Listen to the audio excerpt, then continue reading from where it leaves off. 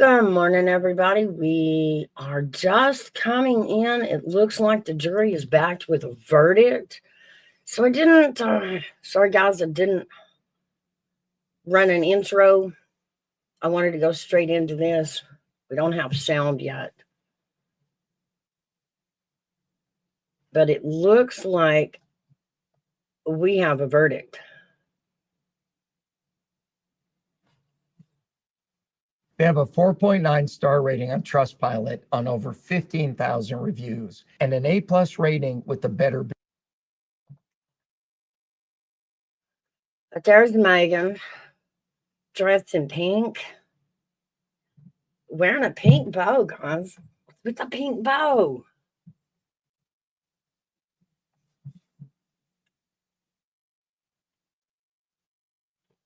This year's Megan Boswell accused of murdering her daughter, Evelyn Boswell, in December of 2019.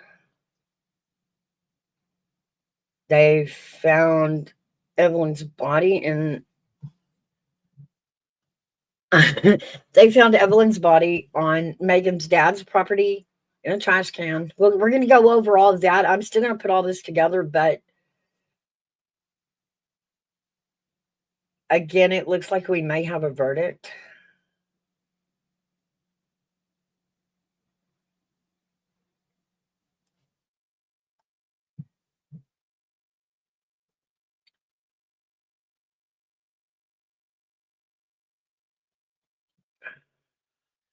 Emotions are high. Just to remind you guys a few things. This case is 5 years old. It took a long time to get to trial. We did have some interesting things happen with some of the state experts. The one who performed the autopsy couldn't actually come up with the cause of death on this case. And then they called in a second expert behind her who only read the notes that she put down and agreed.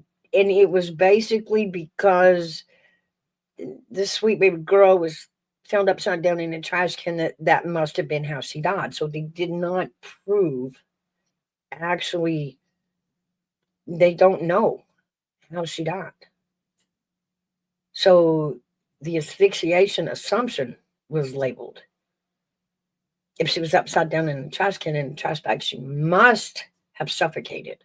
She just must have. But the coroners, the one that did the autopsy, couldn't prove it.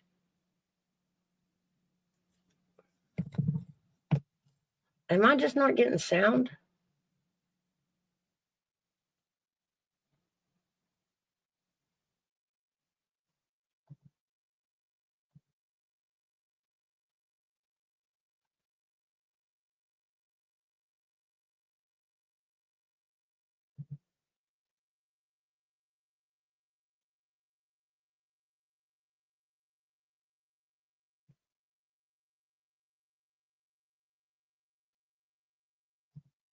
No, right now there's no sound. We're still waiting on, I guess, to finish the paperwork, bring the jury in. I haven't seen it.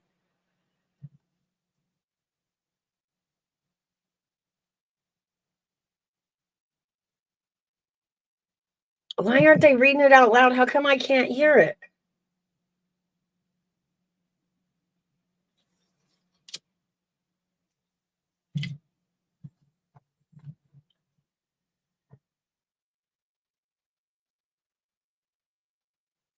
Why can I not hear it?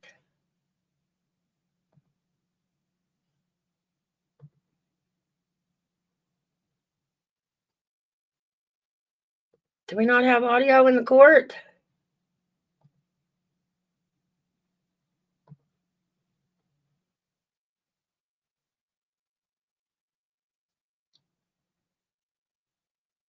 Nobody's got sound in the courtroom.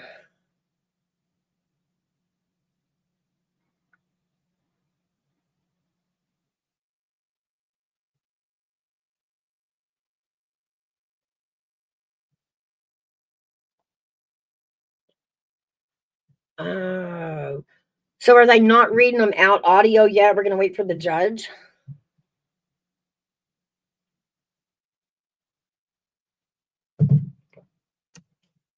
Mm.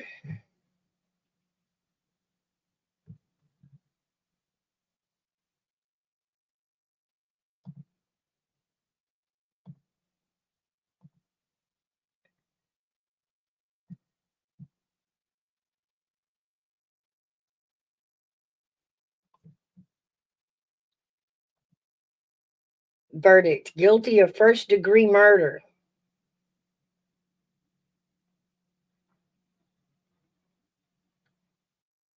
That's a guilty verdict, guys.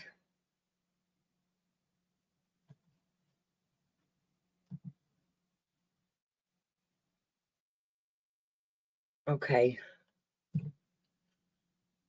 Well, according to the ticker at the bottom,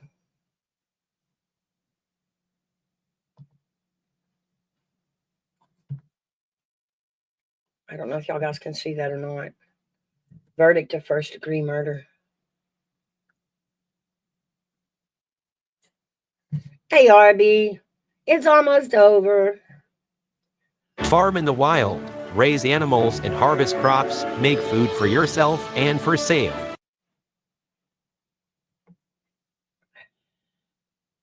Basically, we're getting her reaction now.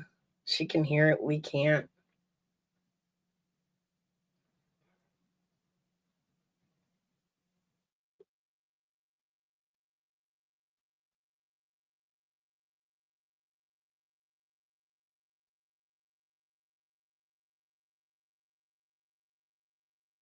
God, I wish they'd turn the volume on the court, in the court, turn the audio on.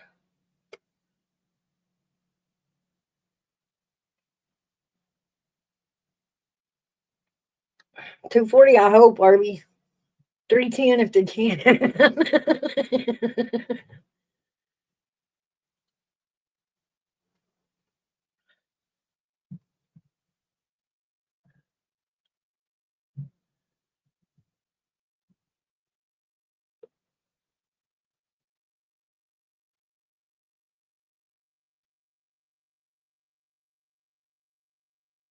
I want to see what it looks like on her face when all the lies catch up with her, and that's what I'm seeing now.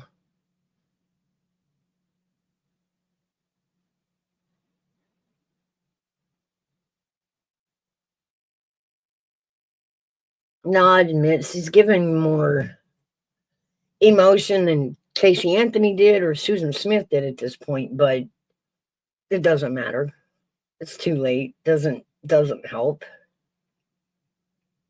The emotions should have been placed back when Evelyn was harmed and getting her help, or not doing it at all. I don't know that we'll ever truly know what really happened to baby Evelyn. We know where she ended up. We don't know why. And I don't think we're ever going to know exactly when. I know the thought was they wanted to prove that the actual last physical sighting of Evelyn was around December 6th. I don't think we even really nailed that down in trial. I don't think we'll ever really know who all was involved, if she done it alone. But obviously it was enough for the juries to convict her.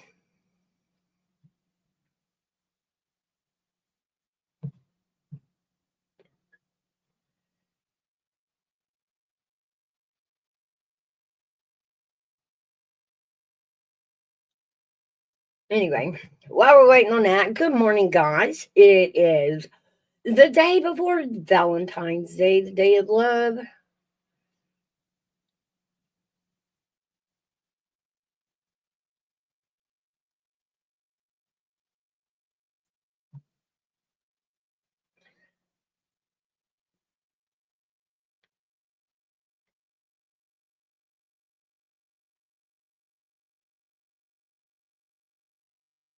And what a perfect way to celebrate it, knowing that this sweet, adorable baby finally gets justice.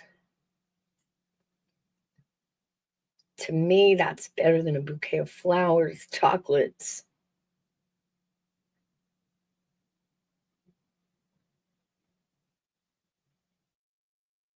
And I don't think I'll ever forget this. I think I will always add this sweet justice to my memory of Valentine's Day. Degree murder. All right, here we Judgment go. of this court, you are guilty.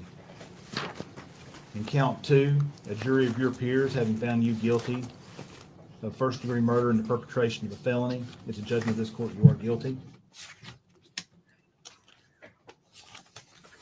In count 3, a jury of your peers having found you guilty of first degree murder and the perpetration of a felony, it's a judgment of this court, you are guilty. In count 4, a judgment of your peers having found you guilty of aggravated child abuse, it's a judgment of the court, you are guilty.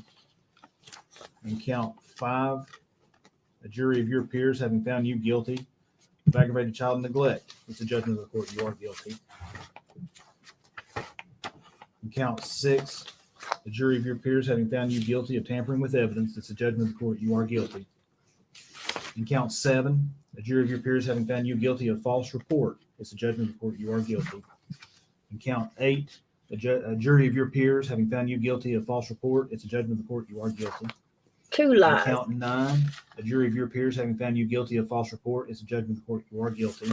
3 In lies. count 10, a jury of your peers having found you guilty of false report, it's a judgment of the court, you are guilty. 4 lies. In count 11, a jury of your peers having found you guilty of false report, it's a judgment of the court, you are guilty. 5 In count lies. 12, a jury of your peers having found you guilty of false report, it's a judgment of the court, you are 6 guilty. lies. Count 13, a jury of your peers having found you guilty of false report, it's a judgment of the court, you are guilty. 7 lies. Count 14, a jury of your peers having found you guilty of false report, is a judgment of the court, you are guilty. 8 In count lies. 15, a jury of your peers having found you guilty of false report, is a judgment of the court, you are guilty. 9 In lies. count 16, a jury of your peers having found you guilty of false report, is a judgment of the court, you are guilty. 10 In count lies. 17, a jury of your peers having found you guilty of false report, is a judgment of the court, you are 11 guilty. lies. In count 19, a jury of your peers having found you guilty of abuse of a corpse, it's a judgment of the court, you are guilty. And in count 20, a jury of your peers having found you guilty of failure to report a death under suspicious, unusual, or unnatural circumstances, it's a judgment of the court, you are guilty. In counts 4 through 20, the jury did not assess a fine, so there'll be no fine assessed in those counts. No fine. Now we'll be in recess about 15 minutes. Wow. That's recess.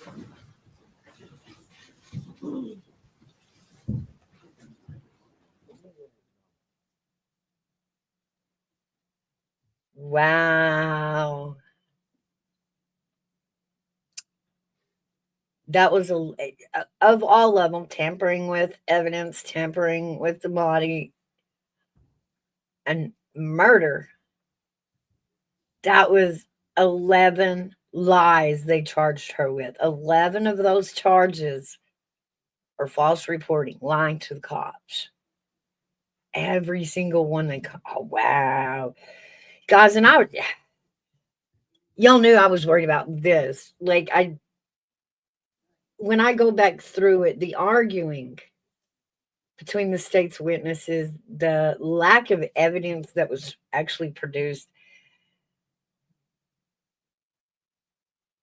I believe so, Arby. I can only imagine. You think about it. There's other women in those prisons who have children who would do anything to see their child, that they're convicted of another, of a crime, so they can't see their kid. So to bring a woman up in there who didn't care about her kid. Oh, I didn't see it. Hold on. Yeah.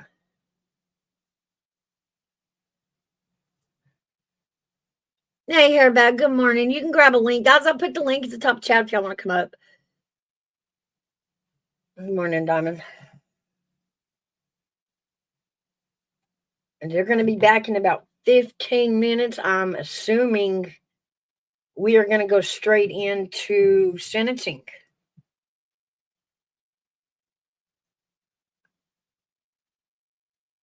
and find out if they're going to give her the DP, life without parole, life with parole.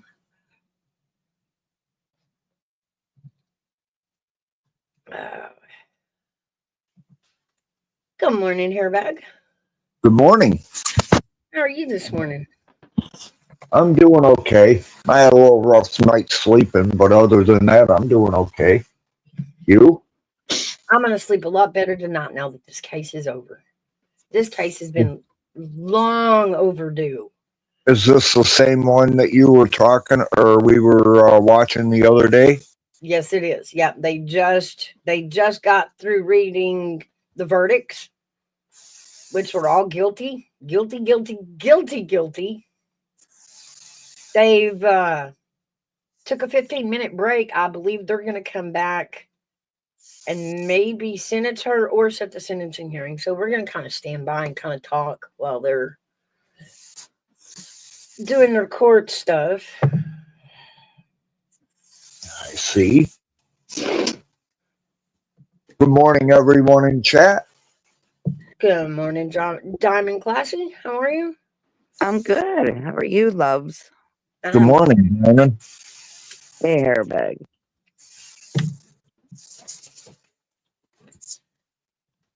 So wow, I mean, and remember, guys, most of the people on this jury were older men. No women at all for jury at all. They were not all men; they were mostly men. So mostly means there were some females in the jury, but it was noted early on. Wow, most of the jury here is older men. Wow. I personally don't think they brought the evidence. I really don't, but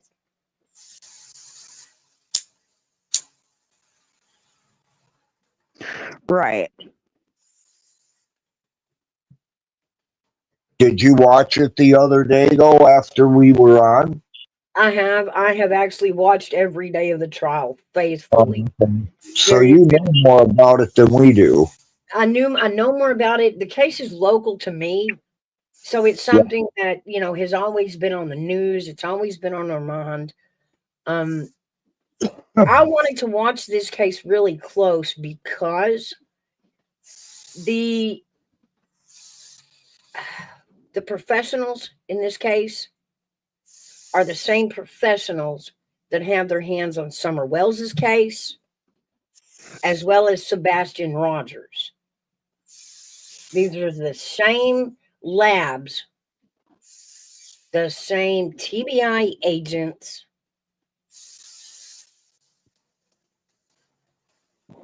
And,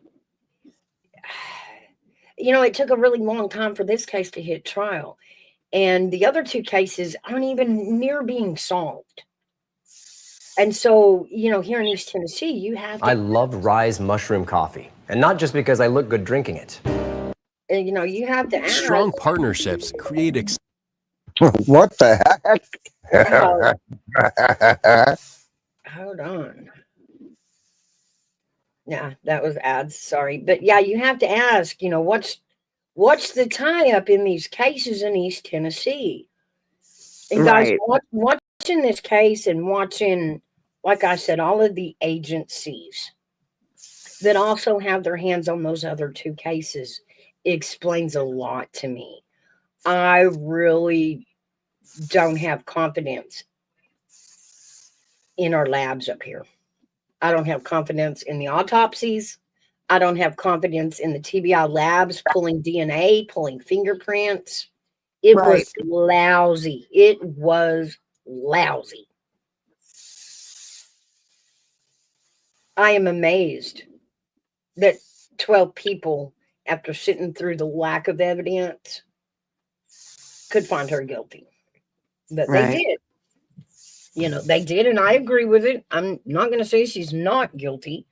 She had something to do with it. We know that. That's obvious. That's common sense that she had some part to play. Yeah. But the forensics They just didn't produce the answers. The who, the when, and the how. I'll show y'all later that they really couldn't even decide the cause of death on Evelyn. Didn't they Well, assumed that makes no sense. How could they convict her on it then? that okay, now you're getting the oh wow of all of this, right? Oh wow, because the evidence was circumstantial, and it was a lot of circumstantial evidence, but the factual evidence was lacking. They did not show how Evelyn died.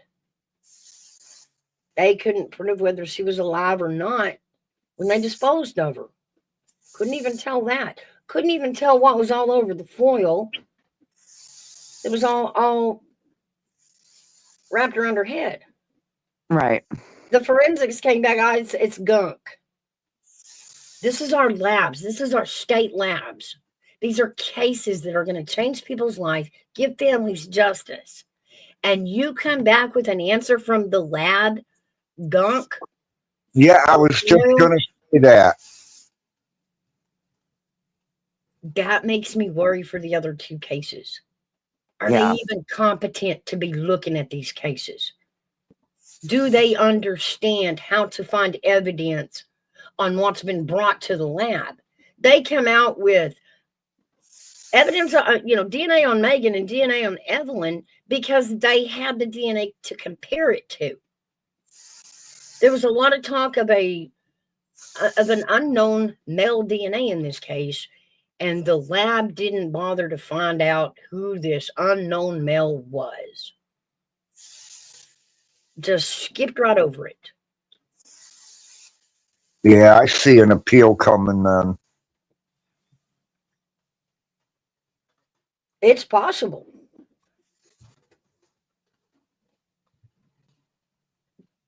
It was, Aaron. It felt like a bunch of us that got sent into the lab for the first time, figuring out what to do. And Hell, 7th grade biology would probably be better, Aaron. Wow. This whole case is messed up, to say the least. well, the experts talk about, well, she was upside down in a trash can with a bag over her. How could it not be suffocation? Well, Exactly. because that's why we do an autopsy, is to see. But even though Right. you did the autopsy, you still started with she suffocated. How could she not have? Well, that doesn't tell me if she was alive or not. In the Yeah. y'all didn't even determine, y'all couldn't determine her time of death. Y'all Or couldn't she was narrow it dead down. before they put her in there. Right. Couldn't prove any of it. But true enough, we still have the fact that that's how that's how they found Evelyn in that state. So yeah, foul play, absolutely. But they didn't tell us what the foul play was.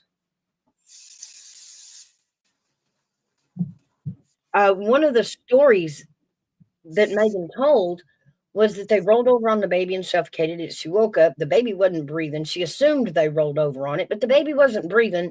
So they wrapped her up and her boyfriend got rid of her. But because she had told 4 lies already, that wasn't even considered. They didn't even follow that lead. They interviewed the boyfriend once. He said, "Oh, I've never even met the kid. Never met the kid. Nope, don't even know the kid existed. Thought it was at its dad's. Never met the kid." But yet they've got male DNA all over the crime scene. Right. Now he is And they never checked it against his? No. And conveniently, 2 months ago, he was placed in a mental institute. Guess what, guys? He's got paranoid schizophrenia.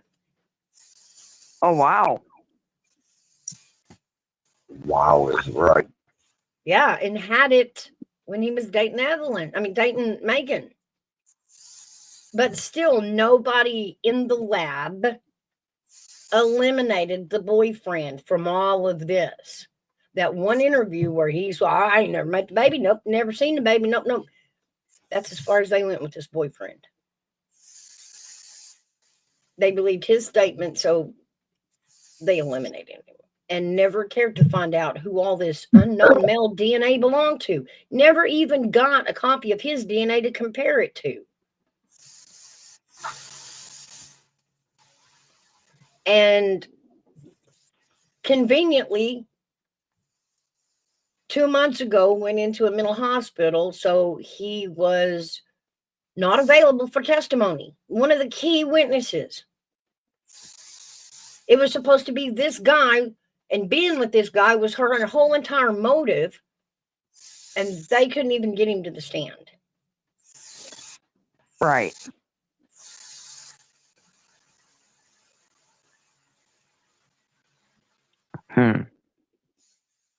I don't know. To me, it kind of sounds like he went in there to avoid it. That convenient, in my opinion, very convenient. Exactly. I Exactly. agree. Yeah, exactly. And so they bring his father in on the stand, and his father just kind of blows it out there willy-nilly. My son's in a mental institute because people are calling him a baby killer. Naturally, that called for an objection, but he introduced that to the jury in that form. Like, he connected his son to this story so much that it's making him insane. But we're still going to say, he never even met the kid, didn't know what was going on. Nope, he had no idea there was a baby missing. Well, then why did he go crazy? Was it his girlfriend? Yes, it was He Megan's. he had to have met that kid then. Okay, but Common sense can tell you that. if he's having a mental episode and his dad says it's because of this case, in my opinion, he saw something. He saw something. It broke him. Yeah, he either saw something or did something. Yeah.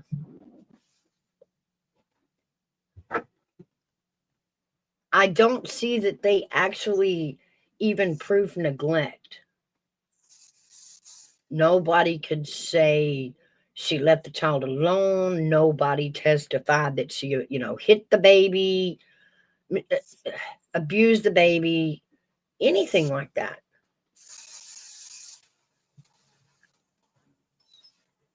Well, there is a thing where at first you said she lied to the police. Well, she did. Okay. Well, think of it this way too. She was probably scared out of her freaking gourd. Yeah, the defense attorney touched on that. Not saying she was right by doing it. I'm just saying. And that's what the defense argued. He argued, gosh, she's 17 years old, scared to death. Look, she just got out of foster care because her parents were garbage. Yeah. And less than 2 months later, the baby was deceased because she got let out of foster care back into her father's care, and he puts her in a trailer by herself. Right. She was in that trailer 2 months before that baby disappeared. Army vet said for younger infants, genetic mothers are the most common predators. However, step-parents are believed to be at a higher risk of committing filicide than their parents. And I agree with that statement. I do too, and it's been proven. Over and over. We tell our daughters that, if they have children, watch who you bring around the kids. You never know, you don't know these people. We say these things for that reason, because we know it's at a higher risk from the step parent than the parent. Mm-hmm. We look at the Rogers case, the Sebastian case, and that Yep. was the first thing that came up was, I mean, they thoroughly checked his stepfather inside and out. I mean, did a full review, and that's because they are thought to be the one who appreciates the child less, if you will. It's not their kid. Yeah. And there's, there's issues of jealousy. You spend more time with your kids than you do me. These kind of things. You pick your kids over me. As they should. As they should. But some people out there can't handle that. Some people aren't mentally capable Yep. of handling that. Right. And is it mental? Yes. But is it mental to harm your child? Of course. I mean, you have to be mental to a degree. Right. To hurt your child.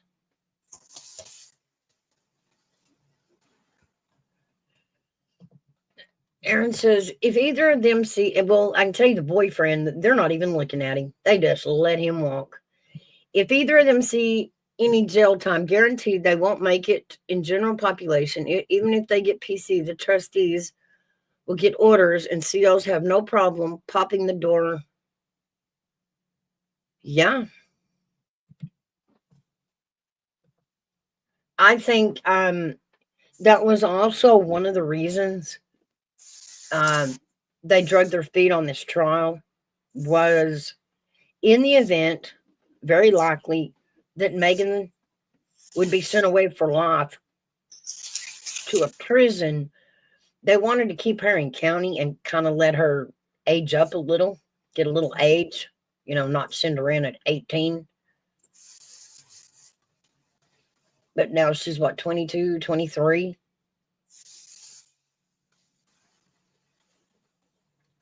Yeah. I don't know. People in prison, they don't take kindly to people that do stuff to kids. And if, let's say, she actually is not the one that did it, she's going to be facing a lot of problems for nothing. But if she did it, well, she's where she needs to be. Yeah. I agree with that, but here's the thing too. It's just like the Summer Wells case, just like Sebastian Rogers. Something feels fishy in Denmark to all of it. It Yeah. just does. That's what I was speaking of earlier.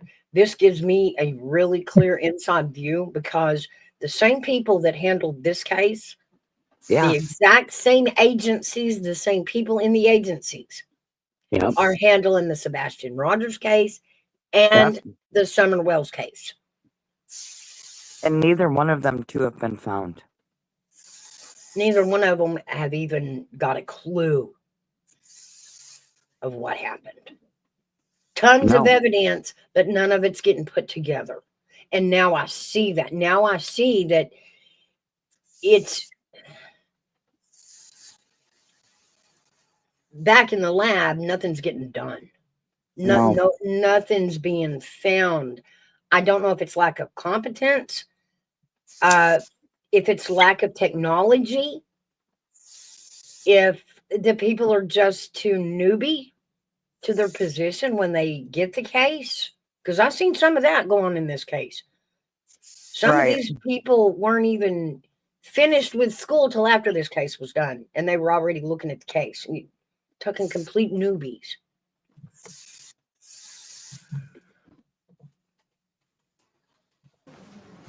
Not far away, hopefully. Well, the state will go first, and then. I don't think this is going to help much. All right, the jury hasn't come back in yet. No jury.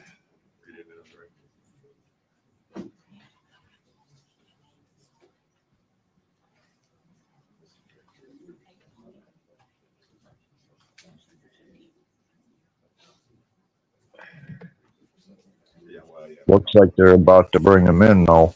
That's what it looks like. They've got the volume back on.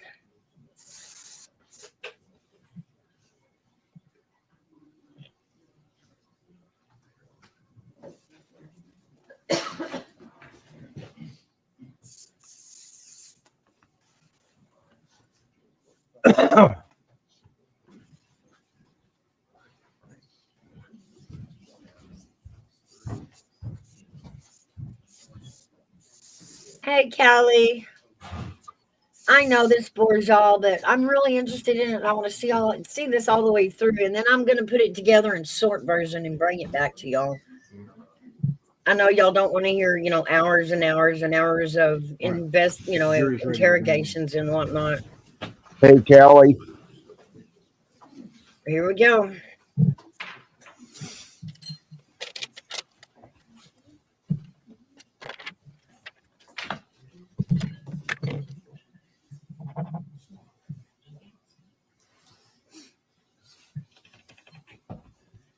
Now remember, we've got 19 guilty charges, ranging from murder to tampering with evidence to lying, false reporting. We always love a good sidebar.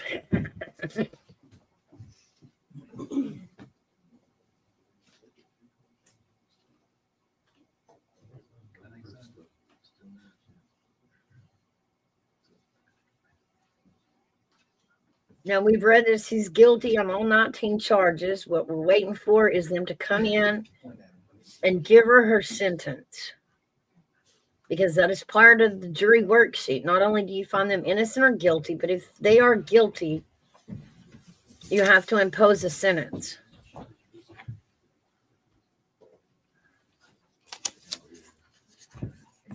Everyone stand, please. I gave it to you yesterday.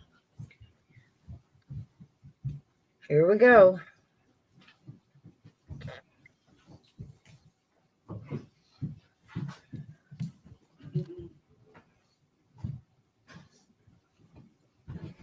You may be seated. Thank you.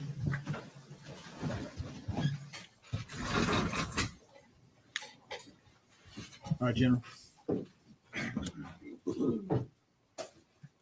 Judge, the state would introduce it.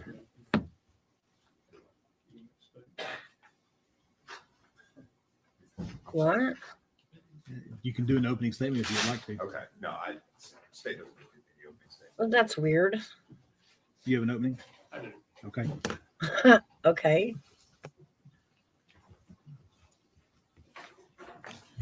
Ladies and gentlemen, although I may not agree with your verdict, I respect your verdict. I respect you. I thank you for your time. And I have one more thing to ask you. You have to make a decision now, and that decision is it's going to mean the difference. If you sentence Megan Boswell to life in prison, she'll be released when she is probably 69 years old. That'll be 8. She's been in jail. You probably realize she has been in jail since she was 18 years old. She went to jail February the 25th of 2020, and she hasn't been released. So with that said, if you give her a life sentence, it would be 51 years. That's what I'm asking you to do. If you give her a life without sentence, she will never be released from prison. That's the difference. So it'll be the difference between her being released at what I believe would be 69 to 70 years old, or never being released. Wow. In doing this process, and Judge Goodwin will read you some very short jury instructions compared to what you heard yesterday. You look at statutory aggravating factors and mitigating factors. And in this case, the state will submit the age of the child as the aggravating factor. Okay. For mitigating factors, we've listed several of those. They include no significant criminal history, her youth and age at the time the offense was committed. She was 17 when she had Evelyn. She was 18 when Evelyn died.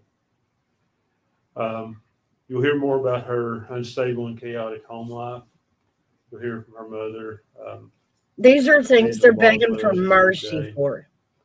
Asking for mercy You'll hear from the from jury. Angela about domestic violence that Megan witnessed between her parents. You'll hear from Angela about drug use that Megan witnessed her parents engage in. Wow, they're going to use her mom for You also medicating. hear about her schooling. It wasn't seamless. Hey, holy And moly. how one of her primary role models was her grandfather, Tommy Boswell's father. He died when I think she was 11 or 12 years old. You'll hear that. And then finally, you'll hear a little bit about her younger siblings, Elijah and Charlotte. Elijah has a disability that Megan has looked after him and tried to help take care of him. And then you're also feel free to look at any other thing you've heard in the proof and making that decision as far as mitigating factor. Anything else you've heard in all the proof from any of the witnesses, and also you'll probably hear from Gail Kite. You've heard from her once before, but you'll hear a little bit more from her about the shape Megan was in when she came into her home, and you'll hear from we expect to call Mary Boswell. She is Megan's grandmother. I think most of you recognize the name Old Mommy at this point. You'll hear from her and what she witnessed in her participation in raising Megan. So it's a hard decision. It's not a light decision. You've made a hard decision already. And it's my hope that after you see this, you will come to the conclusion that maybe at 69 years old, it would be fair for her to be released from prison. 69 years old. All right. General proof. Yes, Judge. This time the state will produce a copy of birth certificate of Evelyn Boswell. All right. That'll be exhibit 262. Oh, You want to keep the exhibits in sequential numbers. But I've started a new sheet for the sentencing part. now he just discussed her birth certificate. We still never found out during trial who the actual biological father was. It'll be Will exhibit we 262. ever? Do you know? No, it was not who she said it was. It was not Ethan Perry. They did a DNA test and Ethan was not the father. But they never stated who was. Any other proof, General? No, Judge. That's Which makes me wonder if the father out there Stop. ever even knew they were the Angel father. Boswell. Angel Boswell. Probably not. Now what they're doing now is basically showing cause to plead for mercy on the jury for her sentencing. You know, give her sympathy, make it a light sentence. Now, now we're doing what we call mitigating circumstances, which is bringing forth evidence to show why they shouldn't give her a death sentence. And there's mom. Oh, Raise your look, right hand, Megan's mom. State your name for me. Angela Boswell. You solemnly swear affirm testimony you're about to give be the truth, the whole truth, and but the truth, man. Have a seat. If you'll pull the microphone down and talk straight This in is the first time I've ever seen her not Actually, look you know like what? this. I need to switch these. Normally she looks like this in jail.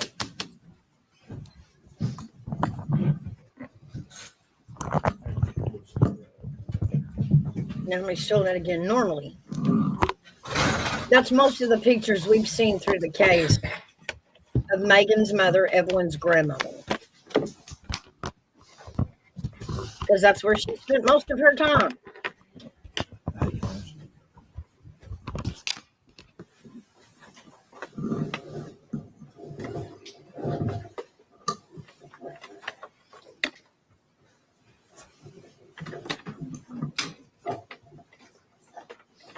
Are we having a fight with the microphones? What is that? I'm going to turn that off till they get done wrestling. That's what it looks like to me, like they're fighting with the microphones. It's a lot of crackling and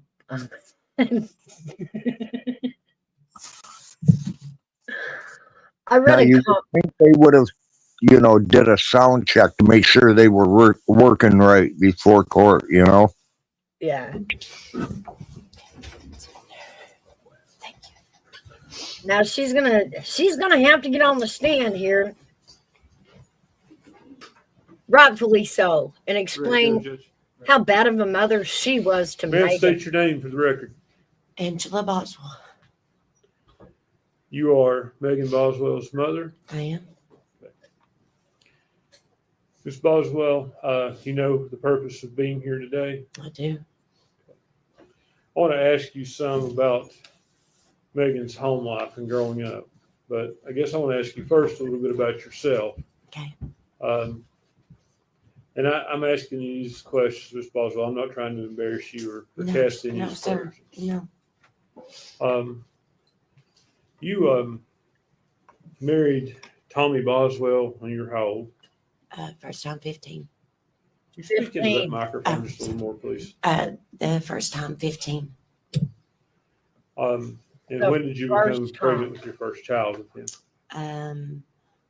I had my first in April and turned 16 in July. So, Okay, and who was that child? The brother, uh, Tommy Tommy Jr., And then also known as Mike. you had Megan at some point. How old were you when you had Megan? there's 8 years difference. I was almost 24. It's okay. All right, So- this is brother Tommy. Let's talk about Megan's life growing up. Would it be fair to say that during her lifetime, she's witnessed drug use between you and her father? Yes. What type of drugs? Oh, Tommy Sr. there. This is opiates. Megan's dad. Scoot up and speak into that so the jury can hear. Notice what kind of photo Opiates, that is. mainly. He Does looks that like drug that. use lead to other It's problems? a booking But photo. addicted, Arguments, fighting. oh, Yes. that movie, You say there Strife is strife. what it brings. Yes. Non-stop. Is that something that went on pretty much her entire childhood Yeah. growing up? Yeah, from the time she was pretty Joe little. Dirt, that's who I was thinking of. Okay. Now, No, but that's her mama. did she witness fights between you and her That's father? what raised her. That's what raised Megan. I think at some point her That's father was The convicted example of Megan had of what a mother looks like. aggravated assault and kidnapping. Yes. Were you the victim in that? Yes. So the aggravated and kidnapping that Tommy was incarcerated for, Do you She remember was the ever victim. taking Megan to any NAAA meetings with you? Yes, I did. How old was she when you did that? She was probably about 7 or 8. First ones I started taking her to 7 or 8, 8 or 9, somewhere around in there. Now she, due to the strife in your home, was she raised by her grandparents to some degree? Yes. Okay, and what were their names? Mary and Danny Boswell. Mary Boswell, would that be who's known as a mommy? Yes.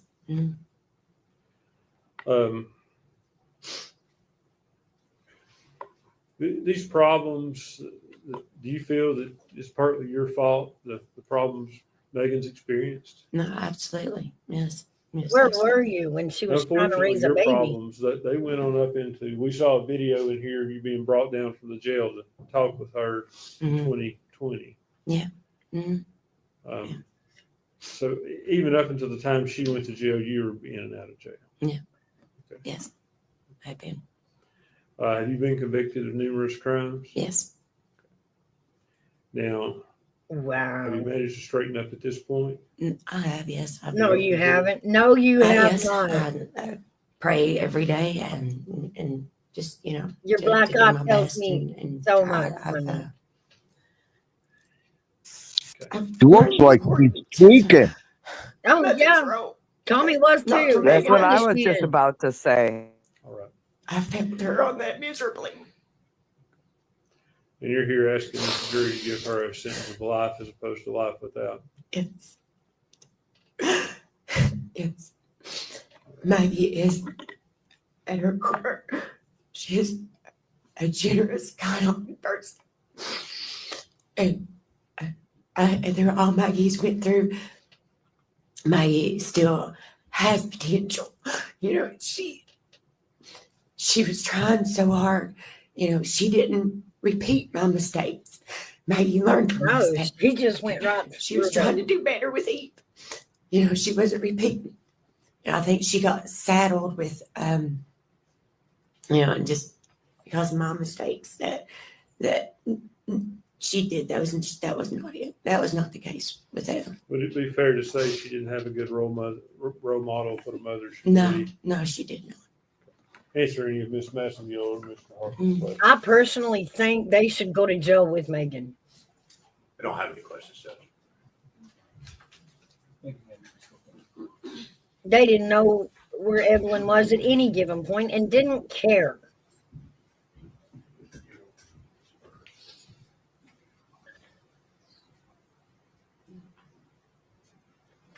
Judge, at this time, I have some judgments of conviction on Tommy Boswell. I'd like to put in by agreement with Mr. Harper. No objection, Judge. It's already been put into I'd evidence, ask but these to okay. make the next 4 exhibits. We're gonna look at Tommy Sr.'s record.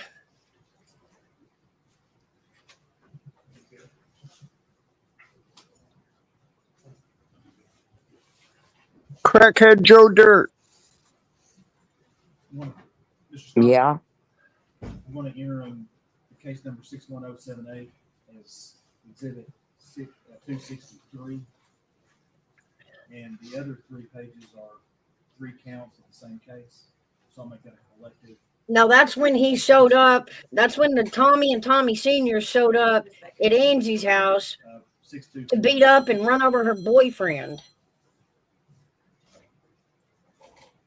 And then continue to beat him after he hit the ground after being run over by Tommy Jr. All because the boys didn't like her being the boys didn't like that guy being up in her house.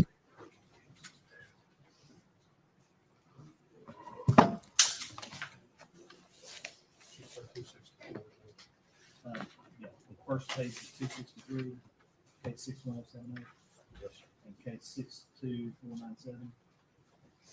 Those 3 pages, 263.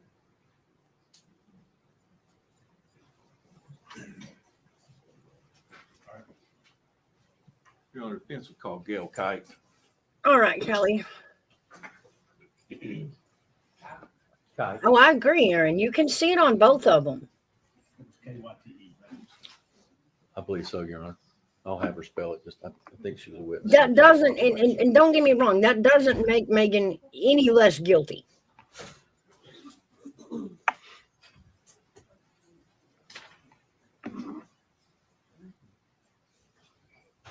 But I think everyone that was around this baby is responsible for her demise.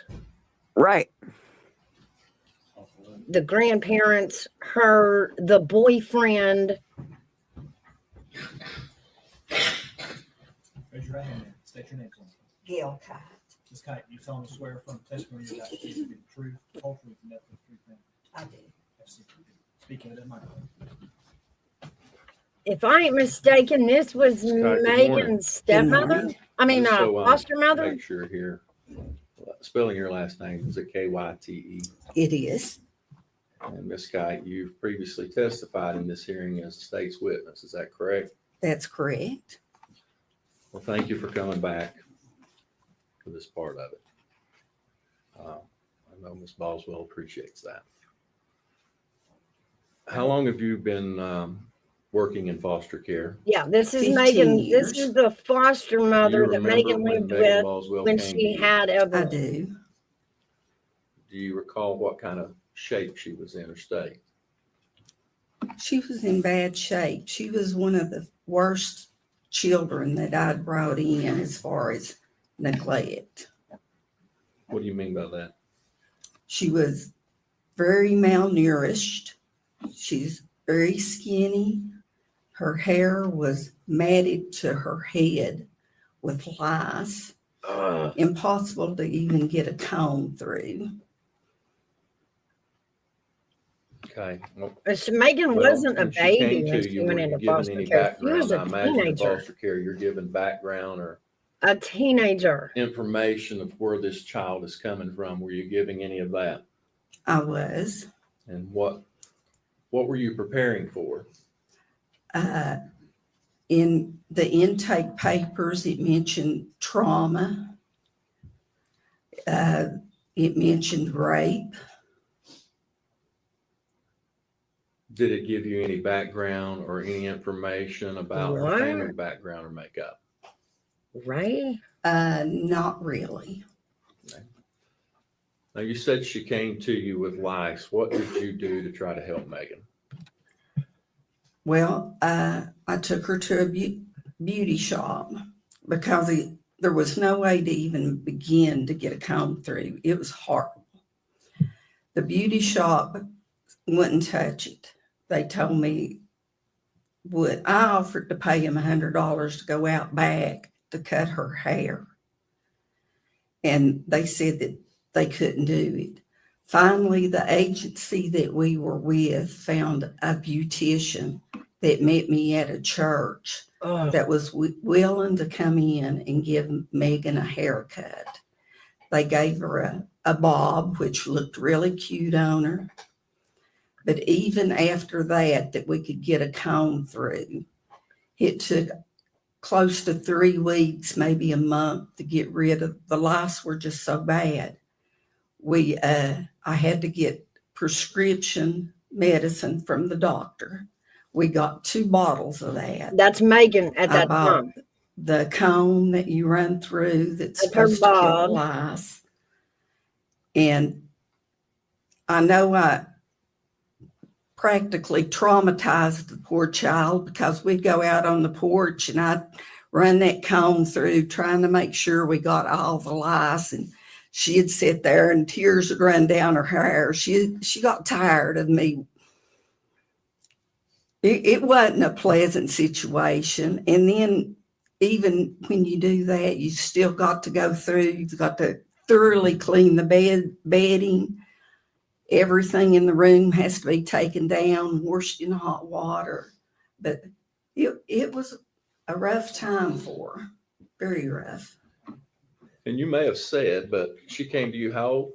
She was 17 years old. She was pregnant. 17, pregnant, scared, didn't have a place to go. And you believe that she had been raped or violently sexually assaulted. I wondered that. Were you given any background or information about her family, her mom and her dad? I knew Mom was in and out of jail, and I knew her daddy owned a business. Okay. Were you able to come to the opinion that she essentially came from a dysfunctional family? I did. Okay. And how long She did she was stay taken with from you? the dad, not the She mom. stayed 4 months. She was in Tommy's custody, When she Tommy came Senior, when in, she we was put in foster care. got rid of the lice, got her registered for school. Where she was pregnant, she chose to do online schooling. She worked really hard getting her diploma. If a test didn't go right, she was on the phone the next day with the counselor getting it reset. I never had any problems trying to get her to do her schoolwork or anything. She hung with it.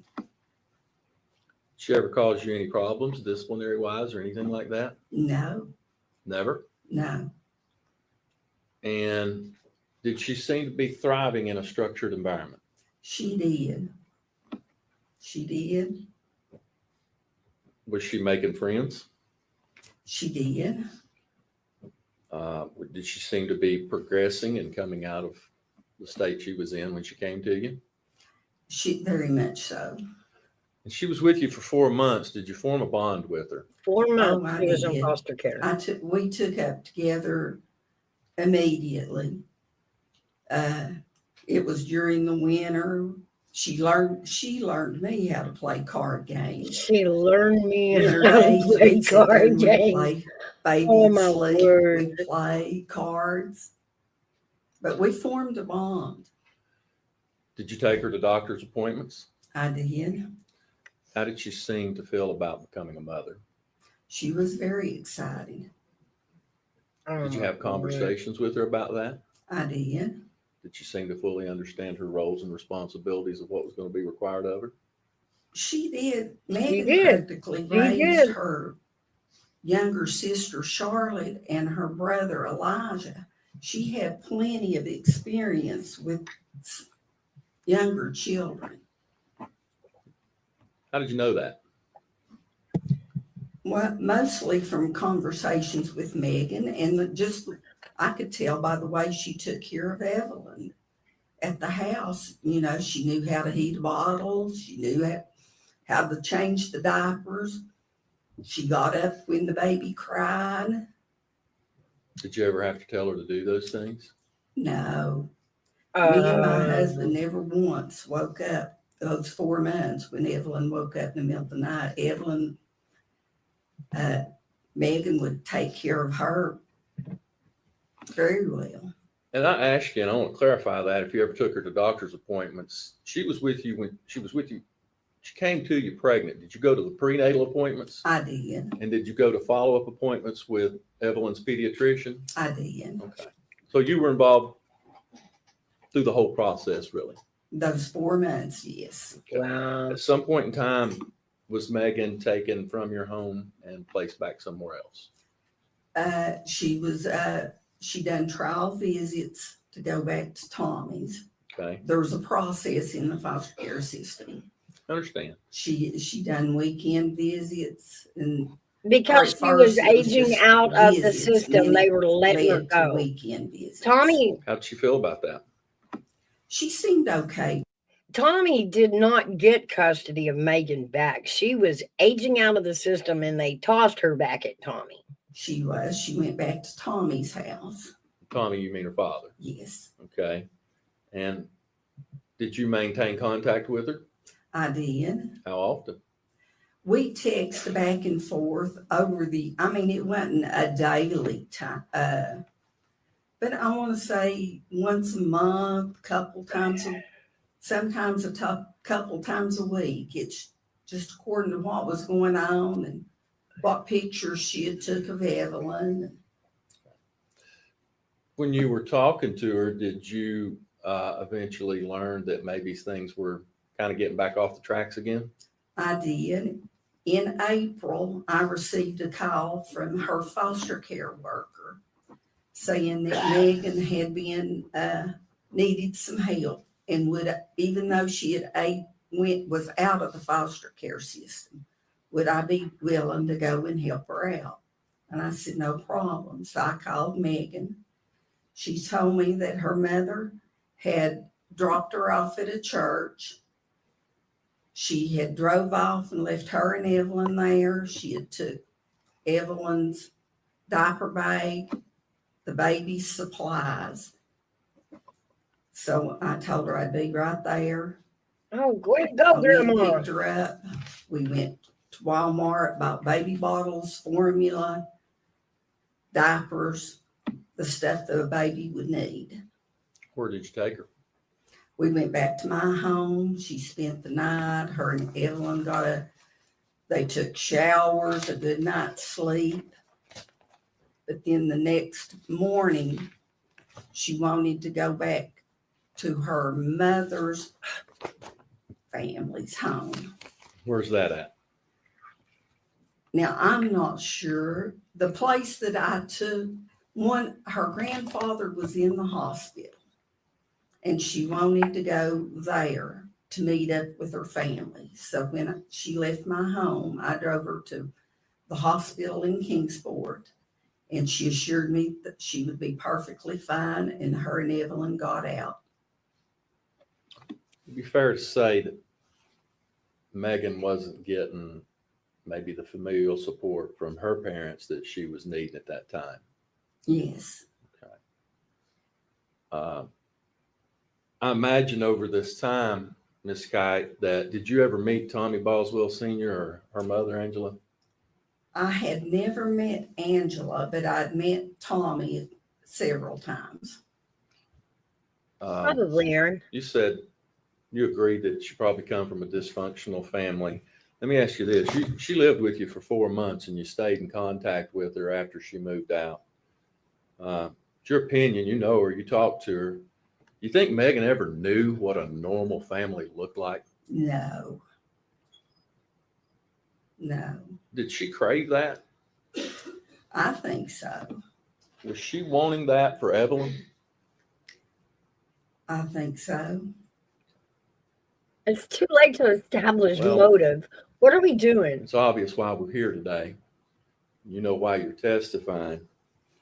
Are you asking this jury to just give her life? I am with the possibility of parole. This child has been traumatized. She's made bad mistakes that has to be paid for. But I think she deserves a chance to come back out to the real world. I don't think she's irredeemable. I think she can become a functioning citizen.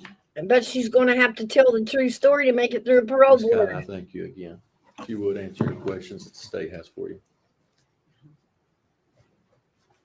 Nothing from the state judge. I mean, it will matter to the parole board in whatever 69 years that she never told the true story. It will matter to Do a we call Mary Boswell?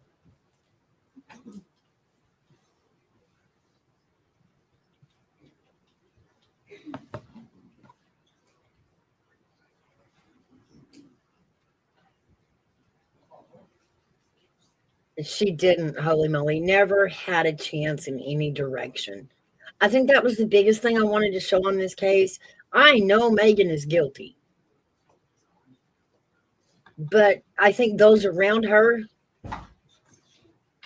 could have prevented this if they'd have just paid attention, if they would have cared. Now you got to remember, Evelyn was out of sight for 3 months before even Grandpa Tommy noticed it.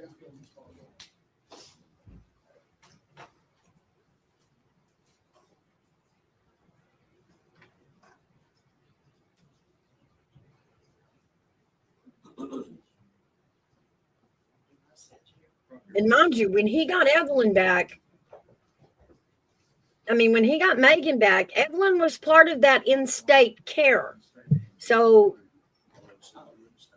custody of Evelyn as well. Of Megan and Evelyn. They were minors.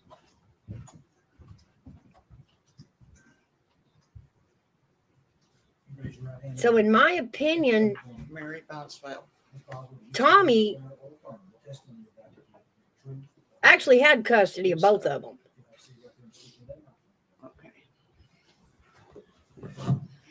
And he was MIA for 3 months mentally.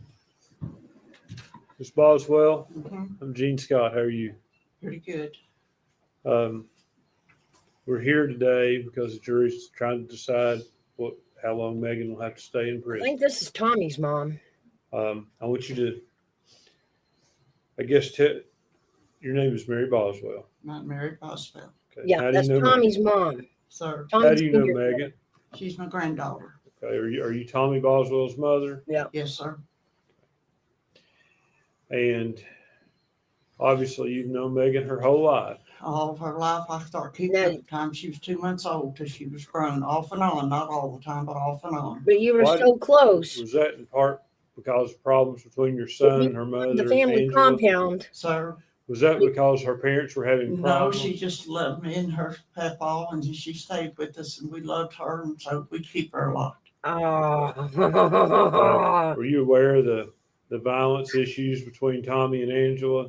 No, I didn't live in their home or nothing. I don't You know nothing lived about on the what went on in their property. home, sir. Okay. We'd pick her up and keep her until she want to go back and like that, off and No, on. no. Y'all And lived about have you always 50 lived yards down there on the apart, same Tommy property and Tommy you. lives on? Or I've no You lived on there the for, property. maybe 20 years, 21 or 2 or something like that. You she know lived exactly there what almost went on all at Tommy's Megan's life. house. Yeah, yes, sir. Oh, yes, sir. That's why she took care of Megan most of the time. And you're aware, you told me, I think one of Megan's role models was your husband, your late husband. Sir, Your late husband, he was one of Megan's role models? Yes, we loved her like she belonged to us. Okay. When did he pass, ma'am? 11 and a half years ago. Soon be 12 this summer. So that would have been when Megan was, I guess, what? Yeah, maybe 12 years old or 12 something. years old? Mm-hmm. Did you see that take an impact on her? Yes, it did. And are you here asking this jury for leniency today? Yes, sir, I am. Asking them not to give her a sentence of life without parole? I hope they don't, sir. I love her like I hope they don't give her the sentence like that. I'd love to give her my home if I could take her home today. That's how much I love her. I understand. Thank you, Ms. Boswell. Answer any Mr. Harper or Ms. Masseyville. No questions, Judge. I agree, Kelly, but now they're talking of an assault. And we don't know who the father of Megan is. Was it a product of that assault? And who was accused of assaulting her? They didn't say that.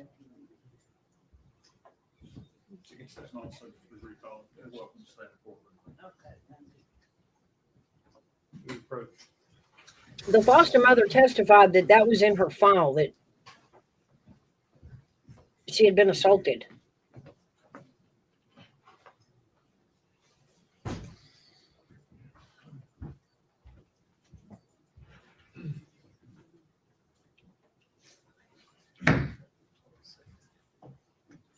Ladies and gentlemen, I'll have you go with the officer for just a minute. Won't take long. Everyone stand, please.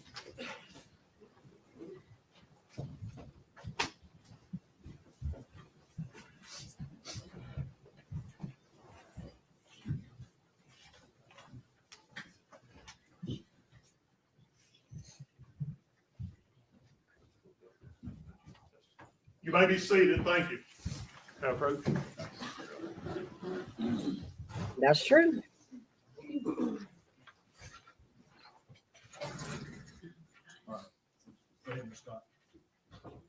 Megan, we've talked about this before. You understand you have a right not to testify. Yes. No one could force you to testify. Yes.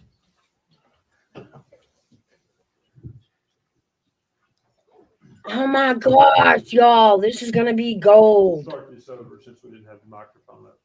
Listen up. Megan, you understand you have a right not to testify, and if you don't testify, the jury may not draw any inferences from that failure to testify. Come on. You understand that? Yes. That would Likewise, be you have a cool if right she to did. testify. No one For can entertainment stop you purposes. testifying if you wanted to. Yes. After consulting with me, Mr. Ford, and talking about your case and hearing what's happened here in court and all the evidence, do you wish to testify or not? No, You do not wish to testify? I do not wish to testify. Oh, of course not. Man, that would have been Ms. Boswell, gold. You're still under oath from yesterday or the day before. You understand that? Yes, sir.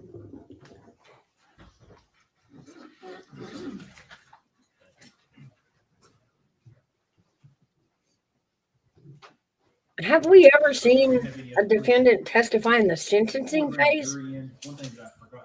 I don't think so.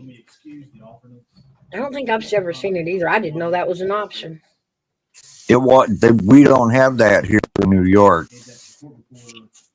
The judge sentences you and that's it. There's no jury to do it or anything. Well, the jury doesn't hear, but allowing her to testify in front of, giving her the option to testify in the sentencing phase, I've never seen before. Usually it was just during the trial.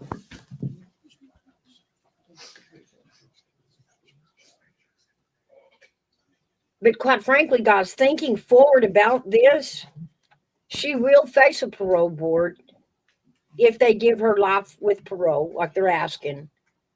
But I don't know that she's going to satisfy a parole board. I don't think so. Unless she actually comes forth, tells what happened, because she's still got to mentally fix what caused her to do this as one of the things that she's got to prove to a parole board when it comes time. And if she doesn't ever admit what really happened, then she's never going to get the counseling centered for that, and it's not going to go well in the parole hearing. That's going to keep her from getting parole. I mean, it's pretty simple in parole. Do you understand what you did? And will you do it again?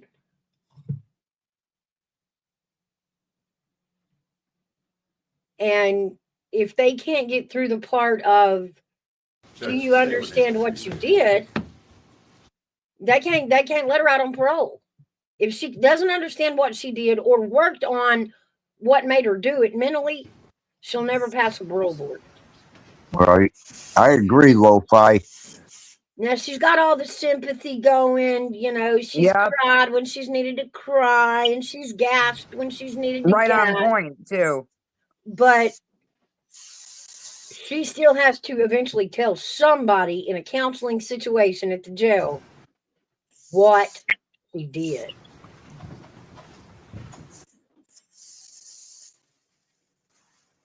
What the heck? What are they doing?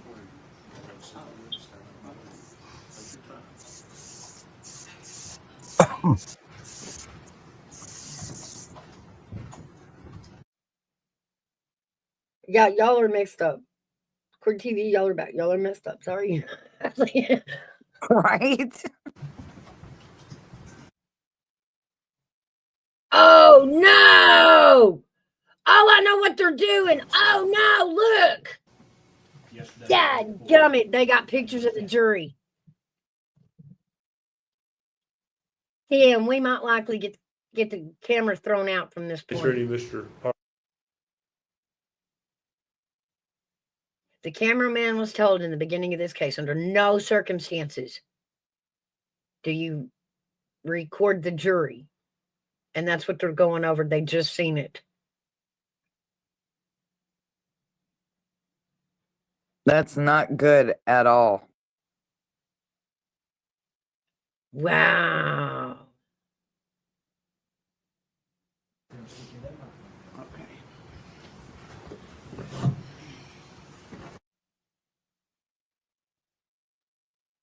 They're checking angles again.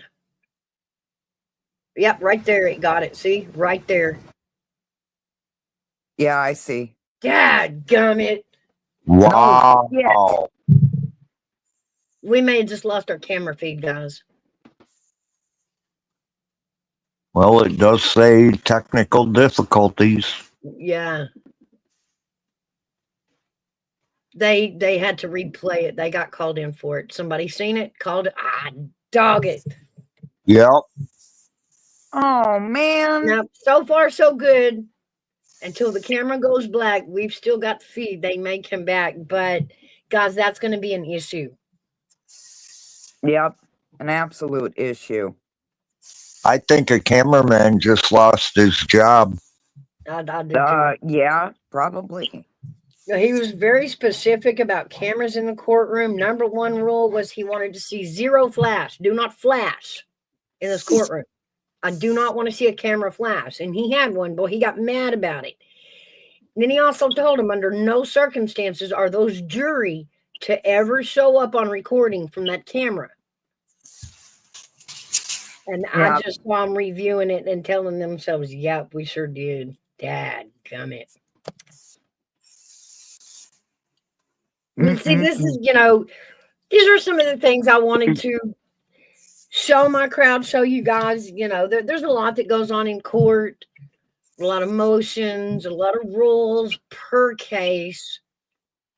And it's, I mean, it is a struggle to get through trial and follow all the rules.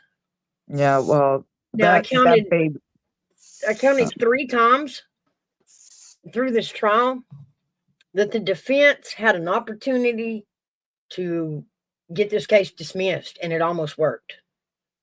The judges kept saying, "I'm all right. I'll give it one more chance." But three times, maybe 4 through this case, the prosecution messed up so bad that it could have cost the whole case to be mistrialed. Yeah. Or tossed or dismissed.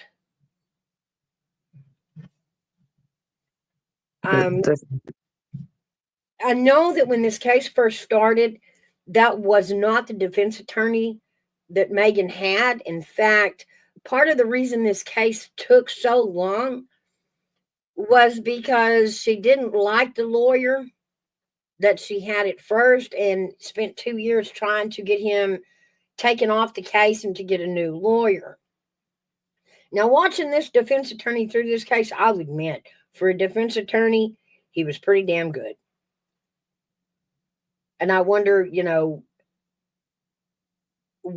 she feel like the first defense attorney wasn't going to do this? Was he going to force her into a plea? I don't know. Probably a public defender. Because that's what public defenders do. They'll force you into a plea. They could. I think the first one wanted her to admit what she did and go from there. And somewhere along the line, somebody told her to keep her mouth shut, and she did. She just stopped talking. And so the truth never came out.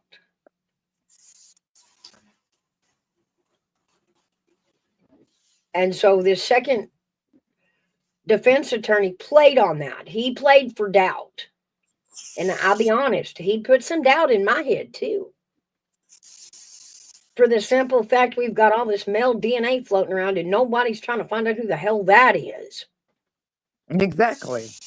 It's all messed up. It's all something don't feel right. I actually think not that she's innocent. I think she's guilty. I just think she's not the only guilty party in this case. And I agree with you, Mouse. Yeah, we sit and heard from from Megan's parents, what kind of parents they were. And that's true. That goes to speak about how Megan grew up, true enough. It speaks to, did she have an example? But it also speaks to the fact that baby Evelyn never had a chance. She had nobody looking out for her. Not her grandparents, not her parent.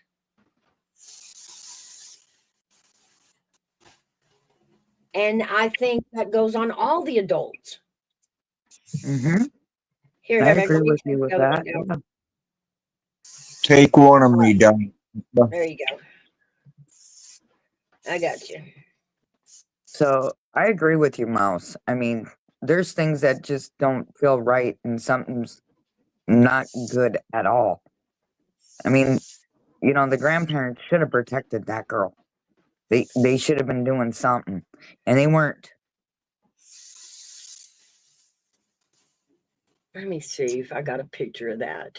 If anything, it would have had to have been the great grandparents because the grandparents were crackheads. Yeah. Exactly. But remember, guys, they're talking about, well, I didn't see this and I didn't know that. They're all living on the same piece of property, and these houses are all about 50 yards apart. Mm-hmm. So granted, they didn't live in the same house, but to sit up there and say they didn't know what each other was doing at any given point is crapola. One driveway got out of this compound. And the only reason they call it a compound, it wasn't like it had a big, security fence around it or something like that. It's just that Tommy bought this property and everybody set a trailer on it. Tommy Jr. had a trailer. The mother, Angie, had a trailer. And grandmother, Mama, had a trailer on this property as well. Now, the trailer they gave Evelyn was not on the property, was not on the compound. It was at a nearby trailer park that Tommy also owned and rented the trailers out. So he put her in one of those trailers off the compound. So how could anybody keep an eye on Evelyn or Megan? And did they bother to follow up? Did they, So first time they're letting Megan out of anybody's sights with this baby, and nobody followed up on it. Nobody checked in on it. Nobody said, well, how is she doing?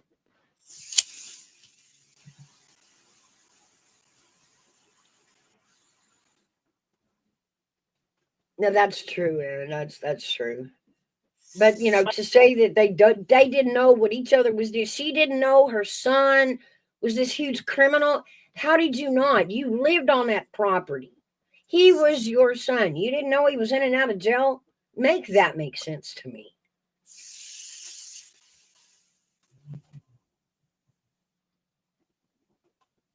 I mean, he's got to come around the driveway past your house to get out. At the very least, he's going in and out. Oh man. Wow. But I don't know who to be madder at this case, the family and Megan, or quite frankly, y'all, the labs. I'd have to, honestly, in my opinion, it's a mixture of both. Yeah, really. The lab didn't do its job, and we're mad at her because now she's convicted of it. Yeah, but you see how everybody in this case that should have been a party to this case all of a sudden throws their hands up and runs the other directions. They separate themselves from the whole situation, and now they don't know nothing about nobody around them. Nope. The boyfriend, I didn't even know Megan. I never met. Your DNA's in that house, in Megan's house, where the baby was. Right. Y'all we don't know exactly what day in December Evelyn died. No. And that poor baby deserves justice. Yeah, I agree. By all means. But in my mind too, you gotta have the right person. And it's like Mouse says, the prosecution really did not prove its case. No, nobody ever came up with how Evelyn died.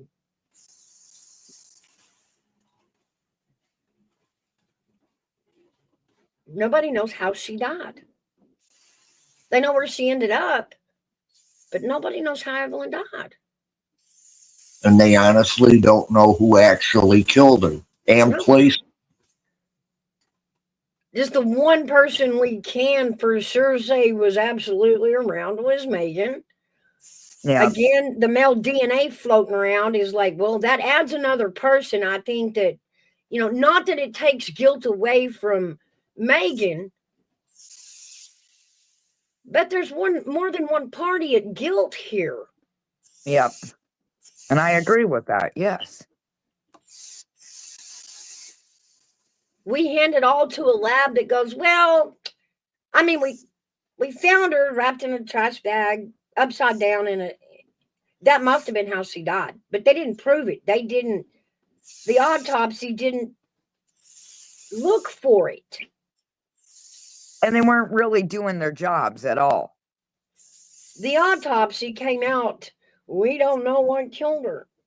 No, you didn't find out. You instantly started with how she was found must have caused her death. Must have. And they went for that. When asked, was Evelyn alive or not when she was wrapped in everything, put that trash can? Well, we don't know. Well, then how do you know how she died? Exactly. Well, it had to be asphyxiation. I mean, the position she was in the trash can. If she was alive when put there, maybe, yeah, but y'all don't know if that's true either. Mm-hmm. No, hopefully they come back soon so we can hear the rest of this. I don't think they're going to. Hold on, let me go take a look around the neighborhood of YouTube. Yeah, like we all do. And see if anybody else's feed is down. Let's see.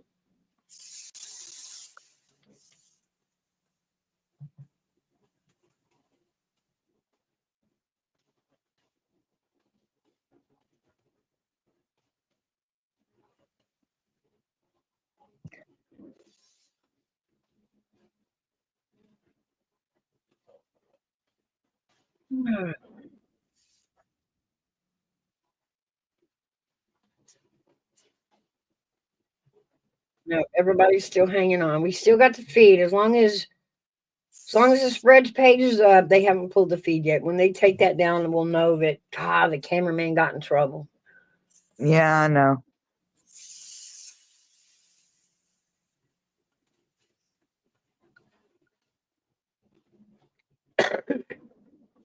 But the baby's mother knows who helped her and who was in on it with her. She knows, and she just doesn't want to say. No. She figures, oh, I'm going to get off scot-free. No. But to be honest, she followed the advice of her first defense attorney when he told her, just shut up. Like, don't even pump out a lie. Just shut up. The burden is on the prosecution to prove you did this. Don't give them any more leads. I just thought of something. Is there a possibility the judge could throw out the verdict, release the jury, and call for a retrial?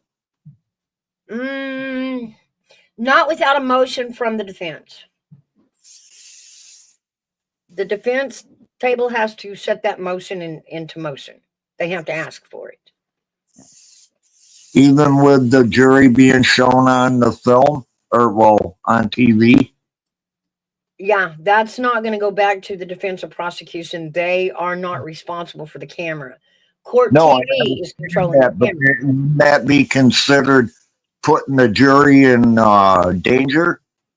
It could be, but again, this is going to fall back on the cameraman, not either party of the case. So it's not going to affect the case. I just thought possibly they'd retry her because of the jury being shown on TV. It's possible. It's possible. That's why the judge made that rule. Well, that's usually a rule in every courtroom. The judge almost had to hold the second autopsy lady in contempt because she wouldn't answer questions. She just kind of wanted to repeat the story. The baby was found the way the baby was found. Must have been that must be why she died. Right. And he asked her, can you tell us she was alive or dead when put in the trash can? And she did not want to say no. And she pissed the judge off. And they had to motion the judge to tell the judge to make her answer yes or no. Don't give me an explanation. Yes or no. And boy, she threw a fit. She didn't like that. She did not want to tell the truth that they didn't have the answers. Right.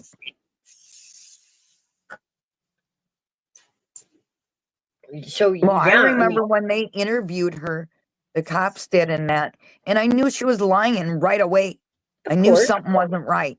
And yeah, no.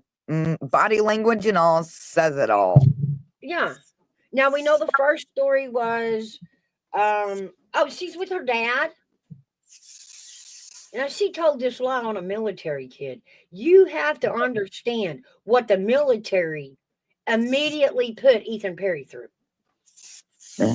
Like, this is all behind the scenes. They don't talk about this. But when you're in the military and an allegation like this comes up, the military immediately investigates you. Yep. And they were on him lickety split. They had to prove that, he hadn't even been around the baby. He was off in a different state doing his military thing, and he did not have Evelyn. In fact, he didn't believe he was Evelyn's father, which prompted the military to do a very quiet DNA to prove to him and the military that he wasn't even the father. And they didn't tell anybody else that. Yeah.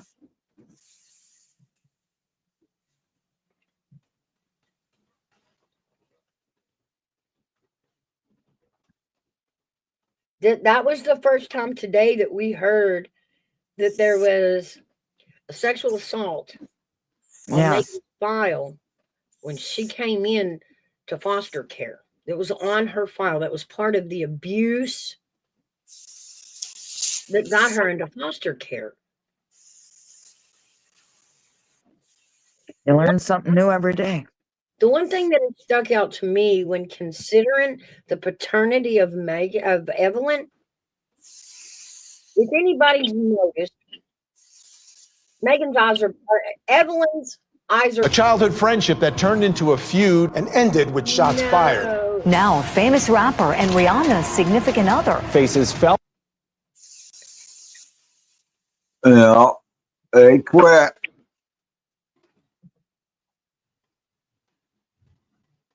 I think we lost it. Yeah. Shit. No, it's still there. Oh, good. A childhood friendship that turned into a feud and ended with shots fired. Now, a famous rapper and Rihanna's significant other Faces felony assault. All right. They've turned it off. Looks like they were coming back in at 12:30. So we're going to break an hour for lunch. Okay. Dog. But let's get back here. Yeah, what was I saying? I'm trying to remember what you were saying. Stuff. That's pretty bad. Neither one of us can say or remember it. Shut up, Aaron. Oh, but I remember. If you'll notice, now it's going to leave us with the wonder: was that assault related to the paternity of Evelyn? Now, as I was saying, if anybody's noticed, Evelyn has the most beautiful baby blue eyes, sky blue, crystal, just beautiful blue eyes. Yep. So let's go through this real fast. I've got some photos here. Let's see. She's a gorgeous little girl. She was. The father was thought to be Ethan Perry. Okay. He doesn't have blue eyes. He has brown eyes. Right. Megan, she's got brown eyes. Yeah. Hey. Couldn't be Hunter. Hunter's got brown eyes. And although she didn't meet him till later. That clears Tommy. Tommy's got brown eyes. Does that look like Tommy's got brown eyes to y'all? Yeah. Yeah. Yeah. Check it on this one. Oh, definitely brown Yeah. eyes. Yeah. So that clears the father. Let's check the brother. God, that looks like brown eyes to me. I can't really tell. It's kind of got a glare in it. Yeah, But those look like dark eyes to me. Yeah. This is Megan, her mother, and her mother's boyfriend that she had, lied and said these two had the baby. I don't think he's got blue eyes. No, it looks more brown. Yep. Like, I'm just going to use me for an example. Okay. Uh-huh. Just me as an example. My mother never had blue eyes. She had hazel. My dad had the blue eyes. Well, where do you think I get my blue eyes from? Okay, yes, but that's going to be in the same category. Back in biology, if y'all remember back in high school, we did the white rat, brown rat, black rat assignment where we talked about the genetics of a white rat, and we even did it on the eyes. But I can tell you, brown eyes is dominant. If you take a brown-eyed parent and a blue-eyed parent, it can still be blue-eyed, but the odds are that the child is going to have brown eyes. Brown eyes is more dominant. Right.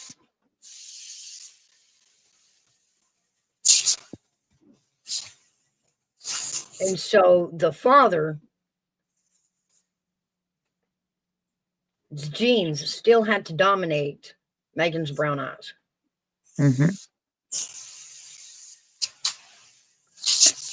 Really, Gigi?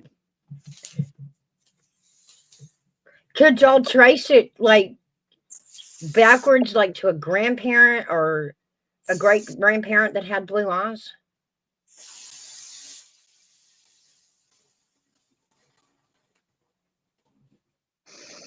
Yeah. I have one child with brown eyes. The rest all have blue eyes.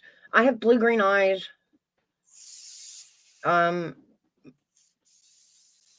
So my first marriage, he had brown eyes, my ex-husband. Our first kid was born with his eyes. The second kid was born with my eyes.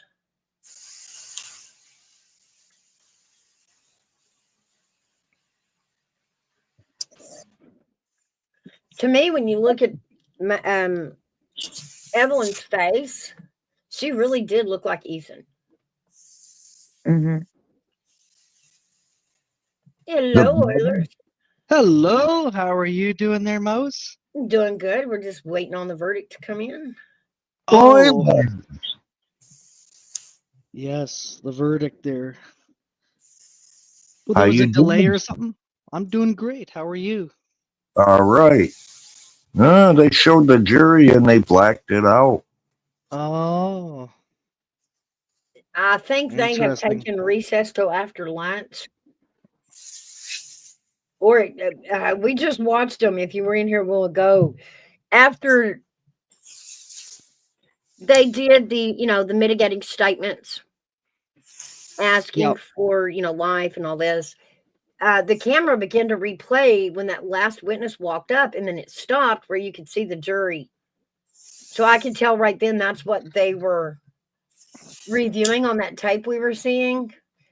And there was a strict rule, Oilers, not to show the jury. And part of that, they showed the jury when that witness walked in. See, here in Canada, you're not allowed to show no court or anything like that. Just drawings, pictures, anything like that. Cartoonish crap. So you guys are very lucky in the States. And I think that if somebody has got the time to do the crime, that they should be embarrassed to the fullest. But in Canada, we've got these little crappy rules that, pretty much they will... that they just cut that you just have to, and you're not allowed any cell phones in the courtroom. Oh yeah, or you got to turn them off immediately or anything like that, like nothing. And it doesn't matter if it's a big story. And yeah, well, there's no such, we haven't had that for years. That's one area that we've been lacking is we're not allowed to do that. We just have to go there and sit there and watch. So in Canada, and it's sad. I think that they should open up because there's a lot of interesting cases in Canada that I would like to see be aired live to get what people's reaction is. Right. And my uncle actually was a whistleblower here in Canada, in Vancouver. There, he went to the courthouse, and he was on the jury. And anyways, he just basically said, "Why is this not allowed being?" Why is this not allowed to be aired on TV there? But he noticed that they were being paid, and the money was being dispersed by the judge to the people on there, and everyone had gotten a really good chunk of money. And he said, "I don't believe in that.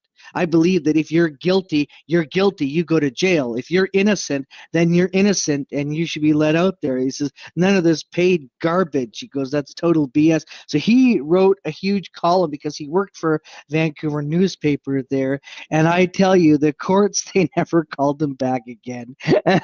They never called him back. And so, oh yeah. And he had all kinds of evidence, and he put. There's feedback somewhere.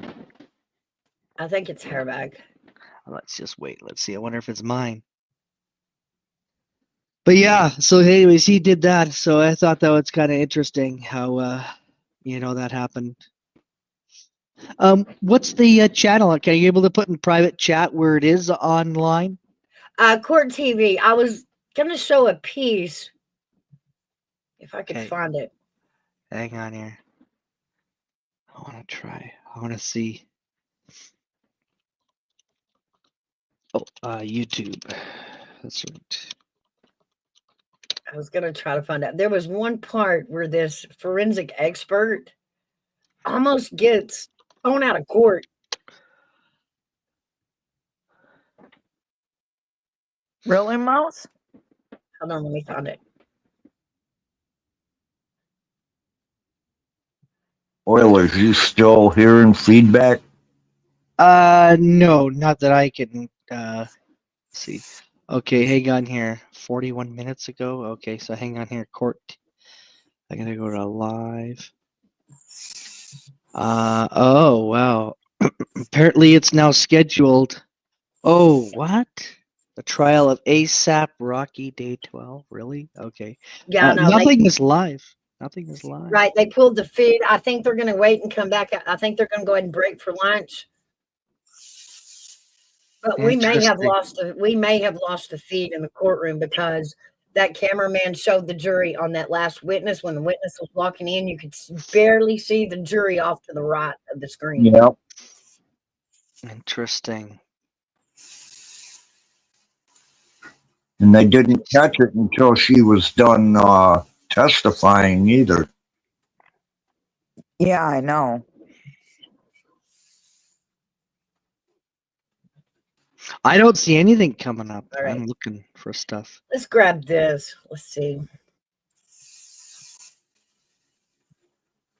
Hey, Nikita. Hey, Lady Autumn. Comments. Hello, Nikita. Hey, Nikita. All right, I'm going to roll this back a little bit. We're going to listen to a little bit of this. This was the second forensic expert. And come to find out, this second expert never laid eyes on any evidence from this case. She simply read the report from the first forensic expert who performed the autopsy and made her own determination from her notes. And it didn't play out well. Let's hear what happened with this. For that matter.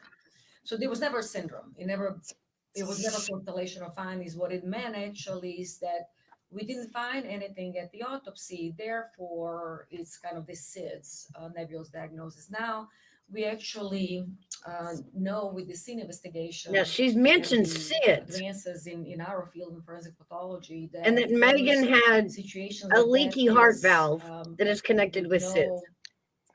Findings at the scene. Now this woman is here saying SIDS doesn't even exist. Started unexplained death in infancy, so SUDI. So that's a new term that we use.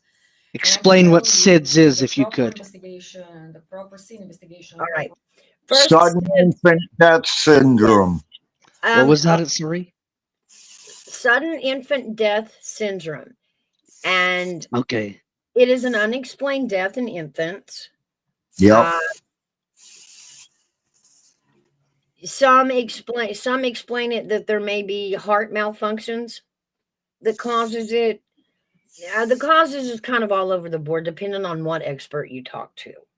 And it can happen anytime between birth and I believe it is a year to a year and a half. Okay. Now, in this case, I want to bring something else out. All over, we see different ages of Evelyn. Some say she was 15 months old. Some say she was 18 months old. Guys, the reason for that is at the time it was said she hadn't been found and it was hoped that she was still alive. Now, in this trial, we actually learned that Megan was 13 months old. So that is the actual final age of baby Evelyn. But anyway, this expert is trying to explain basically that SIDS doesn't exist, that it's a bullshit excuse for when you can't find out why the baby died.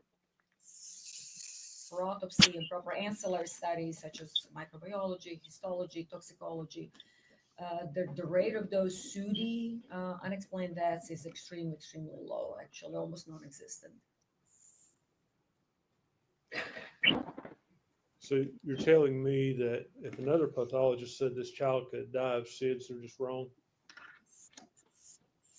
Yeah, he's wrong, or she is wrong, because SIDS doesn't exist. SIDS never existed. See? So if that pathologist is using the term SIDS, that pathologist needs to go back to forensic school. Probably not Interesting. competent. I'm sorry? Probably not competent.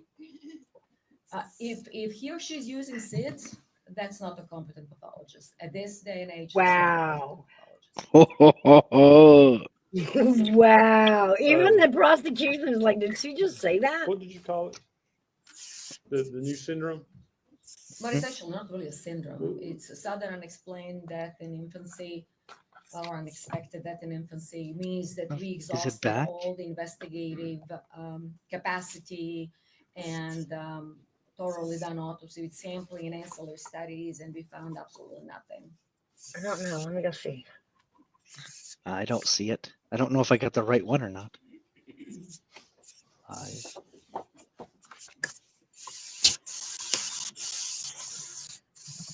How do you rule out that this child couldn't have died from a laryngeal spasm?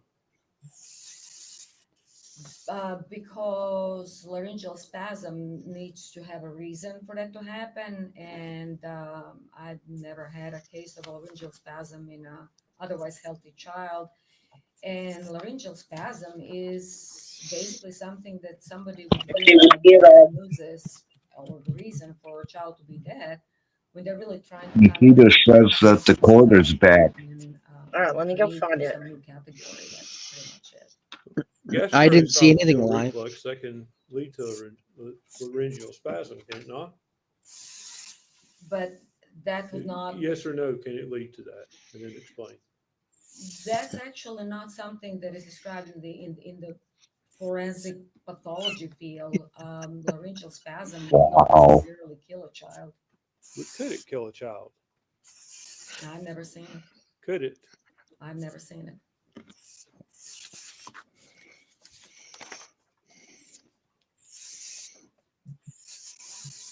In Dr. Schmidt's report, she states that the possibility that the decedent was alive when placed in the trash can cannot be excluded. That's correct. That's what she stated. Okay. Is that your opinion as well? I believe she died in the trash can. Okay. You have no proof to show she was alive. Right now, when it's put in the trash just can. more jury instructions on how they go through and find a sentence. Breathe once put in a trash can. Doctor, you don't know if she was breathing when she went in the trash can, do you? She would not be able to breathe no matter what. And as I said, because of the composition, of course, we were a little bit handicapped as far as being able to completely. All right, I'm going to stop that one right there for a second. We are going to come back to this one. Let's go. Nothing yet? Dividing and rippling effects. You got this question, you haven't seen those things. We have. We've seen how divided this community is over this case. Perhaps that could last and go on for a long time. We had to change directions on You the spoke camera. very loud today. You found Megan Boswell guilty. Is this live? Mm-hmm. I think it's time that I we believe end so. all of this on the right note. They haven't even You haven't went back for chance to do that. sentencing yet. I They're don't. still giving State instructions. doesn't. Judge doesn't. You do. You can put the defining moment, the period of what people will remember about this case, and perhaps you as jury, because you did find her guilty, and now you have a chance to do and show the one thing that's been missing for the last 5 years. That's grace and love. We have all, everybody in this room has failed in some way in their life. It may not have resulted in a charge. It may not have resulted in going to prison. But we've done something. We've wanted compassion. We've wanted grace. We've wanted love. That's how you can end this. And that's how we can start to move on as a community. And you can show her what love looks like. Because you've heard how fractured and dysfunctional her family is. Mr. Scott told you in the trial, he didn't go through a lot of things in her life. I didn't either. But I knew my mom and dad loved me. They loved me to the end. My family now loves me to the end. Is this guy putting on a show or something? Her life. Yeah. Get a chance. Go back there and show her. You can tell her that she's redeemable. You can end it with grace and love. General Boswell told you about those mitigating factors. You'll get them in your jury instructions. Spare her life and give her life without parole. If there's anything good can come from this, that we can all move forward, knowing that you got the verdict that you wanted, and you ended it with the emotion of love and compassion. That's what will be remembered. I hope that's what you do. Don't be remembered. Is this her lawyer? Tragedy. So easy to do that. The lasting impression that you give Evelyn, that you give Megan, that you give this community, that love and grace can still be found with all of this. And we ask you to give her life. And let her have a chance to come out one day. That's justice as well. Justice for everybody. Thank you. Thank you. Jennifer. Thank you, Judge. Ladies and gentlemen, your job at this point is to determine whether or not the state has proven the aggravating aggravating factor that we alleged. And as General Massengill told you, that was simply related to the age of the child as well as the age of Miss Boswell. And clearly through her birth certificate, we have proven that aggravating factor. So then your job will be to weigh the mitigating factors that the defense has put on for you against that aggravating factor, which we have met our burden of proving. Mr. Horns asked you to end this case on the right note, and they would agree. You should end this case on the right note, and you should show Megan Boswell the same compassion and grace that she showed Evelyn. Ouch. Evelyn wasn't Burn. showing compassion. That's a burn. She wasn't showing Yeah. grace. You know, the one person that Evelyn should have been able to rely on to protect her, keep her safe, abandoned her, discarded her. She doesn't deserve your passion, your grace. Did she just drop that on the floor? State asks that you weigh the aggravating factor that we've proven in this case. The fact that Evelyn Boswell, at the time she was dumped in a trash can, wasn't even 13 months old. Finally, they got that right. Never had a chance. So is this a state lawyer then? Yes, this is the state attorney. We asked Well, it says it's guilty, jury to decide on sentence. turn a verdict. Yeah, we found her guilty this morning Like on all 19 charges, including murder. Thank you, General. And now we're on to sentencing, and they're mitigating. Okay, ladies and gentlemen, I've got another set of instructions I've got to read to you. In the criminal court for Sullivan County, Tennessee at Blumble, State of Tennessee versus Megan Boswell, defendant. Case S72869. Jury instructions, fixing punishment of life imprisonment or life imprisonment without the possibility of parole. Members of the jury, you have now found the defendant guilty beyond a reasonable doubt of first-degree murder in the perpetration of first-degree murder as charged in the first count, and first-degree murder in the perpetration of a felony as charged in the second and third counts of presentment number S72869. The death penalty? I don't know. It could be on the table. They have to decide. but that's the aggravating circumstances they're putting in. I don't know if that fits right.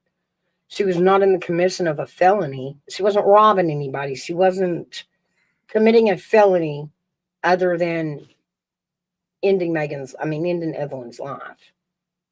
So in the commission of a felony, I don't know.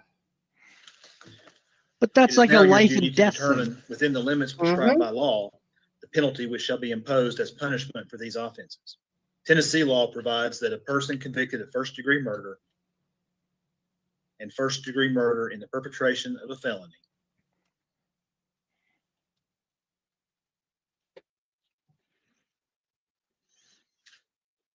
That's debatable. shall be punished by imprisonment for life without possibility of parole or by imprisonment for life. A defendant who receives a sentence of imprisonment for life shall not be eligible for release until the defendant has served at least 51 full calendar years of such sentence. A defendant who receives a sentence of imprisonment for life without parole shall never be eligible for release. In arriving at this determination, you are authorized to weigh and consider any of the statutory aggravating circumstances proved beyond a reasonable doubt, and any mitigating circumstances which may have been risen by the evidence throughout the entire course of this trial, including the guilt finding phase or sentencing phase or both. The jury is the sole judge of the facts and of the law as it applies to the facts in this case. In arriving at your verdict, you are to consider the law in connection with the facts, that the court is the proper source from which you are to get the law. In other words, you are the judges of the law as well as the facts under the direction of the court. The burden of proof is upon the state to prove any statutory aggravating circumstance or circumstances beyond a reasonable doubt. Reasonable doubt is that doubt created by an investigation of all the proof in the case and an inability after such investigation to let the mind rest easily as to the certainty of your verdict. Absolute certainty is not demanded by law, but moral certainty is required, and this certainty is required as to every element of proof necessary to constitute the verdict. There it is. The law makes you, the jury, the sole and exclusive judges of the credibility of the witnesses and the weight to be given to the evidence. The defendant has not taken the stand to testify as a witness during the sentencing hearing, but you shall place no significance on this fact. The burden is on the state to prove any aggravating circumstance or circumstances beyond a reasonable doubt. She is not required to take the stand in her own behalf, and her election not to do so cannot be considered for any purpose against her, nor can any inference be drawn from such fact. Statutory aggravating circumstances. Tennessee law provides that no sentence of imprisonment for life without possibility of parole shall be imposed by a jury, but upon a unanimous finding that the state has proven beyond a reasonable doubt the existence of one or more of the statutory aggravating circumstances, which shall be limited to the following. 1. The murder was committed against a person less than 12 years of age, and the defendant was 18 years of age or older. That's one. TCA 39-13-204I1. Members of the jury, the court has read to you the aggravating circumstance Only which the law aggravating requires you to consider if you find proved beyond a reasonable doubt. You shall not consider any other facts or circumstances as an aggravating circumstance in deciding whether imprisonment for life without possibility of parole. Oh, what happened? Oh, I don't know.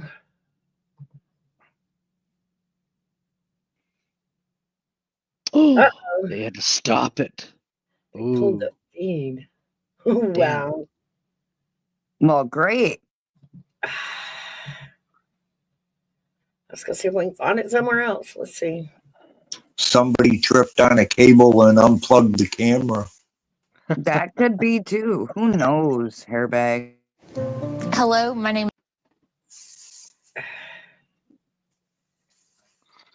Wow, they lost their feed too. Yeah. Like, This was getting good, dang it. Yeah. Figure out what the heck's going on. I knew she was guilty there, Mouse and Hairbag. I knew that she was guilty, and I think that she should get the death penalty there because she killed a innocent baby. It doesn't matter If you've it been was waiting one or to two. apply for disability benefits, don't. Yep. Hi. I just think that She killed her. oh Did we get it back? They didn't prove who killed her. She Requirement of jury just proven that she unanimity as to any particular was mitigating knew circumstance, about it. or that you agree on the same mitigating circumstance. Verdict: life imprisonment or life imprisonment without possibility of parole. If you do not unanimously determine that a statutory aggravating circumstance has been proved by the state beyond a reasonable doubt, the sentence shall be life imprisonment. You will write your verdict on the enclosed form attached hereto and made part of this charge. The verdict shall be as follows. We, the jury, unanimously find that the punishment shall be life imprisonment. If you unanimously determine that a statutory aggravating circumstance has been proved by the state beyond a reasonable doubt, you shall, in your considered discretion, sentence the defendant either to imprisonment for life without possibility of parole or to imprisonment for life. In choosing between the sentences of imprisonment for life without possibility of parole and imprisonment for life, you shall weigh and consider the statutory aggravating circumstances or circumstance proved by the state beyond a reasonable doubt and any mitigating circumstance or circumstances. In your verdict, you shall reduce to writing the statutory aggravating circumstance so found, and you shall return your verdict upon the enclosed form attached hereto and made part of this charge. The verdict should be as follows. We, the jury, unanimously find that the state has proven the following listed statutory aggravating circumstance or circumstances beyond a reasonable doubt. Here lists the statutory aggravating circumstance or circumstances found. You shall then indicate on the enclosed verdict form either we, the jury, unanimously agree that the defendant shall be sentenced to imprisonment for life without possibility of parole, or we, the jury, unanimously agree that the defendant shall be sentenced to imprisonment for life. The verdict must be unanimous and signed by each juror. Ooh. I've got verdict forms for you.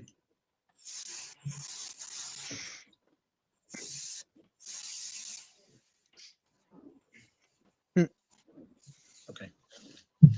I have verdict forms for you, and I will read those. Verdict form count 1.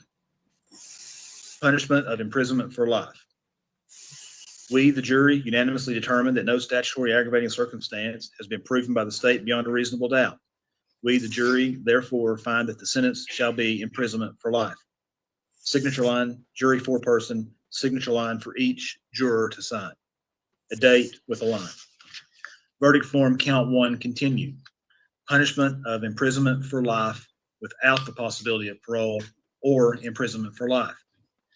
We, the jury, unanimously find the state has proven the following statutory aggravating circumstance or circumstances beyond a reasonable doubt.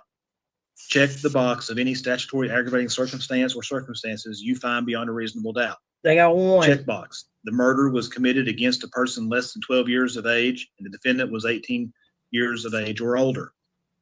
Below, check one box only. Check box. We, the jury, unanimously agree that the defendant shall be sentenced to imprisonment for life without possibility of parole, or check box. We, the jury, unanimously agree that the defendant shall be sentenced to life for imprisonment for life. Signature line, jury foreperson, signature line for each juror. Date, signature.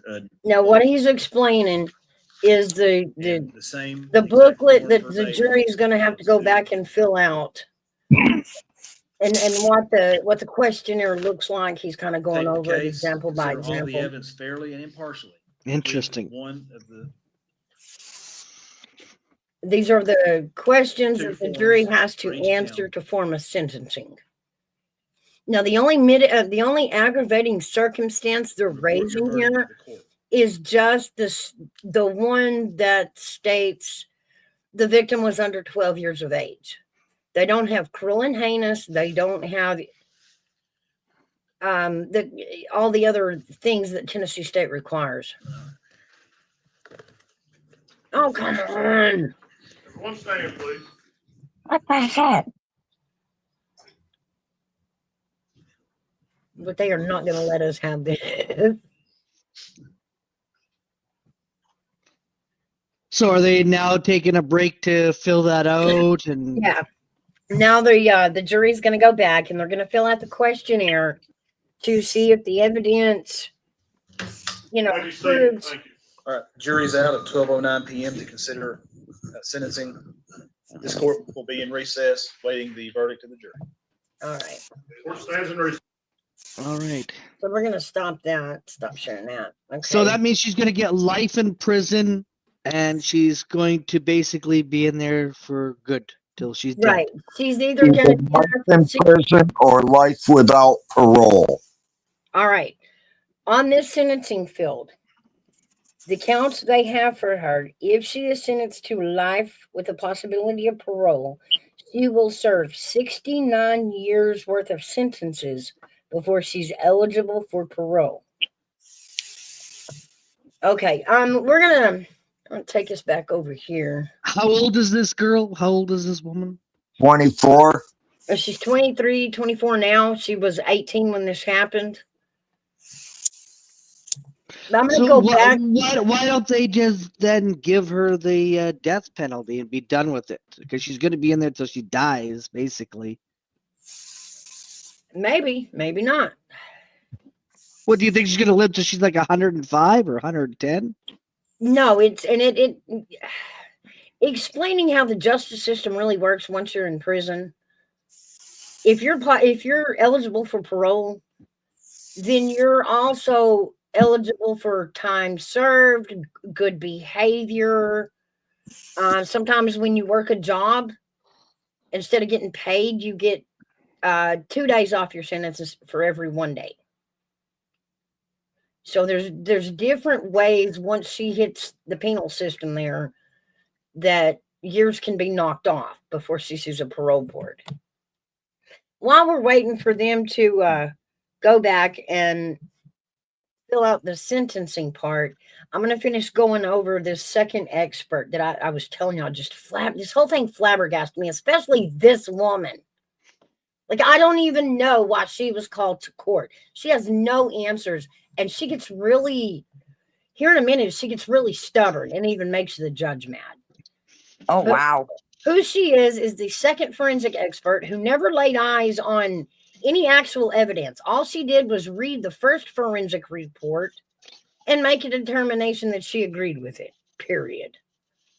Well, that's kind of being biased. But there was no reason for this child to be dead, other than being in the trash can, not being able to breathe. That's how she determined that. She was alive in the trash can you? She doesn't have a reason to be dead. And I never had an autopsy on a child older than 1 year old for no reason to be dead, except that she could not breathe in that particular position where she was placed. Yes or no? Can you say conclusively? Here we go. If you think what happened in Maui, North Carolina, and California is bad, be prepared for major disasters in That she was alive when she was placed in that trash can. She could not breathe in the trash can. So that's my main conclusion. Are you refusing to answer my question, doctor? No, I'm just saying that the child could not breathe in the trash can. And I'm asking, if I may, yes or no, can you say conclusively she was alive when she was placed in the trash can? No, she might have been dead because her foil was on the face before being placed in a trash can. She could have been dead because she was put in a plastic bag before she was placed in a trash can. Obviously, the foil, the bag, 2 bags, the blanket, tightly covering her face would prevent her from breathing. So all of those things had to happen before she was put in a trash can. So all I'm saying is that all those components, could have they actually brought her to brink of being dead before being put in the trash can? Sure. The trash can definitely did not help.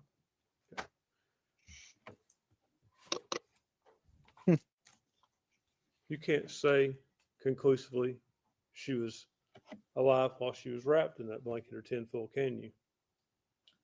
She would have definitely died with a tinfoil and the bag. Now she started and aggravating. the blanket.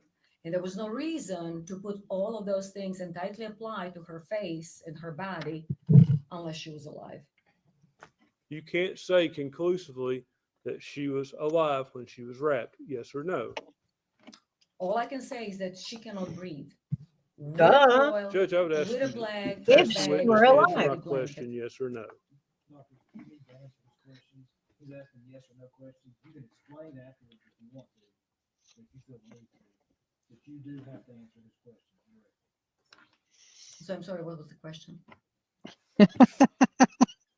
You That's can't say hilarious. conclusively that that child was alive when it was wrapped in the blanket and when it was wrapped in tinfoil.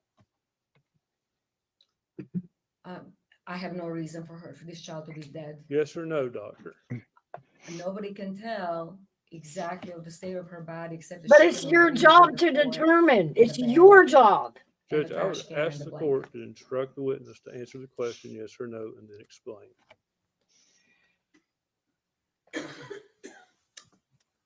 I'm not really sure.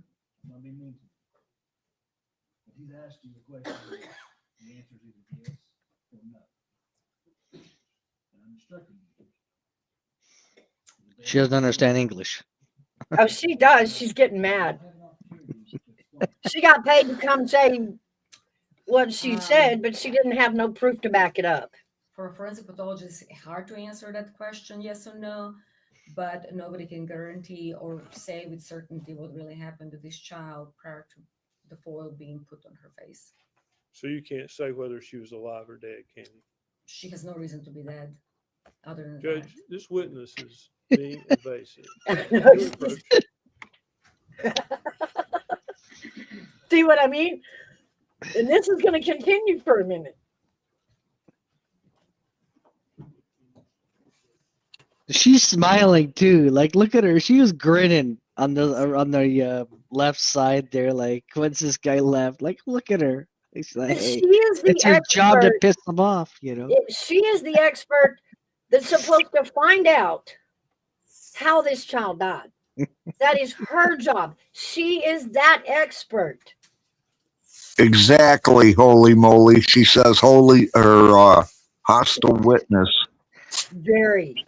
Yes. And she's not the only one. He had a few hostile witnesses. We had one drug in and put in jail and made bond to make sure he testified. And all he was just the guy that cleaned up the trailer. Wow. Judge gets on her again. This case in this situation. Ma'am, I'm telling you, if the answer is not yes or no, you'll face a contempt. Yes. Can I be more clear? And yes or no, can you say conclusively that this child was alive or dead when it was placed in the blanket and the tinfoil?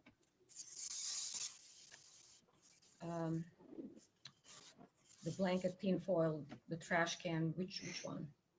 Okay, the answer is no. She could have been murdered differently.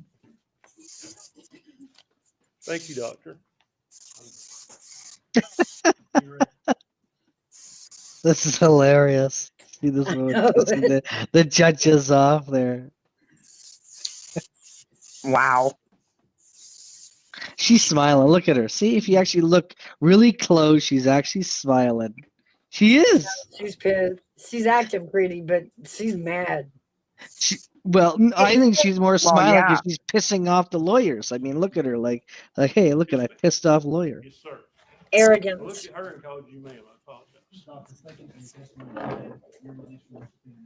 Thank you. Let's go back and hear again what she said, what she finally said. Whoops. I believe this is going to change your life. Yeah, that simple circle is a cell. Look, I believe. Oh. Her dead, can you? She has no reason to be dead, other than Judge. The lowest common number. He's going to ask you this question.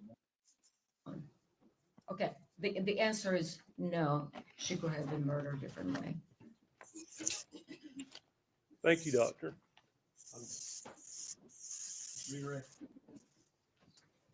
She was mad. Yeah, that's obvious. Wow. But I mean, to be quite honest, if you're going to show up at court as an expert witness, have some evidence. And like this woman actually, this last woman, like I said, she never even actually laid eyes on any of the evidence, nor Evelyn herself. She's simply relying on the witness before her who did the autopsy and had no answers still. They just started with, she's in the trash can. Surely she can't breathe. That's how she died. Well, that's a bad investigator, I'll tell you Yeah, that. that was the science behind it. And it's like, wow, it was your job to find out these things. You don't get to assume. It's your job to find out. Well, here's the other thing that Mouse was saying too, Oilers. They found fingerprint or DNA on something, and they never sent it out to get tested to figure out who the DNA belonged to. What? That's totally messed up. It is. But It's yet they exactly messed convicted- up. It's all something don't feel right in Denmark, and it's like nothing's being done by the book at all. The reason we went through this was I wanted to show the patterns that match the Casey Anthony case. We went into the Casey Anthony case with kind of the same attitude. The whole world knows she's guilty. It's not going to be hard to prove. All we got to prove is her fingerprints in it somewhere, you know. And they didn't have the proof on how Kaylee Anthony passed or who put her in the field. The same way with this case. They never proved how Evelyn died, nor did they even try to prove who moved her to the shed, even though there's a charge for it. She is charged with it. They didn't prove that she committed it. And yet, when they found the baby, the father had said before that they had seen his daughter's car over by the shed, but he never saw her. Right. So it could have been her, could have been the boyfriend, could have been anybody in Megan's car. Yeah. But we're still pretending we're still pretending like the boyfriend knew nada. He's dating this girl all through this time. He's employing her at his chicken shack. And not once he ever come across Megan like he claims. And just by the claims, well, I never met Megan, or I never met Evelyn. I never seen the kid. They just dropped questioning him. That was the end of his, existence as maybe even a co-conspirator. They just took him at his word and walked away. Now, again, and we heard in this case a lot of unknown male DNA showing up on stuff.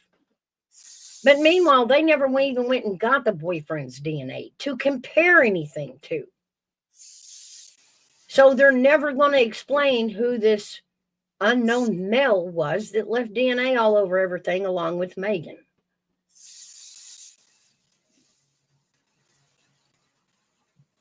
Right. Exactly.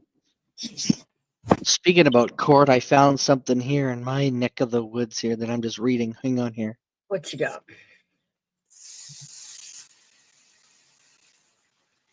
I'm just reading it. I'm trying to figure it out myself. Hang on here. Now, it looks to me like Channel 10 News has got the live up, but it's in a be right back mode. And it looks to me like Court TV got tossed. They ain't Oh, doing it. damn. Really? I can't see a feed coming back from Court TV. And they were the ones that messed up. Well, yeah, I know that. Fully aware. Well, You can still hear me, right, Mouse? Do what? You can still hear me, right? Oh, yes. Yeah, okay. Just making sure. But I agree. No, she's answering you because she can't hear you. I can hear everybody. I'm joking. I know that, Airbag. I was joking. Smart ass. I agree, holy moly. And again, I'm going to explain the reason I watched this case so closely was I did follow it during COVID. I followed it closely. It is local. But again, the agencies that are handling this case are also handling the case of Summer Wells, Yep. and Ashton Rogers. And we followed, Summer Wells case from the beginning, and not just that, but Sebastian Rogers from the beginning too. Right now, neither of those cases, there's no evidence. They have no leads. They have no idea what happened to either of these children. Just don't know. But when you connect the fact that the people we just watched in court flop this case are the exact same individuals that are handling the Sebastian Rogers case and the Summer Wells case. And now we get a clear understanding as to what is going on with those cases. It's all corrupted. It's incompetency. It's Like the incompetency. system is corrupted. We send the evidence to the lab. I think it's a little In of both. Canada. In Canada. And all of a sudden, the lab can't find a fingerprint. The lab can't decipher food from decomp. You're a lab. You couldn't decipher the difference between old food on foil and decomp. You're a lab. Like, Okay. I was Well, just honey, reading we this know case. that the lab ain't corrupt too. the lab is incompetent. The people in these labs do not know what they're doing. Oh, where is that? Well, I can see why Dragon asked that, because look at how that lady testified on the stand, refusing to answer the lawyer's question. As if she's a friend of The prosecution. Megan. No, she went in there with the intention of proving Megan guilty, but with no evidence. And she's the one we're hoping brings it you. She's the one in the lab. She's the one finding the actual scientific answers. And she found zilch. Okay, well, I've got something even more fucked up to tell you guys. Is that I was just reading the article because there was a flood in a close by near city, and there were 7,000 people evacuated. There was a looter, and he just got. But you see, he has to go. He's got to go to jail. Now here's this is where the screwed up part comes in.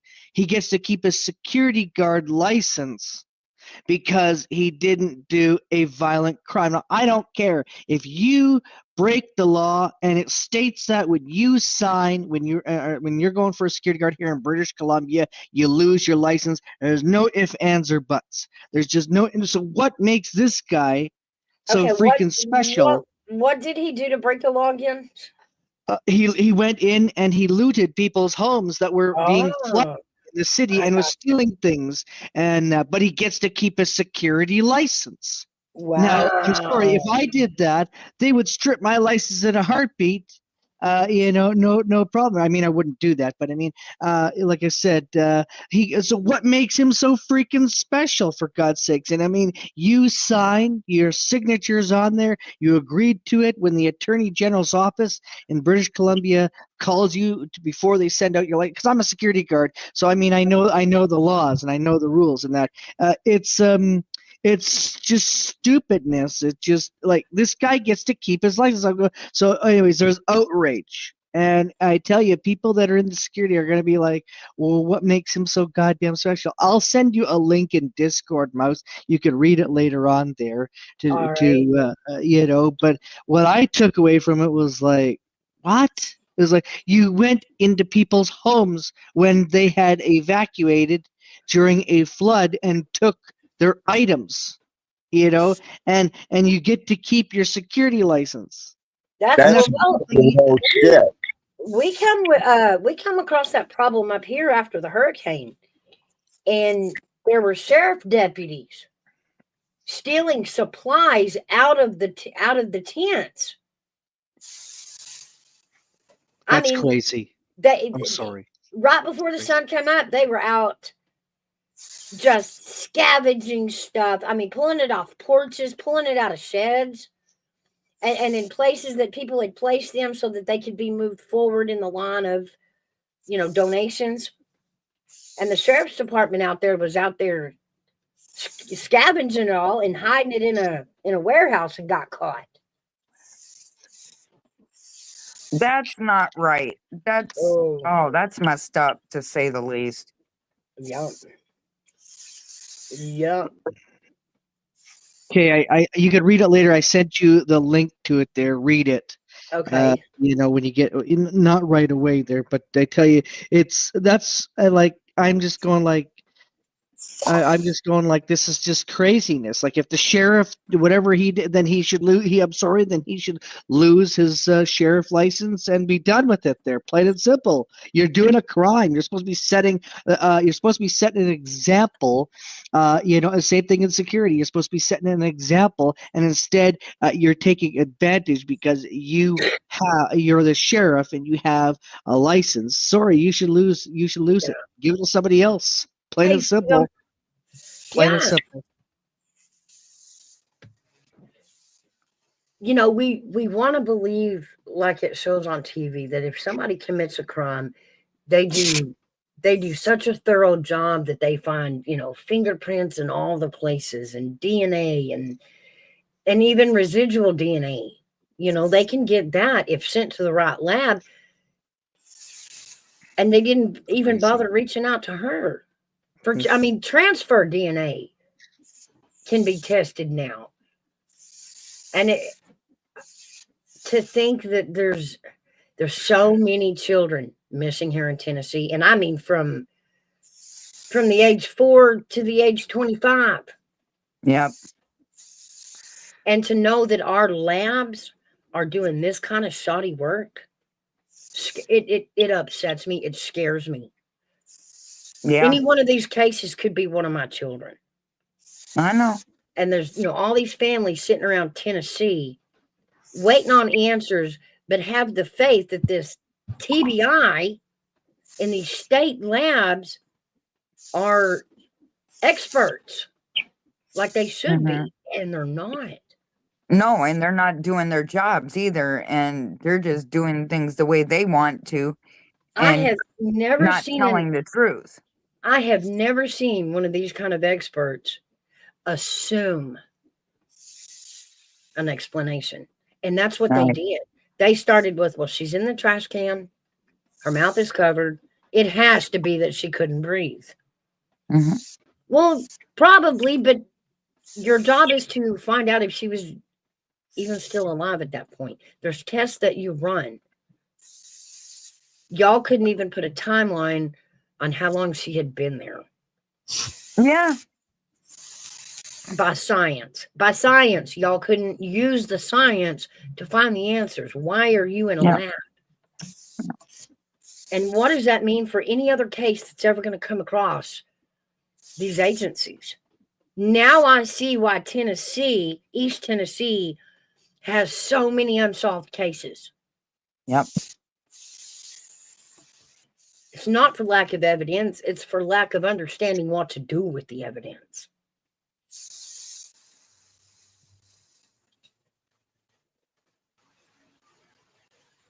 I mean, I've got a bad feeling that Sebastian Rogers and Summer Wells will never be found. Ever. Too many lies. Yeah. And I'm still not convinced in the Sebastian Rogers case that he was disposed of. The kid was big enough to walk out the back door. Yep. Well, you're right. They talked about in this case, in the Sebastian Rogers case, that he played a lot of video games. Now, I, as a parent, learned some shocking stuff about these video games. You would not believe how many ways a kid can jack up a device to get to the internet. I didn't have a clue till I was catching my kids. You know what I'm going? Yeah. And given that is, the possibility of some weirdo luring this child out because all this is going on in his life. He's fixing to have to go to his dad's. His mom and his stepdad is fighting about all this. His world is fixing to change. Yep. And nobody asked him what he thought about it. And this is a 12-year-old autistic child that has no idea what the future is going to look like. And that freaked him out. It had to have. So doesn't it make sense that he could have been on a video game telling someone about his scary world, and they said, "Oh, the ever famous, oh, I'll protect you, I'll save you," and then boom, that kid's lured out by a weirdo. Happens more than you might think. That I don't that doubt gives that. me a shred of hope that Sebastian was alive past that day. But if there are no leads and they don't know how to generate them with the evidence they've got, they're as cold as the day that this started. Yep. Well, I always wondered, in my opinion, if the mother and the stepfather weren't guilty to things and had somebody take him and, put Sebastian in hiding. And with this kind of processing, we're not any closer. Even though they've got a mountain of stuff to run through the lab, it's falling short. I'll be back. Okay, Herbeck. I mean, it's just in my opinion. I mean,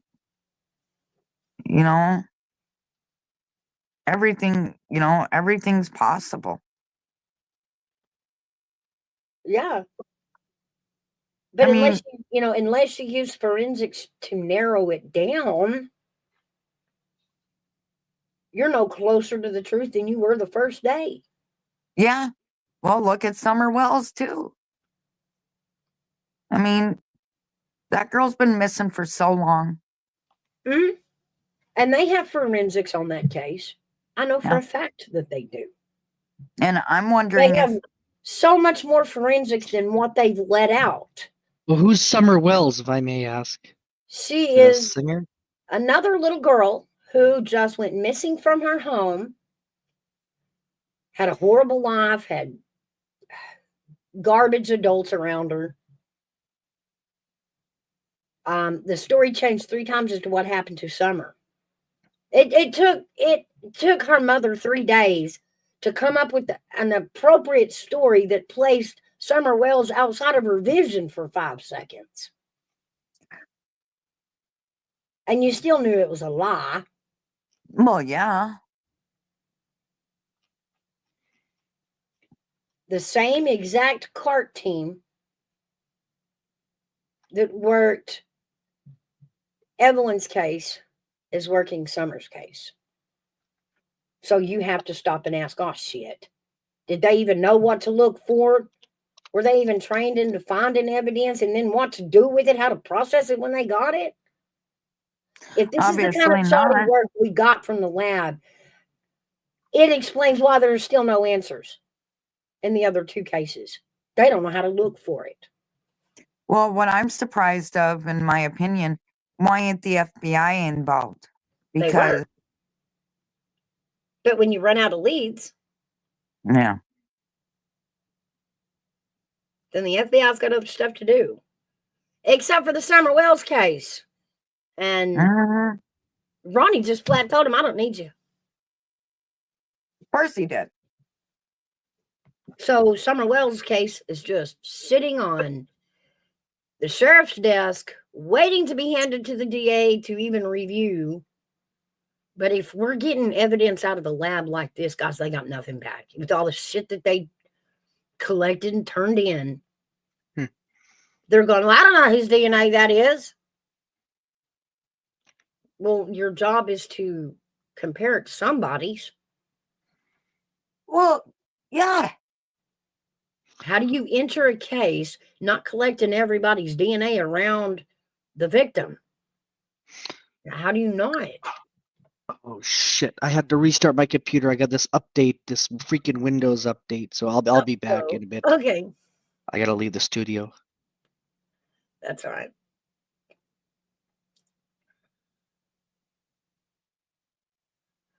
So yeah, here we said confused, just as confused as the day they announced Megan went, that Evelyn was missing. Granted, we have the end result, but nobody's going to find out what happened in the middle. And the thought that here we have a guilty verdict we're heading into sentencing. And let's, it's the right verdict. Yeah, very true. But is this going to play? It did it. I mean, Is this going to win an appeal? The lack of consistency in this case, is that going to win an appeal? It's possible, maybe. I don't see how they found her guilty without the evidence to begin with. I don't either. Well, very true. Yeah. It's on the jury. They can I know. use common sense. They can You're say, well, I mean, by the law, though, not by common sense. no. And that's what they always tell you.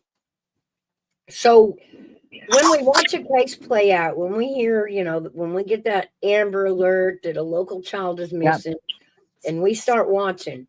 Now, when you watch this, watch the case unfold, remember this case and how it played out to understand how these police have to collect evidence, the processes in which it's going to take to get this evidence all the way to trial without it getting tossed out.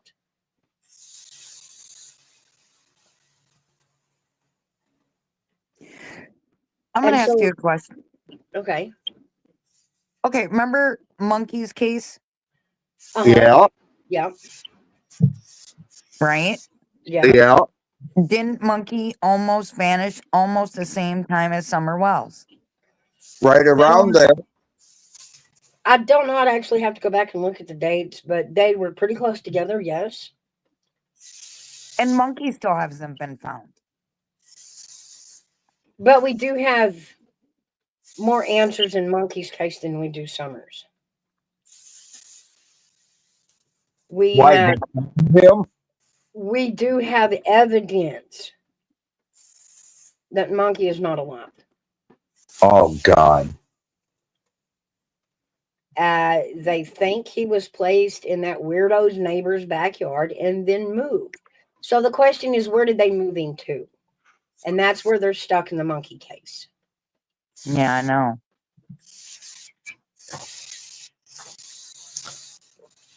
Did they arrest anyone?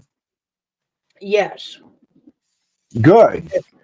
I'm not sure what the charges are, and it may be unrelated charges, but I do believe the men in that household, there were 2 men and a woman. But I do believe the 2 men are in jail right now. I could be wrong on that. I didn't do Monkey's case. Well, I think the woman was in jail too, I think. But they were hoping that they had them all in jail, hoping they would flip on each other, and that didn't happen. Oh, yeah, I know. It's crazy. Evidence. Mm-hmm. I'm Southern, Holly. It just comes with the territory. At least I'm not going Yuns. Yuns gonna go to lunch. It could be worse. Yeah. Well, what I'm hoping for is, this little girl, all these kids that are missing get justice. They deserve it. Yeah, I agree. But when you have I'm a mother myself who is pregnant from an assault, who doesn't have any kind of freaking example, and then she's pushed out of the house to do it on her own, what did they expect? Yep. Well, this is just my opinion, but I'm feeling like she should have put that kid up for adoption and let someone else raise her. And she really didn't have the skills to be raising her and taking care of her herself. No, she Especially didn't. the way her parents were. And it still goes back to the fact that when they were released from foster care, both her and the baby, their custody was released back to Tommy Sr., who then couldn't get her out the damn door fast enough. Put her in a trailer over there. And no supervision, no one checking on her, no one checking on that child. Oh, he waits at all. 3 months. Everybody's lollygagging. Hey, want to eat? Everybody lollygags around for 3 months before anybody on this compound went. Well, have you seen Evelyn? No, as a matter of fact, no. Have you? 3 months before anybody even noticed. Well, you'd think once they found out that they hadn't seen her, you'd think that somebody would have went to the police right away and say, hey, this is suspicious. Oh, well, even, Papa Tommy there, who claims to be the hero that unlocked this case, he's the one that noticed finally that he hadn't seen the baby. And instead of calling the law and reporting her missing, instead of calling the law and saying, hey, I think this kid is missing, I just haven't seen the kid, he comes up with a BS story and takes a low blow to turn them into CPS for abuse and neglect. That was the report he made when he couldn't find the baby. Yeah. No, the baby's missing. You don't have proof of abuse or neglect if you've not seen her around that baby at all. How do you call that abuse? You haven't seen her with that baby. So how did she abuse that baby? Exactly. You didn't know. You had no idea she was on your property, Tommy. Your property. And then when they had the dogs out there, he doesn't pay attention to what they're doing. Really? Right.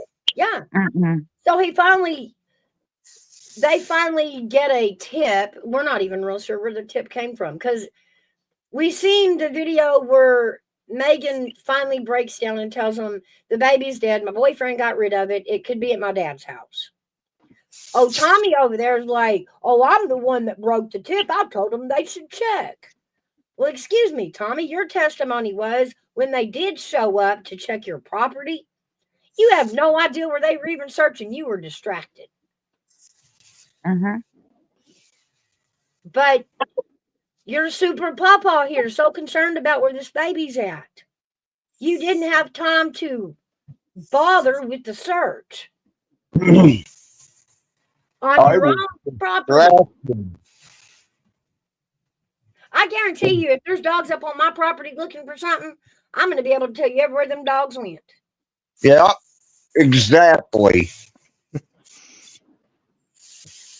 I ain't coming to your property, all right? Because you got Well, I'm just dogs saying, and pit bulls. the FBI is searching your property, and you're like, nah, just another day at the Boswell compound? Really? Yeah, that's even messed up too because they're using cadaver dogs. Why wouldn't the cadaver dogs have gone right to the shed? So to me, that indicates that kid was not there when those dogs showed up, but was placed there after. Yeah, now that is true. There were 2 searches done on this property. The first one yielded 0 results. And again, Tommy couldn't tell you where they checked or didn't check because it's just another day on the damn Boswell compound that FBI is running around with dogs, Yeah. Another day. But they didn't find anything the first search. The second search was because they got a tip. Now, was it Megan's story? Was it Tommy who claims it was his idea to check the storage building and the clubhouse? We don't know. Nobody's ever going to straighten that story out. But geez, Tommy Sr., how far up your was your head that day? As far as Tell us how you really feel. I mean, right. Some of the stuff that came out in court really just blew my mind.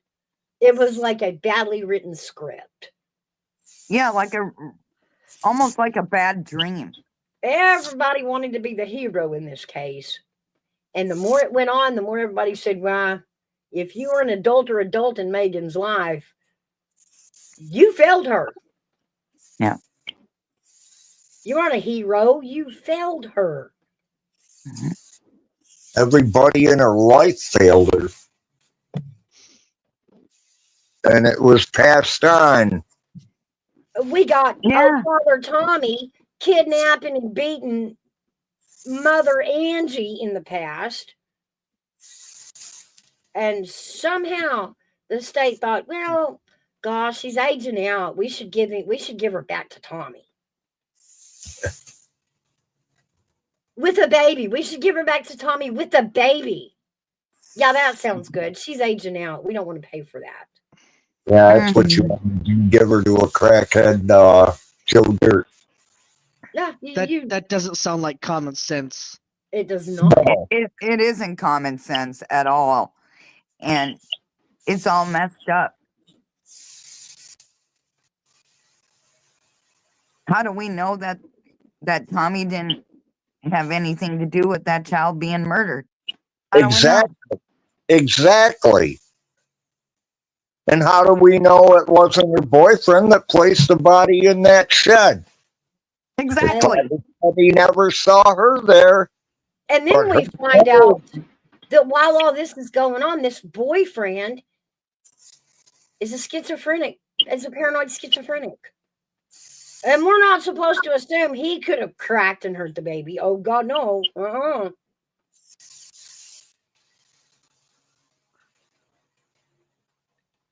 And he's conveniently in a mental institution when it finally rolls around time to come to trial. Yeah. So guess what star witness they didn't get in court, right? The schizophrenic boyfriend who had never met the baby. Nope. Don't know about no baby. Stop it. They can't testify in court. He's trying to cover his tracks. And they let him. Nobody leaned into even getting his fingerprints or DNA, just in case. Nothing. Is this another case that you guys are talking about? I'm still saying this is still the Boswell case. Oh. I am always going to play it in the back of my head how many times I heard in this case and unknown male DNA. And wonder, y'all went all the way to trial and y'all didn't chase down that person to clear them? There's only two people it could have been. And I'll bet you 10 to 1 it's one of them. It's either her boyfriend or it's her father. Just because the father, the way he acted. Yeah, this was more of a grudge. This was more of, it wasn't a father-daughter conversation. It was drama. If you don't do what I say, I'm going to hurt you good. Now, what? Now, you've had your kids yanked from you by CPS, and your first thought to settle all this and find Megan was to call CPS back. Yeah. And make, allegations of abuse and neglect. Well, you can't make those allegations if you ain't seen that kid in 3 months. Hey, Gigi, good morning. Why can't I hear nothing? Hey, Gigi, good to see you, love. Hey, Gigi. Hey, listen, I gotta figure out why I feel like I'm echoing and. You don't sound like it here. You sound good on my end. Okay. Mine too. All right. How y'all doing? Good. How are you this morning? Oh, I guess it is. Well, I'm praying for global warming because it started snowing here. So I know, and we're probably getting the same storm as you, and we're supposed to get 3 to 6 inches, and we didn't need it. Well, send it to BC. Their gutters. I mean, it's just up a couple of state or two to our province. We need throw it. We need it. You got your heat I'll throw on, you Mom? some snowballs. Oh hell yeah! My heat It's minus 12 today, so. Oh Lord, no. Well, that's not minus 12 Fahrenheit or Celsius. Whatever we are in Canada, I think. Well, it's -1 here for me right now. Oh yuck! Fuck that. No. Oh my goodness. Y'all remember all those times y'all made fun of me when it snowed? Hey, Gigi, it's 47 degrees here. I love the snow. 27. That's not right, Mouse. Not fair. We don't want Okay. it. I'm tired of We need shoveling, it. damn it. We need it. or we're going to be you like guys California. always say that shit. We need it. We need it. No, you don't. We do. No, you don't. Well, we You didn't. live in it all the time and you'll say, I want to get rid of it. I want to get rid of it. No, it's a short season for us. Winter here. It's not No, much it of a isn't winter here. season. No, not for the rest of us. No. But Believe problem me, is it lasts about 7 to 8 months here. Well, I'll send whoever wants the sun to your guys' destination there, but send me the snow in British Columbia because we need See, it. that's how we were in Idaho too. We didn't mind the snow because people knew how to drive in it. Here Yep. in the big city, they don't know how to drive in it. They don't have a fucking clue. So if you don't have to go out, you don't go out because it's not your own driving you fear. It's everybody else around you slamming into you. So we just stay the hell home. And you know just what? ride the bus. They think that they can drive at the regular speed like they would if the road was bare. And most of them are driving on bald tires anywho. Yeah. Well, and they want to slam on them brakes. It's like you can't do Yep. that. You And cannot then do that. why they start spinning. Wanda says the grain fields need it. Yeah, I Oh, mean, just, Is it snowing in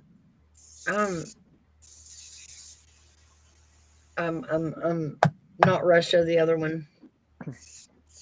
well, The other it's one? supposed to start here. Hold on, I can tell you in a second. It's supposed to start here. Wait, I just want to know what the opposite of the other one is for Russia. Help me, Mouse. Like, Ukraine. Sorry, Ukraine. Ukraine. Okay, thank you. Okay, Ukraine. I'm like, what's the other one versus Russia? What would the other one be? I know the other one. Those Okay. neighbors that they can't get along Oh, there's with, hair you bag know. snow. There's Yeah. hair bags. Snow. So Send that all to me there.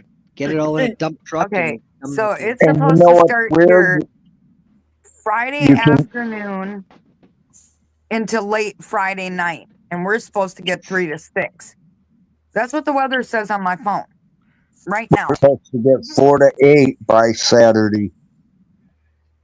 All right. So what And you you can got to tell it's cold because look at how the snow is on the road. Yeah, I know.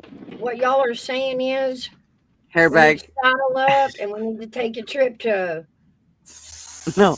Philadelphia. Isn't that where Fixatoni's from? We need to take a trip to Philadelphia and have a beef with, the groundhog. Is that what y'all are saying? Yeah, right. I mean, I'll saddle up. I'm up for it, blind little fuck. Can we go back to Hair Bag's comment? Can we just go back to that for just a minute here? You What's know it's that? cold out. You know it's cold outside because of the snow. No, the way it was on the road, I said. Not according to Tennessee Lab. Like, I don't know. I was gonna say, it's raining outside because it's wet. Yeah, you know they're having a Super Bowl parade in Philadelphia tomorrow, so you can always go and watch that parade. Yeah, The Lord, Eagles. they almost burned the place down, like when they won the Super Bowl. Now they're gonna try that shit again. Probably. Well, Well, at least they won it, not the Tay Chiefs. I mean, come on. Yeah, Can't I deny agree. it. That's what cost them the lost. Super Bowl right there, Oilers, is Tay-Tay. Yeah, that's right. There's no way. Listen, guys, when I found out Trump was going to be in that stadium, I knew immediately. Who was going to win before they ever even played. There is no way society is going to put Trump and Taylor in a stadium and let Taylor win. Ain't happening. Nope. I didn't know he was going to be there until like hours before. I seen something that said the first president was it in To attend the Super Bowl. To attend a Super Bowl there, and I thought that's kind of cool. Yeah, but you knew Tay-Tay was going to be up in the skybox too, so She knew got how this was booed. gonna- Oh yeah, She got did. booed. Yeah, She was trying to did. hide. Well, I You don't know should hide. which TV show it was, but she had like 6 umbrellas covering her up as she got up in the plane and that. Because she didn't want her picture taken Well, in it that. didn't stop her from putting on the tiny little shorts and the tank top and hanging out in the skybox all day. She looked like a wasn't covering herself 16-year-old. then. She wasn't covering herself then. She looked like a 16-year-old. She really did. She really did. It's hard to remember that that is a grown ass woman. It really is with Taylor. Yeah, she's in her 30s, isn't she? She's a teeny bopper, according to me. All right. I bet she still puts a heart over her name when she signs it, on the eye.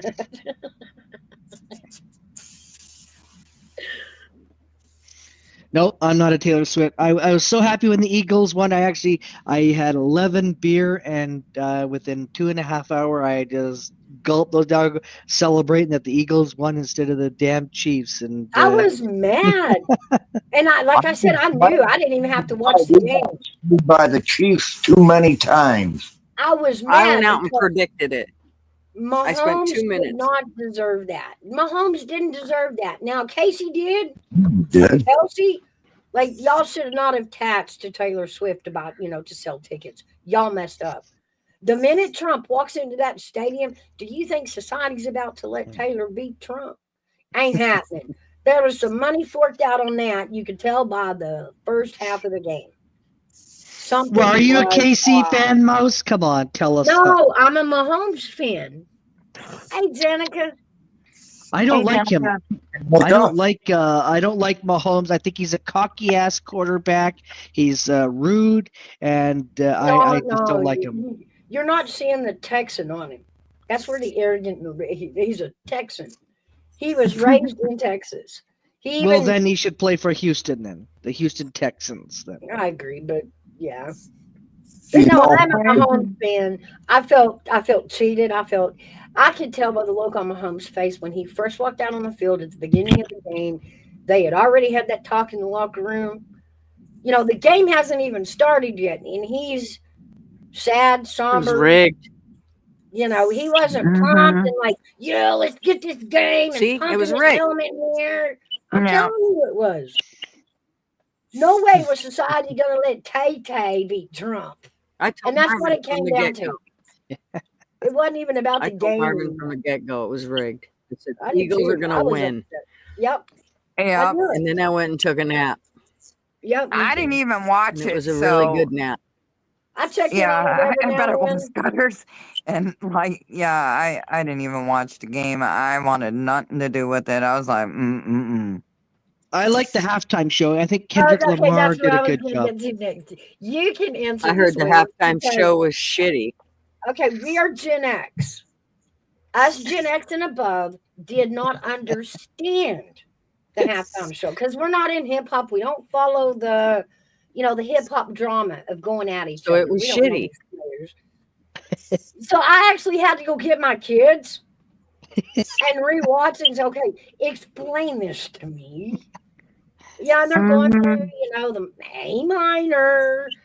Explain that. Explain game over. The whole. And I'm like, this was our Super Bowl halftime show, and we didn't even understand it.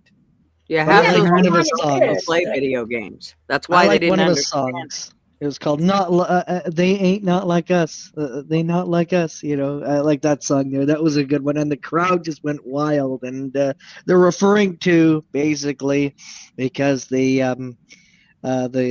government, they just don't get what the people want. So they're not like us. They're totally on their own agenda. And it actually goes to around, I think, the pandemic. I'm not sure when he wrote it. I think it was I'm not sure if it was after or right during then, but it was definitely meant for that. And they're not like us. They're Okay. on a different page. Explain to this crowd why Kendrick called out, what's his name? The other Russia? Drake? Yeah, Drake. The other Russia? Yeah, the other rapper or whatever. I don't know. Wow. I don't know why. I have no idea why he called out Drake. Okay. I don't know. In the P. Diddy thing. Oh God. And he's an accused pedophile. Yeah. So that goes certified lover boy, certified, and then he was not allowed to say the word pedophile at the game. That is in the song. And then it wop, wop, wop, wop, and then it goes on to that. The A minor was making fun of him for being in trouble for messing with minors. Yeah. You were supposed to know that, Interesting. Oilers. You were supposed to know that. No. I didn't know that. I just liked the performance. I thought it was a hell of a lot better than Usher's performance. I thought that was just gay. It was a gay performance last I was year. pretty disappointed. I'm like, man, I'd rather sing Miss Jackson's boob again than this nonsense. Yes. 'Cause I didn't understand it. Well, look at R. Kelly. He's doing time, and he was messing with minors too. Yeah. That was one sick son of a. Yeah, between him and P. Diddy, both of them, they both deserve what they get and then some. Yep. Okay. Let's I say hope that. somebody shoves a broomstick up their butt when they get into the big house. Has P. Diddy even been There's indicted? Outlaw. Hey, Outlaw. Hey, Outlaw. Hi, Outlaw. Jenica, yeah, too many sickos in the entertainment industry. Absolutely, I know, and I know a bunch of them there that should not be, either promoter or artist. And that, believe me, there's one dude that's here in Canada here that I'd love to see locked up for life. Be great, but they don't do that here in Canada. Mm-hmm. You just get out for like 14 days and then you're back at it again.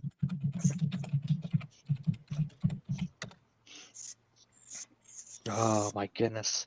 All right. So what else we got going on today? Besides my trial that I can't get away from. I want to hear the verdict.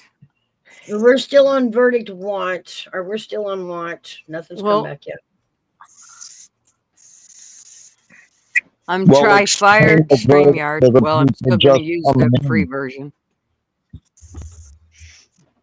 Do what? Explain the verdict part, that it's not the guilty verdict that we're waiting for. Sorry. It's the sentencing. Yeah, sorry, my bad. The sentencing. They are deciding right now. The jury is back deciding whether they are going to give her life with the possibility of parole, which is going to equal 69 years with all the charges, or life without parole. But they're on lunch. They did take death off the table, as you notice. I didn't think it was going to qualify. If they couldn't prove who and what, it was a little hard to get the aggravating circumstances attached to it. And the only one they could qualify was that Evelyn was under 12. And so that really didn't qualify for the death penalty. So now it's life with or life without parole.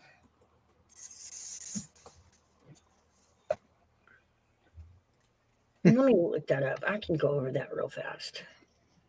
Okay, what did you say about StreamYard, Gigi? I fired StreamYard, and now I'm trying EveMux, and now it wants all my Google information, which makes me really nervous, but I think I have to give it up just to get so I can have the destination of YouTube. Yeah, you do. It's okay. Okay. But it all just runs through your Google account, so it makes it easier. Okay. Wow. So heads up, on Friday we'll be coming in through EveMux because I need to try it out and kind of get my bearings with it. Yeah. I'm liking a few things about it. There's a few things that I'm definitely I think it'll be cool that we don't have with StreamYard. So I need to play around with it some more, but it made me a little nervous last night when it was like, we want your whole Google account. I'm like, son of a bitch. I hate giving up stuff. You had to originally, if you'll remember. You only did it once when you connected the destination, but you had to go all the way through Google. Probably, and then back through YouTube. Yeah, with StreamYard, right. And so now I've got to do the same thing with EveMux. Yeah, I think you're right. Yeah. But it does make it easier to, just pull it back up when you've gone through your Google account. All right, I just looked it up. In Tennessee, first-degree murder qualifies for the death penalty, and these are the first-degree murder that qualifies for the death penalty. 1, the murder was committed against a person under 12 years old. 2, the defendant was previously convicted of a violent felony. We didn't have that. 3, the defendant created a great risk of death to others during the murder. We didn't have that. 4, the murder was especially cruel or involved torture. We almost had that one, but we couldn't attach Megan to it, so we didn't have that. Or the murder was committed to avoid arrest or prosecution, as if you're getting rid of a witness or something to that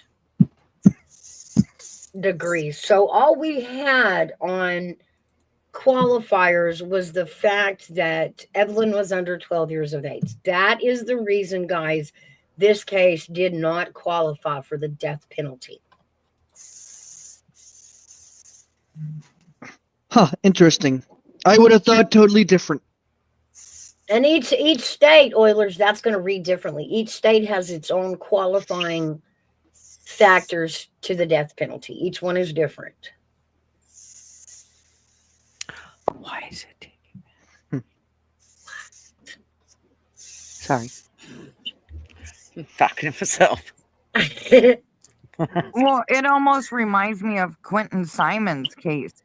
Well, the mother finally got sentenced to that, but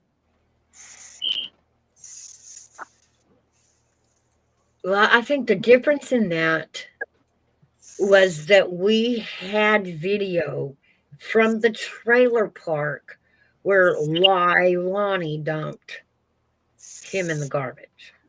yeah. So we could attach her to the act of disposing. We couldn't even attach Megan to the act of disposing, other than one fingerprint on the foil and a fingerprint on the trash can. But it was her trash can. Of course, your fingerprints are going to be on your trash can. You touch it. You change the trash bag. You hold on to the trash can to pull the trash bag out. Right.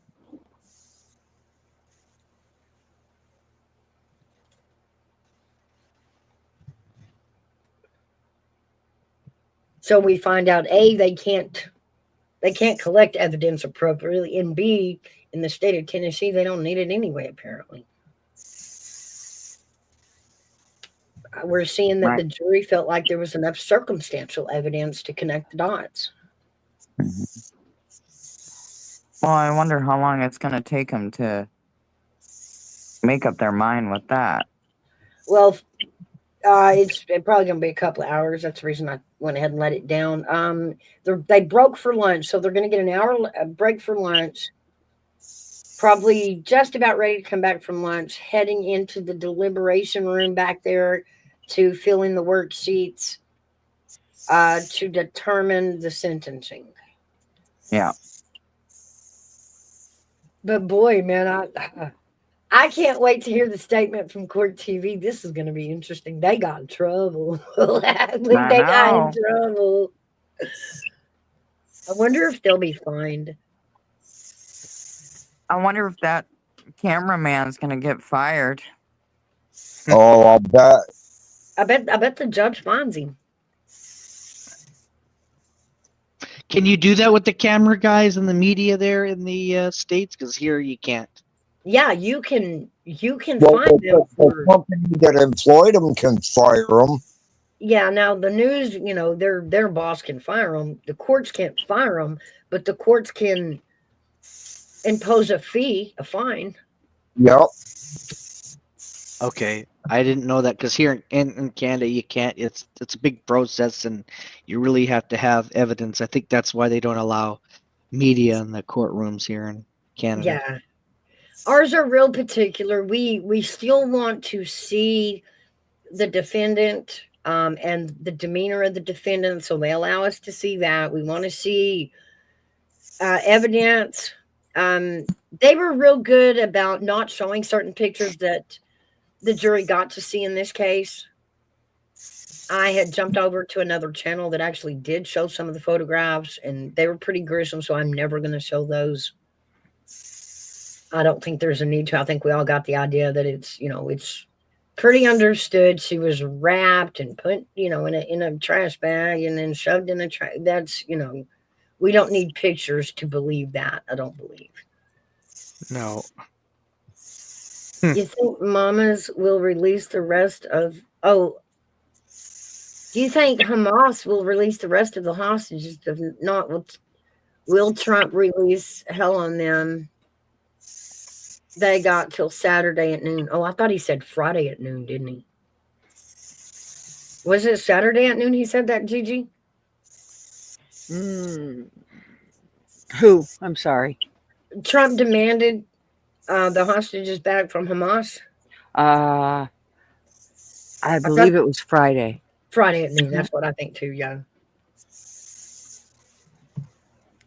I think we got all of the American hostages back except for one. And there's something weird about that. I'm not sure. Or they're keeping that under wraps. It may be that they're injured, deceased, may need medical attention, something to that effect. I don't know. But I hope he does it. And do I believe he'll? Oh, he will. Oh, he will. Yeah, I do, Jenica. I think he will. But you have to understand that we keep labeling them by the countries they're standing in. And we need to understand the true label is I don't care where you're standing. If you're a terrorist and you don't stop, we've had enough. We've had enough havoc that y'all have wreaked on this world. England, Israel, America. That we've had enough, and we're tired of calling them by the place that they stand in. They're terrorists. I don't care where they stand. They're terrorists. And if they want to clump up in one country right now because that's what's funding them, well, look out that country. Here we come. Don't get upset, but we told y'all, don't house them, don't feed them, stop taking money, stop giving money to them. Well, I got to get some work done, so I'm going to let you guys go and have a rest of your day, and I'll see you tomorrow on Gutters on your coffee club show. Are you doing it tomorrow? I am, and hopefully if I can figure out how to get a live scheduled off of EveMux, and then tonight I don't have the grandson, so okay, shoot me a message. Yeah, I'll shoot you a message. Still doing Sunday or Saturday? Yeah, Sunday. Who? What was that? Yeah, that's a good question. Are you Are you still doing coffee club with us? Yeah, I'm gonna start that up. Not now, probably in March. Right now, like I said, I'm just trying to get doing a lot of stuff in my media company there, and got some huge things on the go. So, but I am coming back, believe me, and I'm gonna come back doing the hockey stuff there. Oh, good, but good. Okay. I am gonna do the coffee club and that. So, but not this Sunday, but not yet. Okay. Just give me a few weeks. I can still gotta get a system going. All right, that's fine. That. I will work fill-ins. You had you had Sundays, right? I had Sundays, yes, and it's still going to be Sundays. So okay, all right, no problem. Yes. We'll keep that. I will be in contact because I actually want to have a chat with you. I have an idea, about that. So I want to have a chat with you there, Mouse. In the back end there one day. So I'll send you a message in Discord and we'll do that. But yeah, I'm still figuring out there. Cool. So all right, yeah. all right, that sounds good. I can deal with that. No problem. Yes. But hey, I'm gonna bounce and I'm gonna get some stuff done and wake up and everything like that. So yeah, I'm gonna let you guys go and I will chat with you guys there, and Gutters, I'll be in touch with you there, and same thing with Mouse there. So all right, you stay Discord. warm over there, Oilers. You stay warm. I will. I'm gonna send you guys a -12 weather. All right, I think you guys need to be walking on ice. He needs the snow for insulation. Send Yeah. me Right, Gutters? Hello, Big Dog Ma. Is Hey, Big vandalism Dog Dog Mom. Ma. Good to vandalism? see you, love. Hey, Big Dog Ma. Hey, What's sweetie. up, Ma? I did the whole thing, Big Dog Ma. You can rewind it, but I think I got it all in there today. I think I've actually gotten to sit down and tell the whole story, and we got to sit and watch uh the verdict, and now we're watching for sentencing. So I think we got it all crammed in there today, and I don't have to bore everybody for a whole week. Uh-huh. I mean, if y'all want me to still go ahead and do the case and lay it out as it was brought to trial, I still want to do that. I know there's a lot of parts in there that bore a lot of my crowd, a lot of redundant interviews and things like that. But there was a lot of, a lot of pieces in the case that I'd like to put out to put the whole case together for y'all to make, help y'all understand why we're so bumfuzzled about this case, how it Yeah, is just not a normal case. Exactly. it's not. No.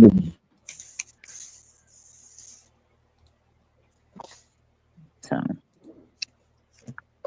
But yeah, Big Dog Ma, you can rewind it. We started it right as soon as they came in with the verdict, and so we got to hear it, and then we got to watch Court TV mess up. We witnessed that. Y'all were all here to witness the mess up by Court TV. It's going to be Yep. all We over did. the We news did. tonight. It's going to be all over the news tonight. Oh God, yeah, it is. Right now we're just waiting for what they're gonna come up with for sentencing. I wish they'd hurry up. I want to hear this. Dang it. I know in cases there are a lot of hurry up and wait. I get that. So it's a lot on your patient's bone. Yeah, it is. Big Dog Markin said, "Can we send Trump to fire the team of nitwits in this case?"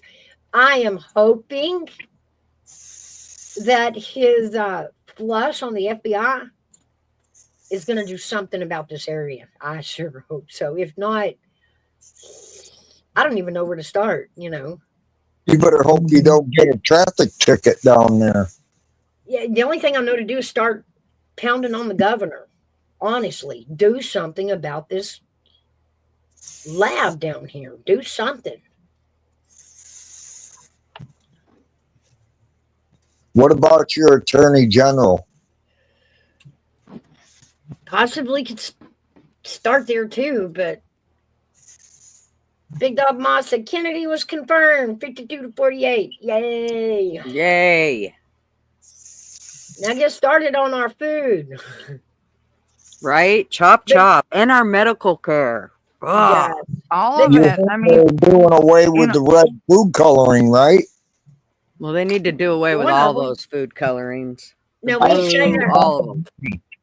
We say that now, but do y'all realize what foods are about to disappear off the shelves forever? I don't care. But I'm they fine have with it. replacements. well, here's the other thing too. Like, look at the price of eggs. It's literally gone through the roof. Okay, that has to do with bird flu. That doesn't have to do with the administration. That is because a lot of birds. That was due to the last administration that forced them to kill those chickens because one guy walked in with whatever it was he had, and so they made him destroy all the chickens. That that was totally a bunch of bullshit, and that was from the last administration. Mm-hmm. The sons of bitches. Yeah. Yeah, and so the eggs isn't because somebody said let's just raise the price of eggs, right? But yeah, it was the killing off of the chickens that has raised the price of eggs, and that's related to the bird flu. Bullshit. Big Dog Mom says hubby said a bit ago that some dumbass was complaining they would have to now feed their kids veggies. Huh? Oh, the horror that your kids might get some vitamins. Eee. Oh my God, heaven forbid. Right? I know. But guys, Resto and I have had this discussion before. We went through, certain snacks that he could purchase over there or that we had here that they didn't have there. And I think some things on that list were Lucky Charms cereal, Fruit Loops cereal. I think me and Oilers have even talked about Fruit Loops. The Fruit Loops that they get in Canada look and taste different than the actual Fruit Loops we're sold here. And the reason because things that are in these cereals aren't even allowed in the food in other countries. That's just scary. So much garbage in our food that we'll allow it here, but other countries will outlaw it. Yeah. Well, a lot of that shit will cause cancer. Uh-huh. So that's why I say, with that understand there may be foods that disappear for a long time off our shelf that we are used to seeing. That with this new movement that that Kennedy is bringing through and fixing our stuff, rightfully so, some of these foods are going to disappear because they're no longer going to fit in what we allow to be put in our food and sold. And so they're either going to have to redo their formula or shut down shop.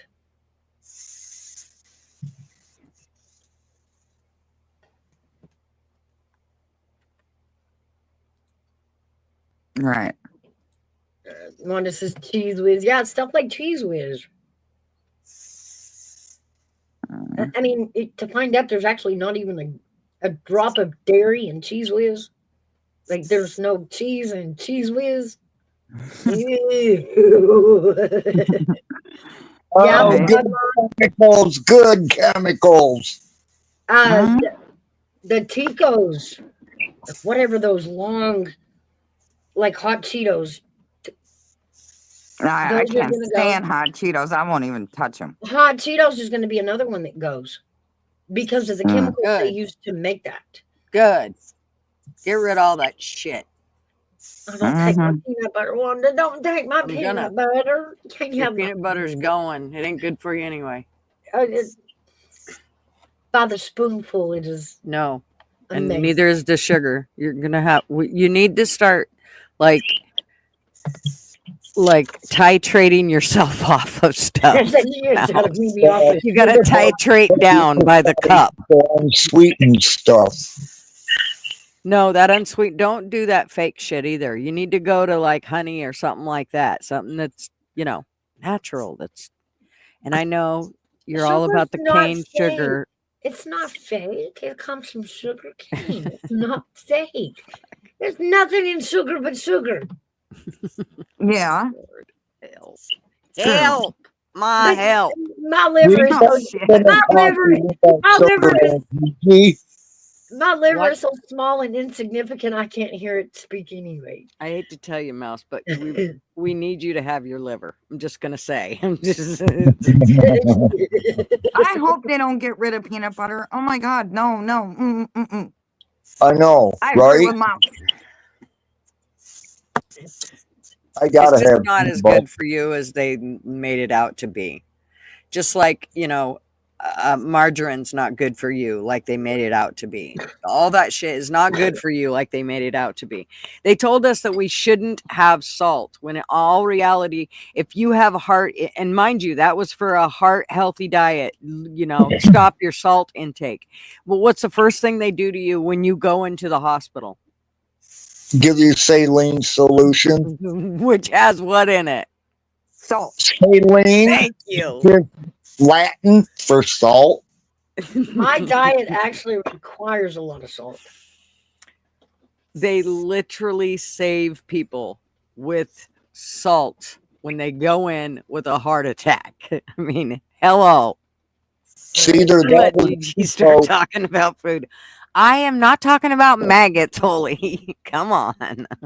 Really, Holy? Jeez. But, yeah, right, Mama. The liver is evil. It must be stopped. I know, big dog mom. Yeah, no. I'm not we could drinking drink a lot near, more if the liver would stay out of the way. I'm not drinking near enough alcohol to kill the liver, so I'm going right at it with sugar. Okay, I don't want to have a 12-year-old liver. Well, it's like I said, we all like a little coffee with our sugar. A little bit of coffee. High in caffeine, but a little bit of coffee. Yeah, true. I mean, I don't know. But honestly, think of how many times we got up in or even fed our kids the same cereals we grew up on, and never thought about it. Honestly, never thought about it. Oh, yeah. And it wasn't until Kennedy come along, and we all started having this conversation, that I even realized that there was foods in America that were illegal in other countries. Illegal. See, and I just found that out today. I did not know that. Just go ahead, go down that rabbit hole. Kat can lead you down a whole rabbit hole that will just make you want to cry and get in a fetal position. Oh God. Mm-hmm. Trust me, I sent her down so many rabbit holes. That's why she never gets on here anymore. Right now, she's probably going down some rabbit hole that I sent her on 2 days ago. I'm not kidding you. That was another one, Big Dog Mama. Even the pasta that other countries make That's is right. made different than the pasta that we eat. And the pasta that we eat is toxic. If you're going to eat pasta, try not to eat it made in the USA. I'm sorry, or China. Go for the ones from Italy. Places, those people that aren't trying to kill their people. Hey, have you guys seen the thing? Who was it? Oh, Nick Shirley did it, and it was on. He went to El Salvador and showed how they do their prisons. Have you seen the? Okay. These guys will I'm telling you what, they are so organized. It's like nothing you've ever seen. Cleanest prisons you'll ever see. Everybody's doing something. They are either studying to be a better person with whatever it is, they're bettering themselves, or they're working. They work 8 hours a day. They get 8 hours of rest. They make their own food. They make all the clothes, uniforms for cops, prisons, schools. I'm telling you what, they have their own farms. They have everything. Wow. They take care of all their own shit. Let- It's like let- nothing you ever seen. Actually, I think maybe that's what I'll do the stream on tomorrow. Okay. Well, let me catch y'all up with what Gigi's talking about. El Salvador came forward and told the United States, all those prisoners that were released as illegal immigrants into your country, man, send them here. In fact, send any of those immigrants back here that you need to, the violent one. We are going to house them in a prison in El Salvador, which is the prison she's describing. And it's amazing. I'm not kidding you. When you guys see this prison, it will blow your mind. I mean, and the thing about it is they even have they're walking through this farm that all these prisoners are at. You don't see tons of guards everywhere. Nobody's doing, they are not being mischievous. It's incredible what they have done with these men. It's just amazing to see how there was a machete laying in the middle of the farm, basically right in the paddock. And nobody was trying to pick up the machete and take anybody out, or it was just laying there. They used it for their job. So nobody's trying to get out. Everybody wants to better themselves, so they don't mind being there trying to better themselves. And every day that they work, they get 2 days taken away from their sentence. So everything it stands for, it makes them want to be better people. It just makes them. And by the time they get out of prison, they have a job. They don't just send them out. They have a job when they leave the prison. So they're set up and ready to go when they leave the prison. They're not just sending them out there to go get in trouble again so they can end up back in prison in 2 months. I can't wait to show it. It's pretty cool. Hopefully I don't get copyrighted, and hopefully I don't go green screen on me, but it's pretty cool. We'll see. Plus, we're doing the new Eve Mux thing tomorrow, so that should be fun. You're gonna like it. It is a lot like StreamYard. The only thing to watch for is you're going to be able to hear everybody from backstage. Now, the crowd can't hear from backstage, but you can. Mhm. So make sure this, you don't get caught up thinking that you've got them on panel and they're not. You know what I mean? Right. Because you can hear them, but the crowd can't until you put them on panel. That's basically the biggest difference. And I do like that. I really do. Mm-hmm. Because now we can have you say something before you come up and you don't have to show your face. We can Right. recognize your voice before we put you on panel. So that helps in that arena. So maybe more people will be amped to come up on panel. Yeah. Some of y'all that don't ever come up on panel might want to come up on panel more, maybe. Yep. I will post the link for tomorrow's coffee club. What time? Go ahead. It's 9 a.m. my time, so I think it's noon your guys' time. Coffee. Okay.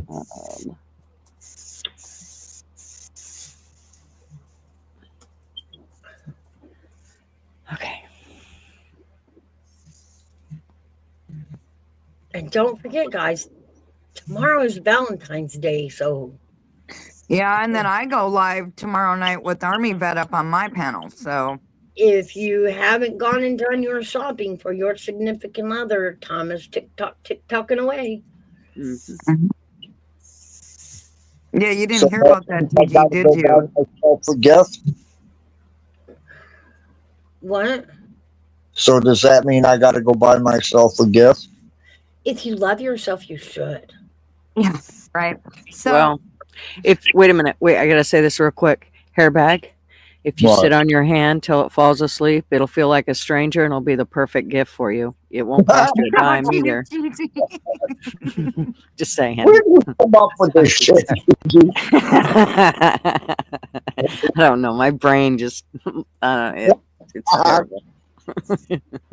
yeah, because tomorrow night I've got Army Vet up on my panel, so that's gonna be fun. Well, that's just it, Wanda. Now you don't even have to, with this new inbox or whatever it's called, you don't have to come up. We can actually hear your voice from backstage. So we can ask you, is this you? And you don't have to show your face anymore. But No. Yeah, I'm still wearing PJs right now. My hair is everywhere. So yep. yeah. Me too. Me That's too.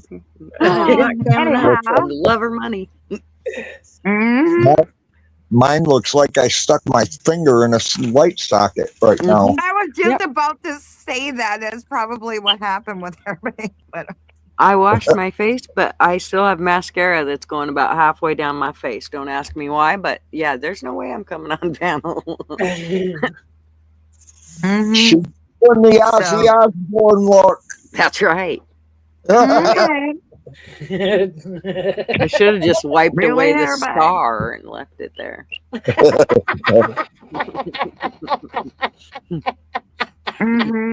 We were talking about that yesterday. What was her name? JoJo's Siwa? Yeah. Like, when she done that stupid video, why did she dress like Kiss? I don't know. And I didn't even see that video, so I don't even know. She dressed like just Kiss don't and she care. called it original. And I'm like, nope, that's Kiss. Like, what are you? Where did that come from? It was. I don't know. She couldn't come up with anything else, or either did anyone else, and they're figured, oh, well, why don't you just do this?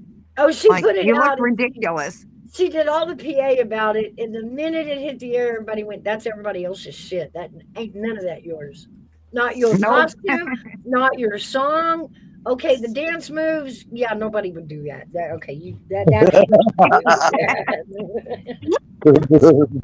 I've heard people talk about it, and I just laugh my ass off. I'm like, yeah, okay, whatever. Well, I find it hilarious because I watched JoJo when she was on Dance Moms, so I know for a fact she's been professional. Yeah, I remember that. Dance. Like, she's had professional dance training, and that's what she got. Yep. That's what she got.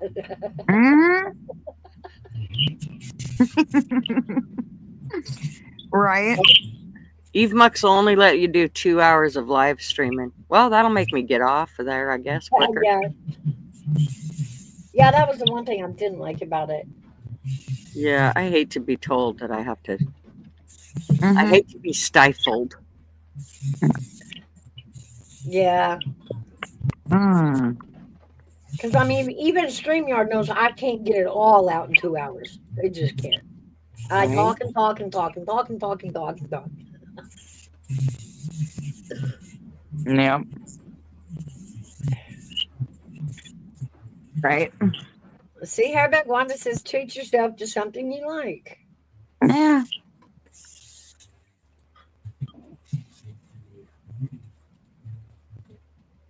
I myself just getting to the end of this trial, seeing this trial wrap up is like a Valentine's Day gift to me. Like, that's Yeah. so great. Yep. Indeed. That's a little sick, Mouse. I'm gonna say. Justice for that baby is sweet to me. Exactly. Justice for that baby. She deserves it. All the kids that are missing, they all deserve justice. They all do.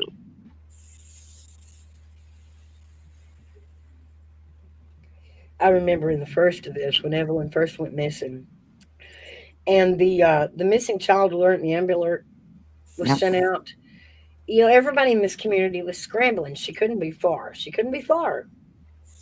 And I remember there was a little girl that showed up at a McDonald's with her mother, and she looked just like Evelyn. And this poor family, the harassment they got, because when you put this in the public, your conspiracy theorists come out, and they want it to be like their conspiracy. And they harassed that poor family long after even, the police department went out to that McDonald's, interviewed the mom and the little girl, proved that it wasn't Evelyn. They still continued to get harassed until the baby was found. And that's 3 months.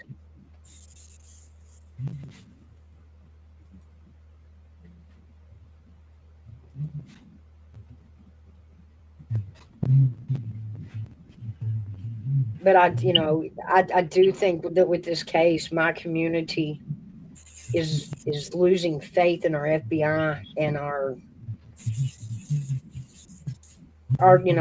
people that are supposed to be solving crimes. It gives me worry. I would have thought they would have already lost faith long before now. I mean, Christ, we've caught them in how many lies and just been deceitful. Even when Trump was in office before, we seen the lies and the deceit and all the bullshit that they were pulling, and it was all the alphabet agencies. And I mean, and that was when he was president. And then when Biden got president, it just got worse. Yeah. I mean, I know people are very frustrated with him. I know the judges feel like they got some kind of right to stop him and all that, but I think they're going to find that there's certain things that, they do have rights to, but certain things they really don't. There's never been a president that's went this far and said, okay, this is the shit that you are done doing. No, I'm making an executive decision right now and we're done. And I think that, the judges are not used to, they had somebody like Joe Biden that would say, well, here's a $500,000. Can you make this go away? And Trump's not doing that. He ain't handing over no money to get it. Yeah, I mean, there is no money in it. You're going to do it or else. And that brings me to the next journey I'm going to take you guys on, actually, in the political realm. Tennessee is about to do something, and we're going to have the rest of the country in it. We have decided that we are going to start changing laws in the justice system as far as bail and bond.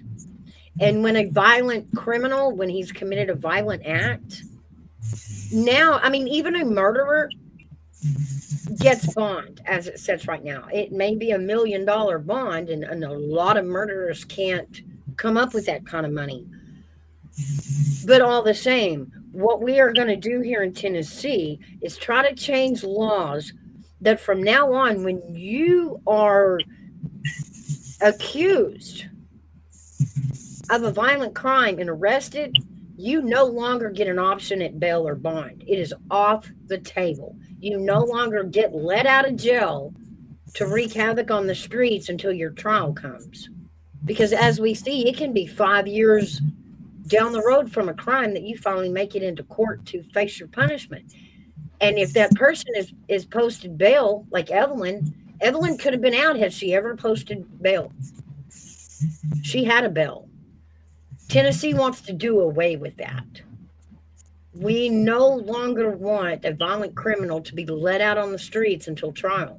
We want them held without bond, without bail. Yeah.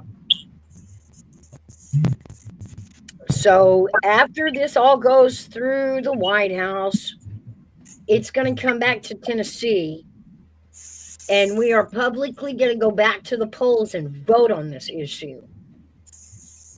So how do you guys feel about that? How do y'all feel about keeping a violent criminal in jail until trial? I think it's a good idea. I don't know why you wouldn't. I mean, the only drawback on it is because at this point you haven't been proven guilty. Right. And this is our worry. What if you are innocent and you have to spend 5 years in jail to be proven innocent? You know what I'm saying? And then that's going to be an issue. That's a good point.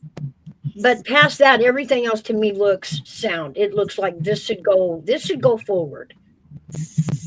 See, this is the kind of shit that I do worry about, though. Again, this is talking about taking our freedoms from us. We're built. That is part of America. That is one of the biggest things, is our freedoms.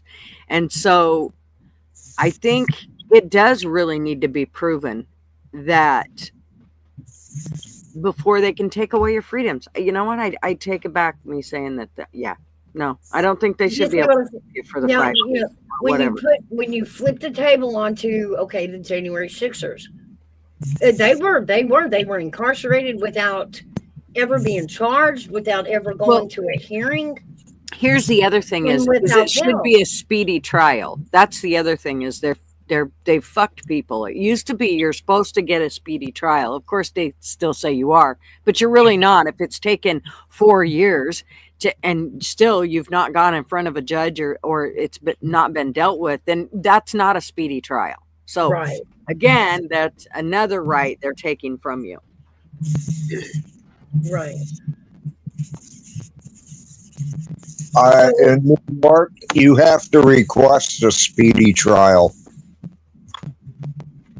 No, I believe it's one of your rights that you are given a, what's it called?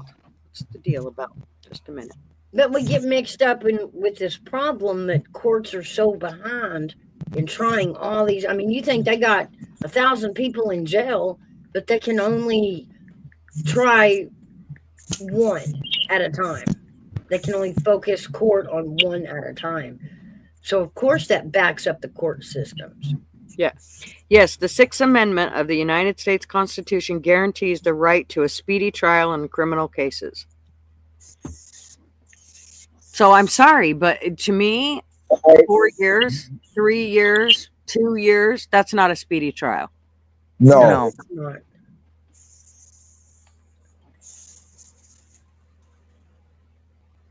But, I mean, it's still at the off chance if a person goes and kills somebody and they don't have all the proof,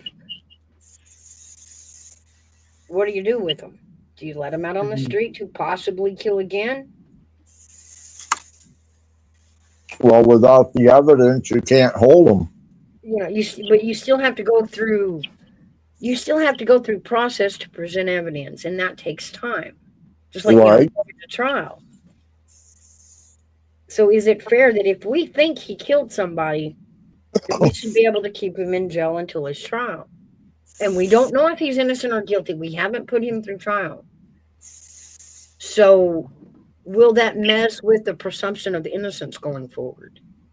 Has he been charged?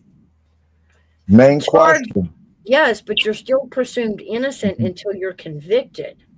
All right, but still, if they've got enough to have him arrested, no, he shouldn't get out.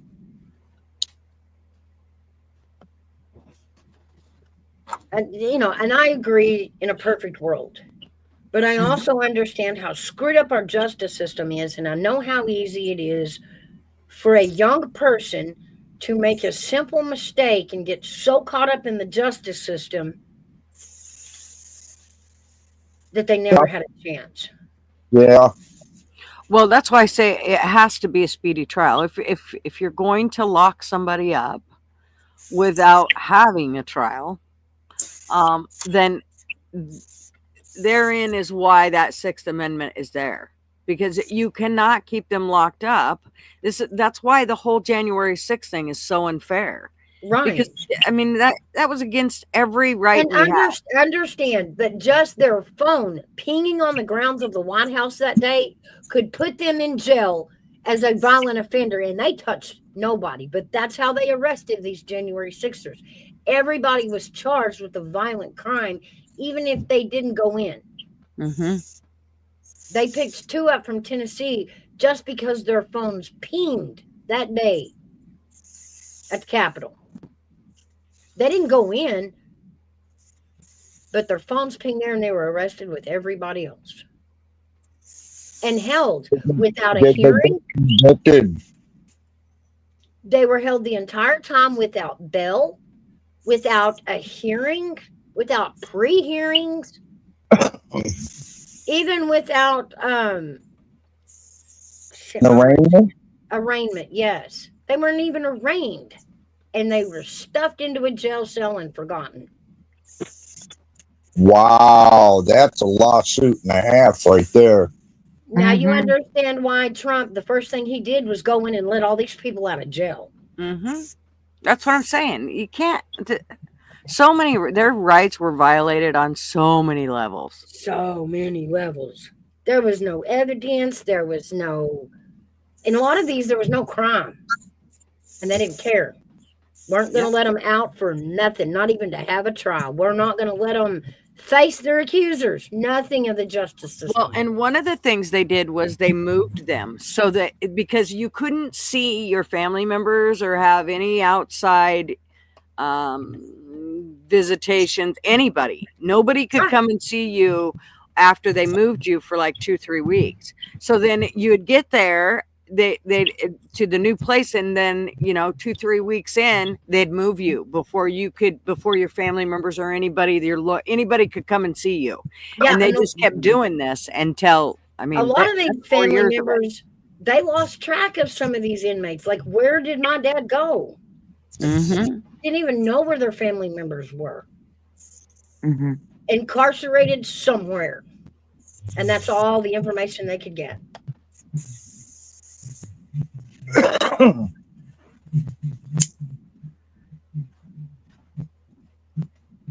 Why can't they hire more judges and have courts going 24 hours a day? I think some places do. Mm-hmm. I think the bigger cities, stuff like that, do. But guys, in these little places where I'm at, where these cases are happening, our grand jury doesn't even convene every day. Our grand jury meets once every 6 weeks. And can you imagine the cases they have to go through every time they convene? Well, you know what I notice is the Commonwealth states, whatever those are. I know you guys got some over there. Those ones, I think their laws are really shitty when it comes to stuff like this. I mean, the way that, like, I've been watching like different murder cases where it's really weird. Like the cops show up and there's a 5-year-old underneath her parents and she's dead, and come to find out it was actually carbon monoxide poisoning. But they went through the whole trial and all that shit. Yeah. Blah, blah, blah. Anyways, I mean, the parents were stupid. They had done meth the night before. I mean, the place was a disaster and all this. I mean, she got like 20. She can get paroled in like 20 years. Her daughter is dead. Mm-hmm. The son damn near died. Wow. And she can be paroled in 20 years. Excuse me, and it's another Commonwealth state. And I think that's bullshit. I mean, I'm sorry, but if you had something to do with the death, no, you're not getting out. Your ass is gonna rot there. At the very least, really, I think you should get the death penalty. But you are, at the very least, you're gonna rot in prison. Yep.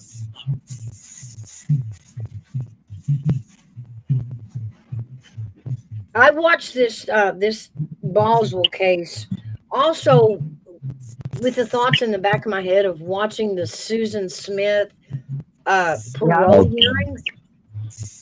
And it was intriguing to me to watch the parole hearings because we remember what Susan did. She put her kids in the car. We all She's do. bodyguard, Yep.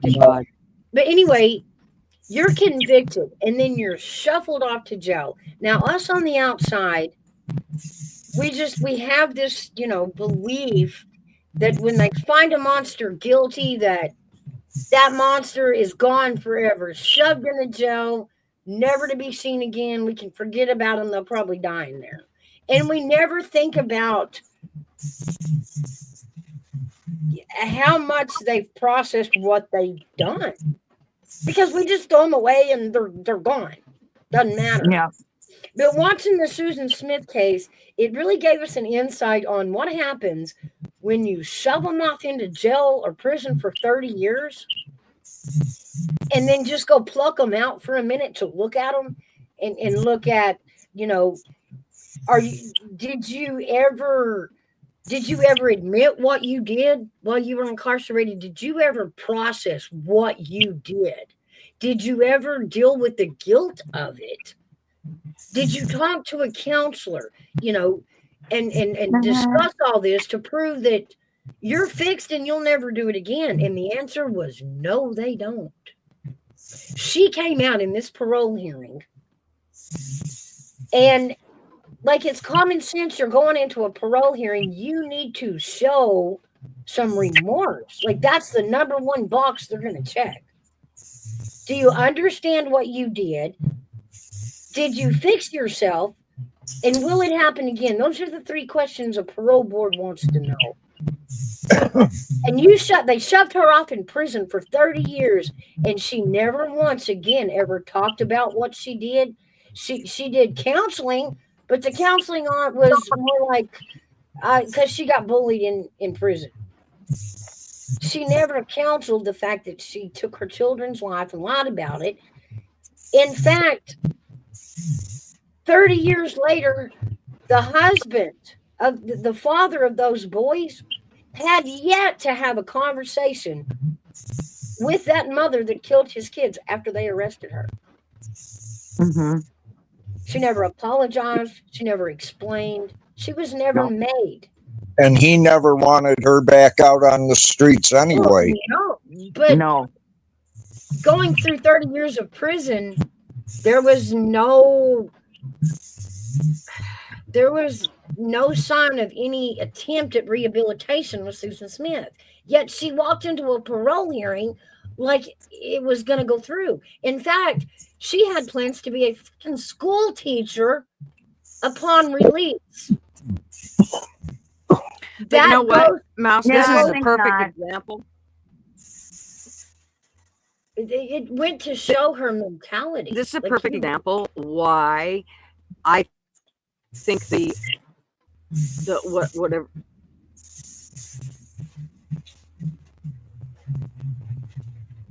I think I'm lagging a bunch. No, it's Hairback. His neighbor is booping, so you're getting a little feedback from Hairback. I'm sorry. It's okay. Here, let me mute. That way you can continue thought. Okay. Oh no, you're fine. You're fine.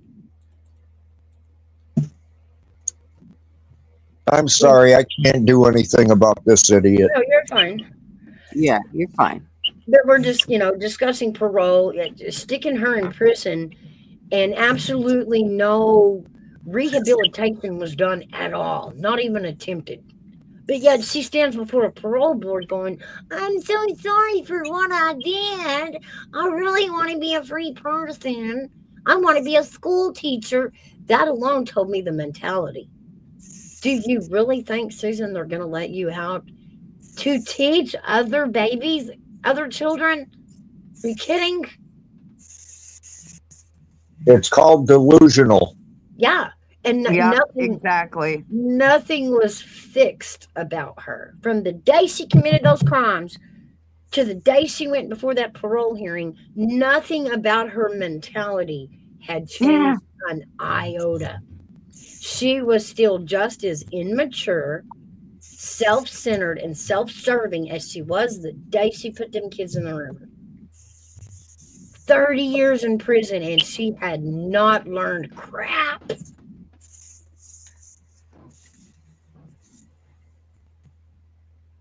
I mean, it was mind-blowing. It was intriguing, but it was mind-blowing. Yeah. They talked about she had been in trouble for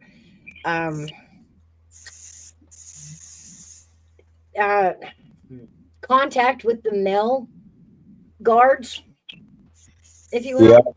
Yeah. She got in a lot of trouble for that. She got in a couple of fights. She never followed the rules. She was proven to be sneaky in jail. And she, and then expect to face a parole board. And check the boxes, I know what I did, I processed what I did, and here's why it's not going to happen again if y'all let me out. So yeah, looking at Megan, it will probably be the same thing. She will probably go into prison, and if she ever even processes what she does and feels remorse, if ever. But it will be up to her herself to ask for the appropriate counseling, and that will be part of parole. They will ask her, did you seek help while you were incarcerated? Did you seek any kind of mental stability? Mm-hmm. And I have a feeling she's going to say no, just like Susan Smith did.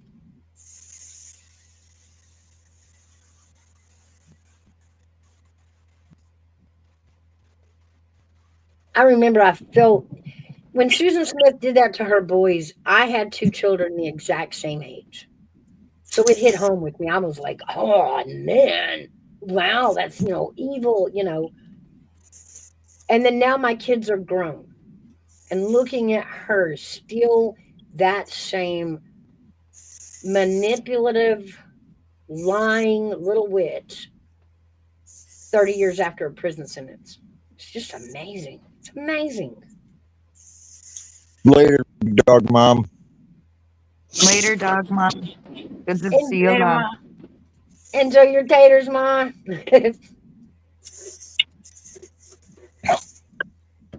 I think Arby got. Do what? I said I think Arby got to her. Potatoes. Oh no, she's really canning potatoes right now. She really is. Oh. Speaking of Arby, where in the hell is he? He came in and I was doing true crime and he was like 2 pieces.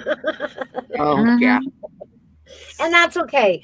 I know that this community is not true crime. I know some of y'all aren't into that. And I'm, sorry I bored a bunch of you out there today, but I am interested in this case and I want to cover it. Well, I just got a notification for Court TV and saying about how their defense is closing arguments. Well, okay, and we already did that. We already did. No shit. That's what I thought too, and I'm going, yeah, okay. We already know that already. According to Channel 10, the jury's still out deliberating sentence.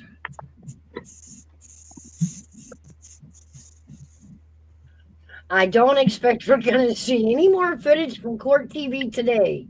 Not I doubt it. Either. I do know they are also at another case.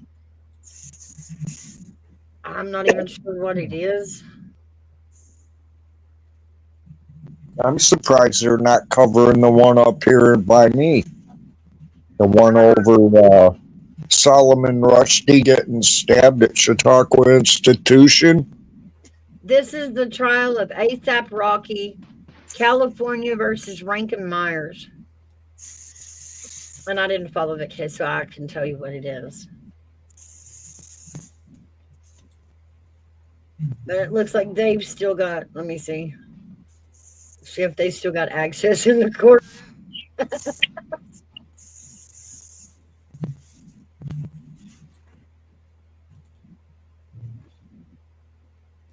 Well, they're still live, but that court is on break. So it's, yeah, in California, it would be lunchtime right now. So they're out on lunch. Poor court TV. Oh, Well, you remember the case of the Orson and trying to think now, Orson and the two little boys that in Cali. Yeah, but I won't. Their bodies were there. Yeah, and their bodies were never found. I refused to acknowledge those names on those boys. No, I know, but at that time, that's what I knew of when it first started. I think the case should have been filed, and I think they should be referred to as the original names that the birth parents gave them. Yep, and here's the other thing too. Well, their bodies were never found. Nope. The adopted parents went to prison. Yeah. I don't remember how long they got for and that, but yeah, their bodies were never found. Poor kids. Yeah, I remember that case was broke because of the other children in the home speaking up. Really?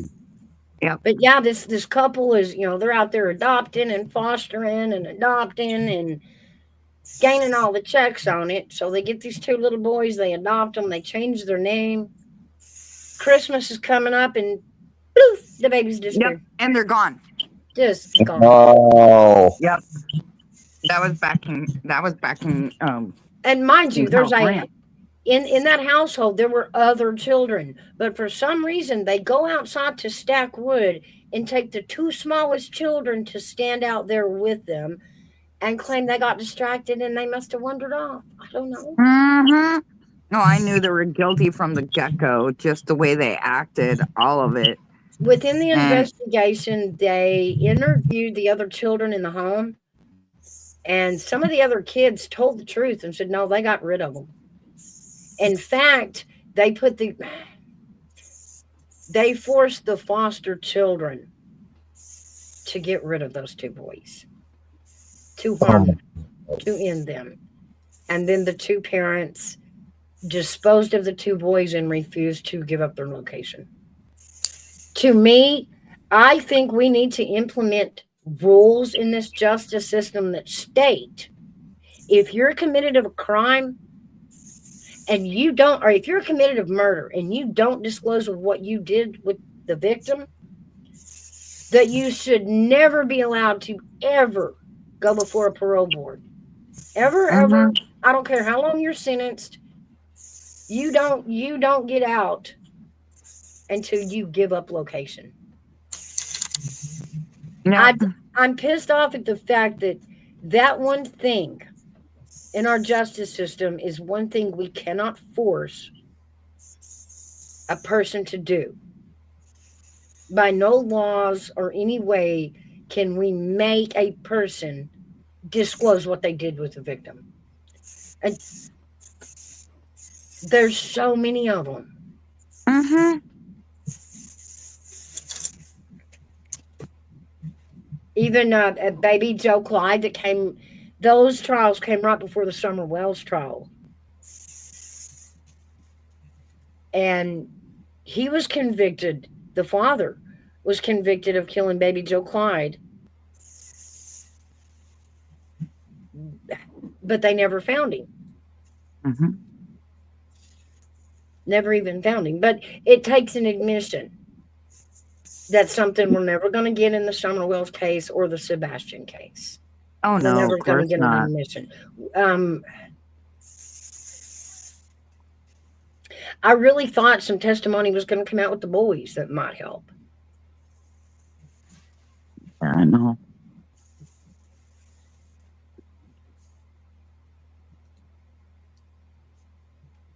The boys knew things.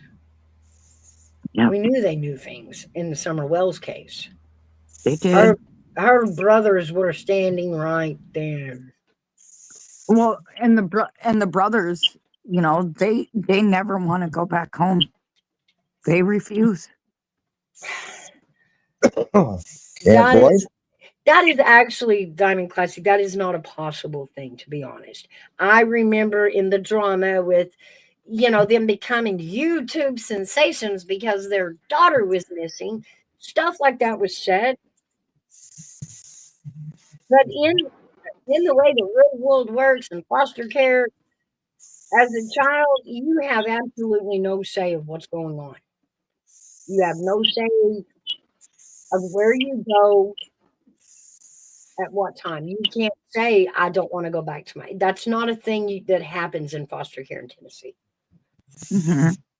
For them to play the game, well, she's not getting her kids back because the boys don't want to come up. No, that's a lie. That's a lie.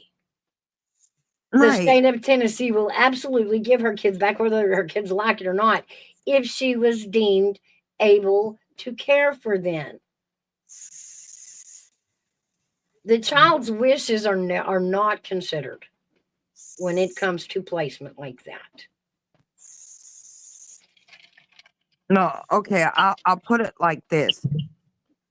You know, I think they don't really want social services, really don't want to give the kids back because she's deemed to be unfit, and the boys would go back to the same situation they were before. Yeah, the story was raised by the mother that, they don't want to come back. Okay, that was a horrible attempt at covering the lie that, yep, you've had your year. Yep, the state is taking your rights to those children. You'll never have custody again, no matter what. And they've lost kids before. They had with other people. The mother has. The father does have two other children, but it wasn't an instant where he was taken to court or DCS took the kids. The mother just took the kids and left, and he just didn't bother being a dad. So they weren't taken. Don's two were not taken from him. He just didn't bother. Why the circumstances of Candace's first two kids aren't in consideration, which just blows my mind. Mm-hmm. How she was allowed to have any more children after her first two is, again, one of those things Tennessee allows. Tennessee is one of those states that if you get a child taken, they'll keep the kid, but if you have another kid, it's like a redo. You have to re-abuse before they're going to take that kid away. Mm-hmm. And that loophole was what allowed the rest of the Wells children to even be in existence. They should have been taken at the moment of birth because of what she put her first two through. And to those of y'all that don't understand, Candace's first two children, I think one was named after the father, so it was Andrew or something like that, William maybe. He was named after the father, and the other one was a girl named after Candace. Candace, with a baseball bat, beat the little boy almost to death. He will never fully function again. Mm-hmm. And she was still allowed to continue to have children. But you don't hear too much about them anymore. I know that in Texas, if the state takes your kids and you don't get them back, every time you get pregnant, there will be a CPS worker standing at your delivery in your delivery room waiting for delivery to take custody of that baby. You'll never be allowed to keep custody of another one. But in Tennessee, that's not a thing. You get another chance if you have another baby. How wild is that? Well, you don't see too much of Don and Candace talking anymore or saying anything anymore. And you won't. No. Why should they? They told too many lies they cannot get themselves out of. They don't even care that the world knows they lied, y'all. They are full aware that the world knows they're lying. We know they're lying. They know they're lying. But that did not stop them from becoming YouTube sensations and cashing in. Yeah. You know, the well ran dry because people it took them years to figure out, they're lying. You don't say, but y'all still going to cash app them, super chat them, show up every time they pop up live. Cool. Yeah. Amazing. I don't know.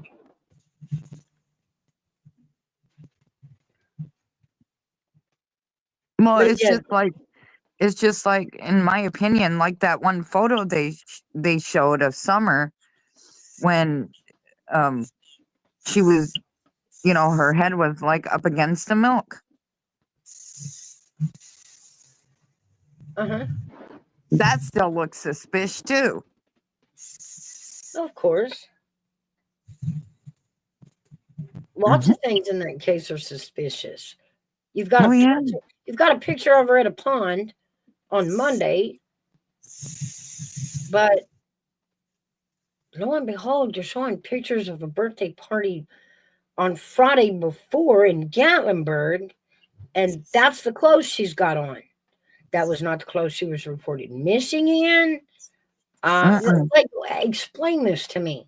Explain to me why Monday, Friday, Saturday, Sunday, Monday, she's still in the exact same clothes she was wearing Friday, but that's not the description y'all give of her clothing when she goes missing. Interesting. That lies. And as long as you lie, you ain't telling the truth. No. This is what, this is what the world has learned. Yeah. And then when you've got professionals like we do here up in East Tennessee that are handling these cases and evidence, and it turns out just like we watched it turn out in Megan Boswell's trial. Jeez. Then more parents start catching on. More people start catching on. So that's the game. It's crazy. It's got to. I mean, it's got to change. But there's no cases getting solved up here. And if they are, you just seen they're fantastically being found guilty. I don't know how, but okay. I mean, I know she's guilty. Don't get me wrong. My gut screams she's guilty. But as far as a court of, a court of law, the evidence didn't satisfy squat. Yeah. We tried this whole case just now on assumptions.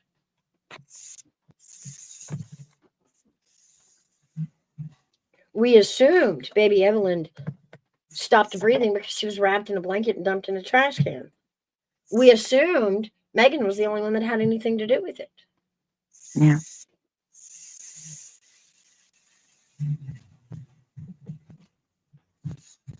I'm still not convinced. I still think it was either the boyfriend or the father. Well, we introduced into trial some things like, oh, by the way, there was a sexual assault occur and then a pregnancy. And we're not going to talk about that. That's not like...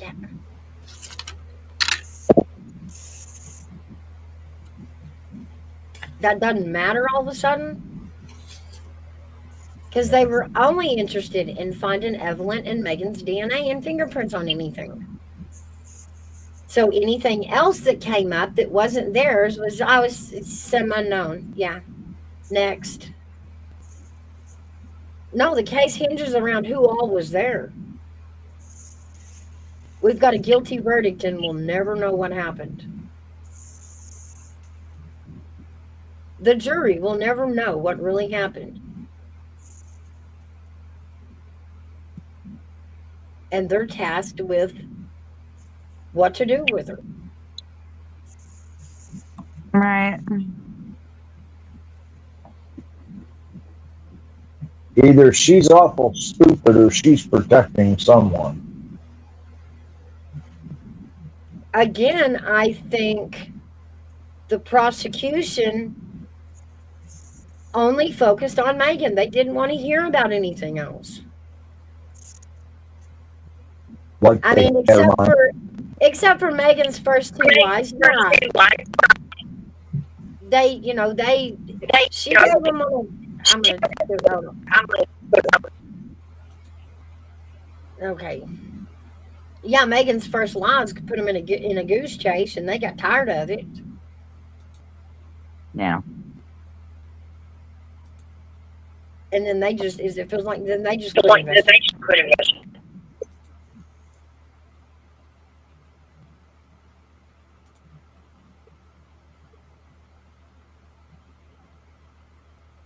But I mean, in all,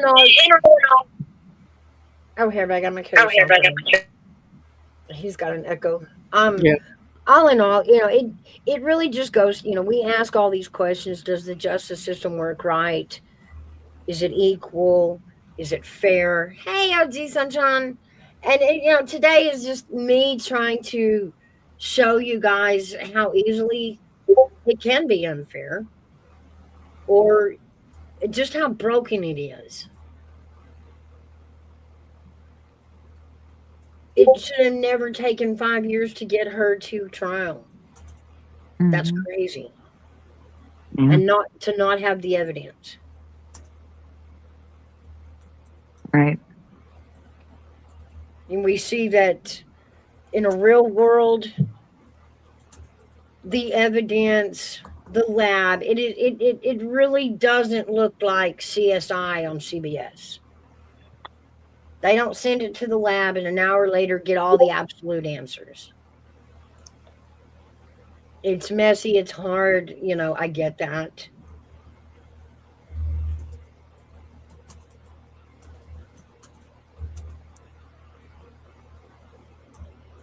But it still needs a lot of work.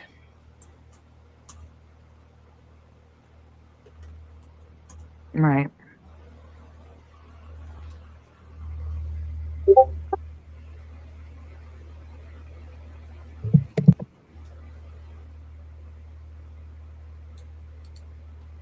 Hold on.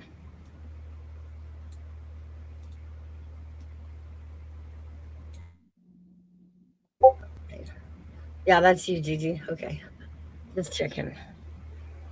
What, my Discord noise? And maybe that's what it was. Ba-doom, ba-doom. Where is that? Yep. Yeah, I'll mute it. Discord. I Drives can me tell. nuts.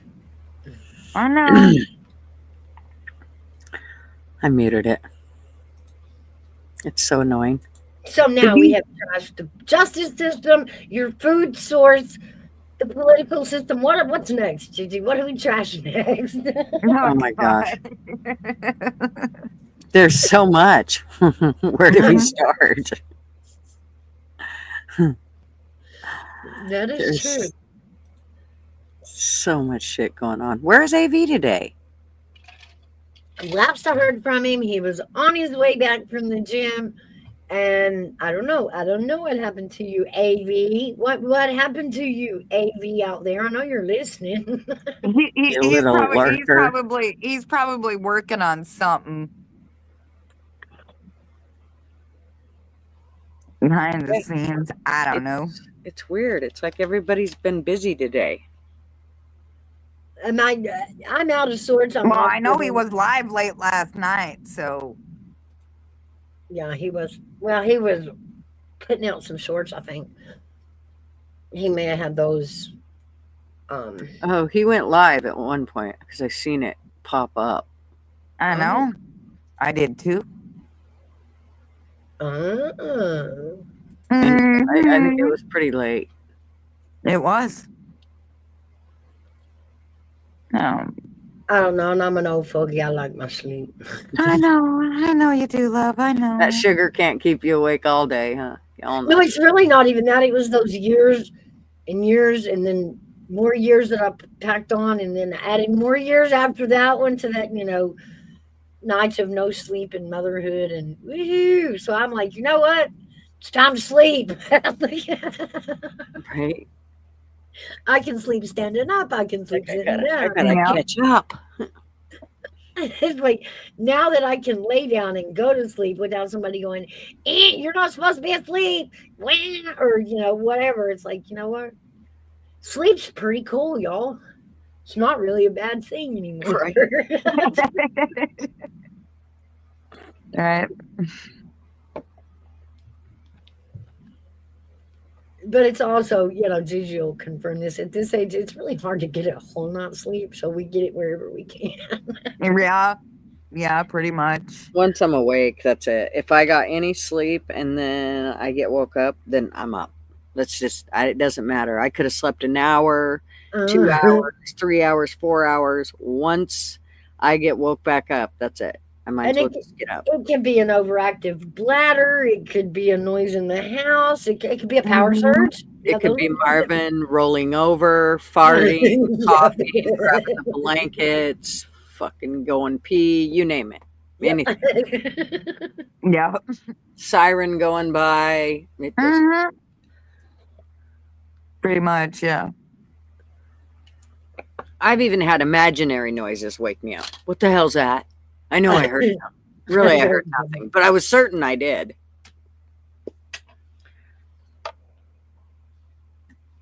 Mine is always, that's funny. Mine is always the sound of a BB gun kicking. I think it'll wake me up. And I'm like, what is that? And it was nothing. It was in my head. PTSD. No, that's from those kids. That's from them boys, man. I'm telling you. What are little fuckers shooting now? Exactly what that is. I know what that is. What are they doing? Well, I think, that one goes back into childhood. My brother had a BB gun. I'm like, Oh, my kids had BB guns. We had more than one BB hole and windows. Did the boys do what the boys did in my world and do the whole? It was a masculine flex. I'll shot my toe. They would shoot their toes with the BB gun just to prove how tough they were. No, in fact, if we caught our kids doing anything like that, like they lost them and never got them back. So they knew if they did anything like that, it was like there was no questions asked. That was something from our childhood. Like I would not allow my kids to do that. And they right? never, Yeah. But Back in the day, our friends would have done it. The brothers, and their hangouts, the stupid shit they did. Well, this probably also stems back from my stepdad, who actually did shoot his toe off, and it was not with a BB gun. It was with a rifle, his hunting rifle that he'd been cleaning.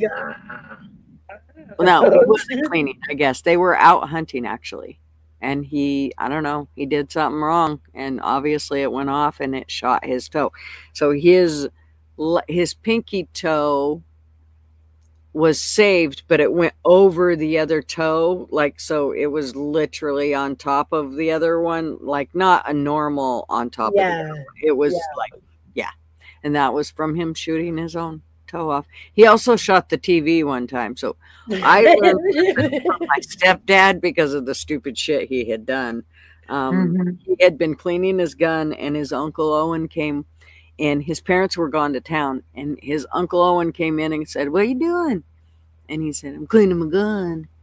And the TV was on, and my stepdad said, "I bet I can shoot that guy's cowboy hat off." Well, he hadn't started cleaning that gun yet. He had cleaned another one, and he was now onto this one, and he narrowed down on it and fucking hit the trigger, dumbest shit ever, and shot a hole right through that TV. So he put a cover over it, and when his parents got home, they're like, "Why is the TV covered up?" Of course, Uncle Owen wasn't saying nothing. He was just sitting in the fucking reclining chair, smiling like a Cheshire cat. And anyways, they lifted the cover off the TV and realized that he had shot a hole in it. So they took the TV that he had actually gotten a TV put in his room, and they took the TV out of his room and put it out in the living room, and he didn't have a TV no more. He also didn't get a clean the guns without supervision anymore either. Hey, Kim, good to see you, love. Hey, Kim. Like real supervision, not Uncle Owen's supervision, who just goes, "Let's see what happens." That wasn't even a vocabulary word in the 80s. Like, what was supervision in the 80s? Right.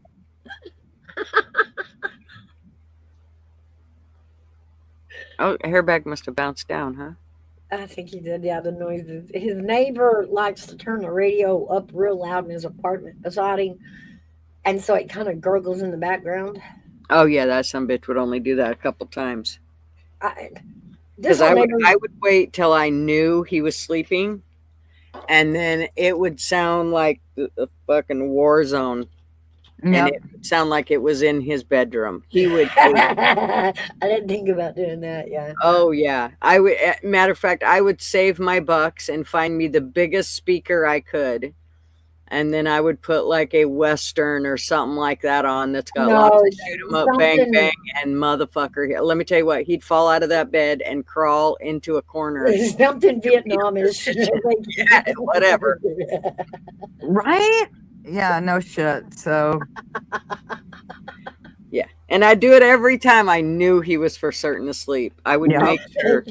I no, yeah, and it would never stop. It would never stop. Like forever, it would go on until the landlord came and kicked me out.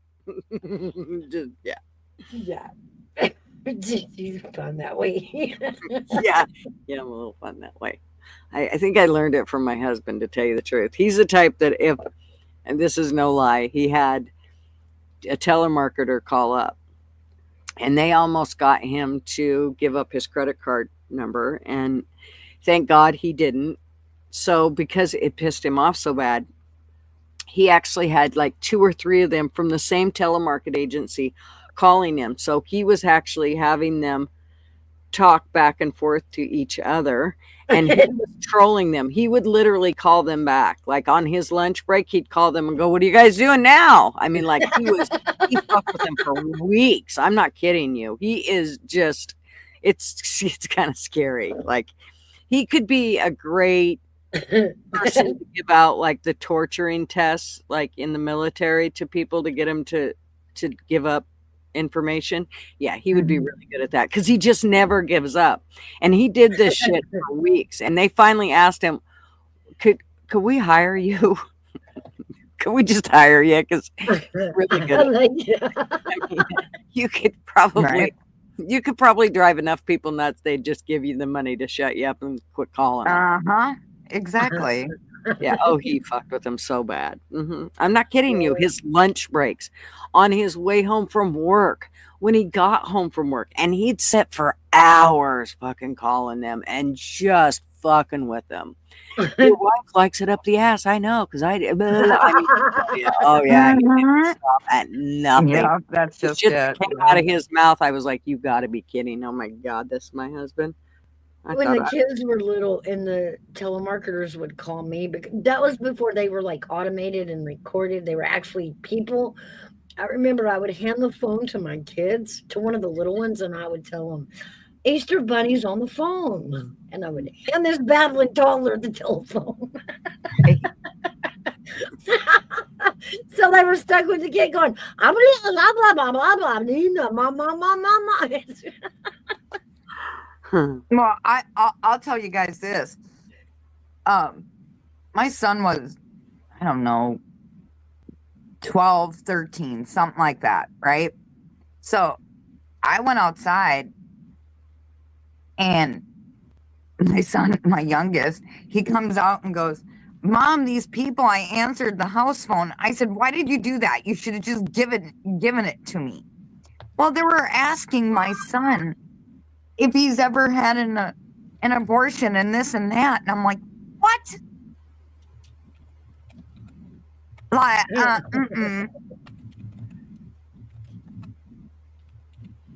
That's nuts. Yeah, I was pissed. I was waiting for them people to call back because it was an unknown, unlisted number, so you couldn't see what it was, you know. And I'm going, I wish you'd call back because you ain't gonna like what I have to say.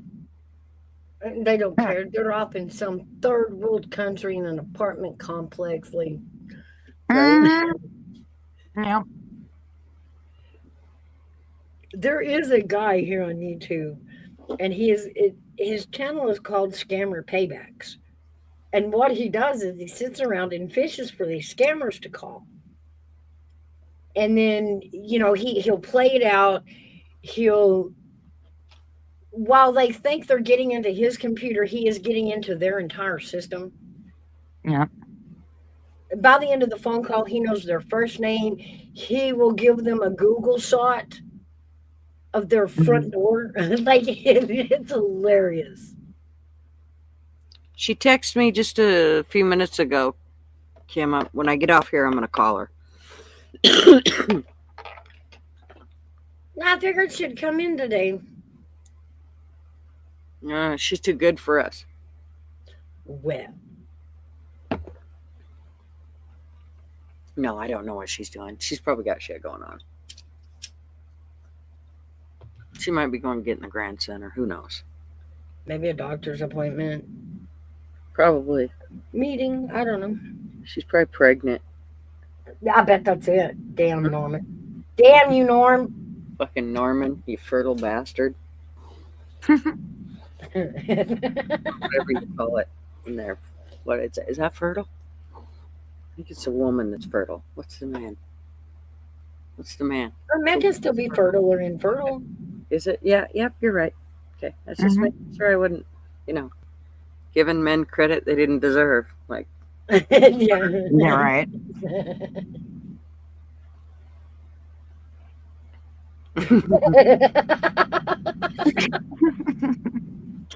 Right. All right. Well, I suppose. Are you at work today, Kim, or are you at home? They actually got schools canceled here today. Yeah. Oh, yeah? Schools are canceled. Shit. They canceled the work, schools, everything. I told my daughter, said, see, that's what it sucks being when you work from home. It doesn't matter if it snows, you still got to work. Yep.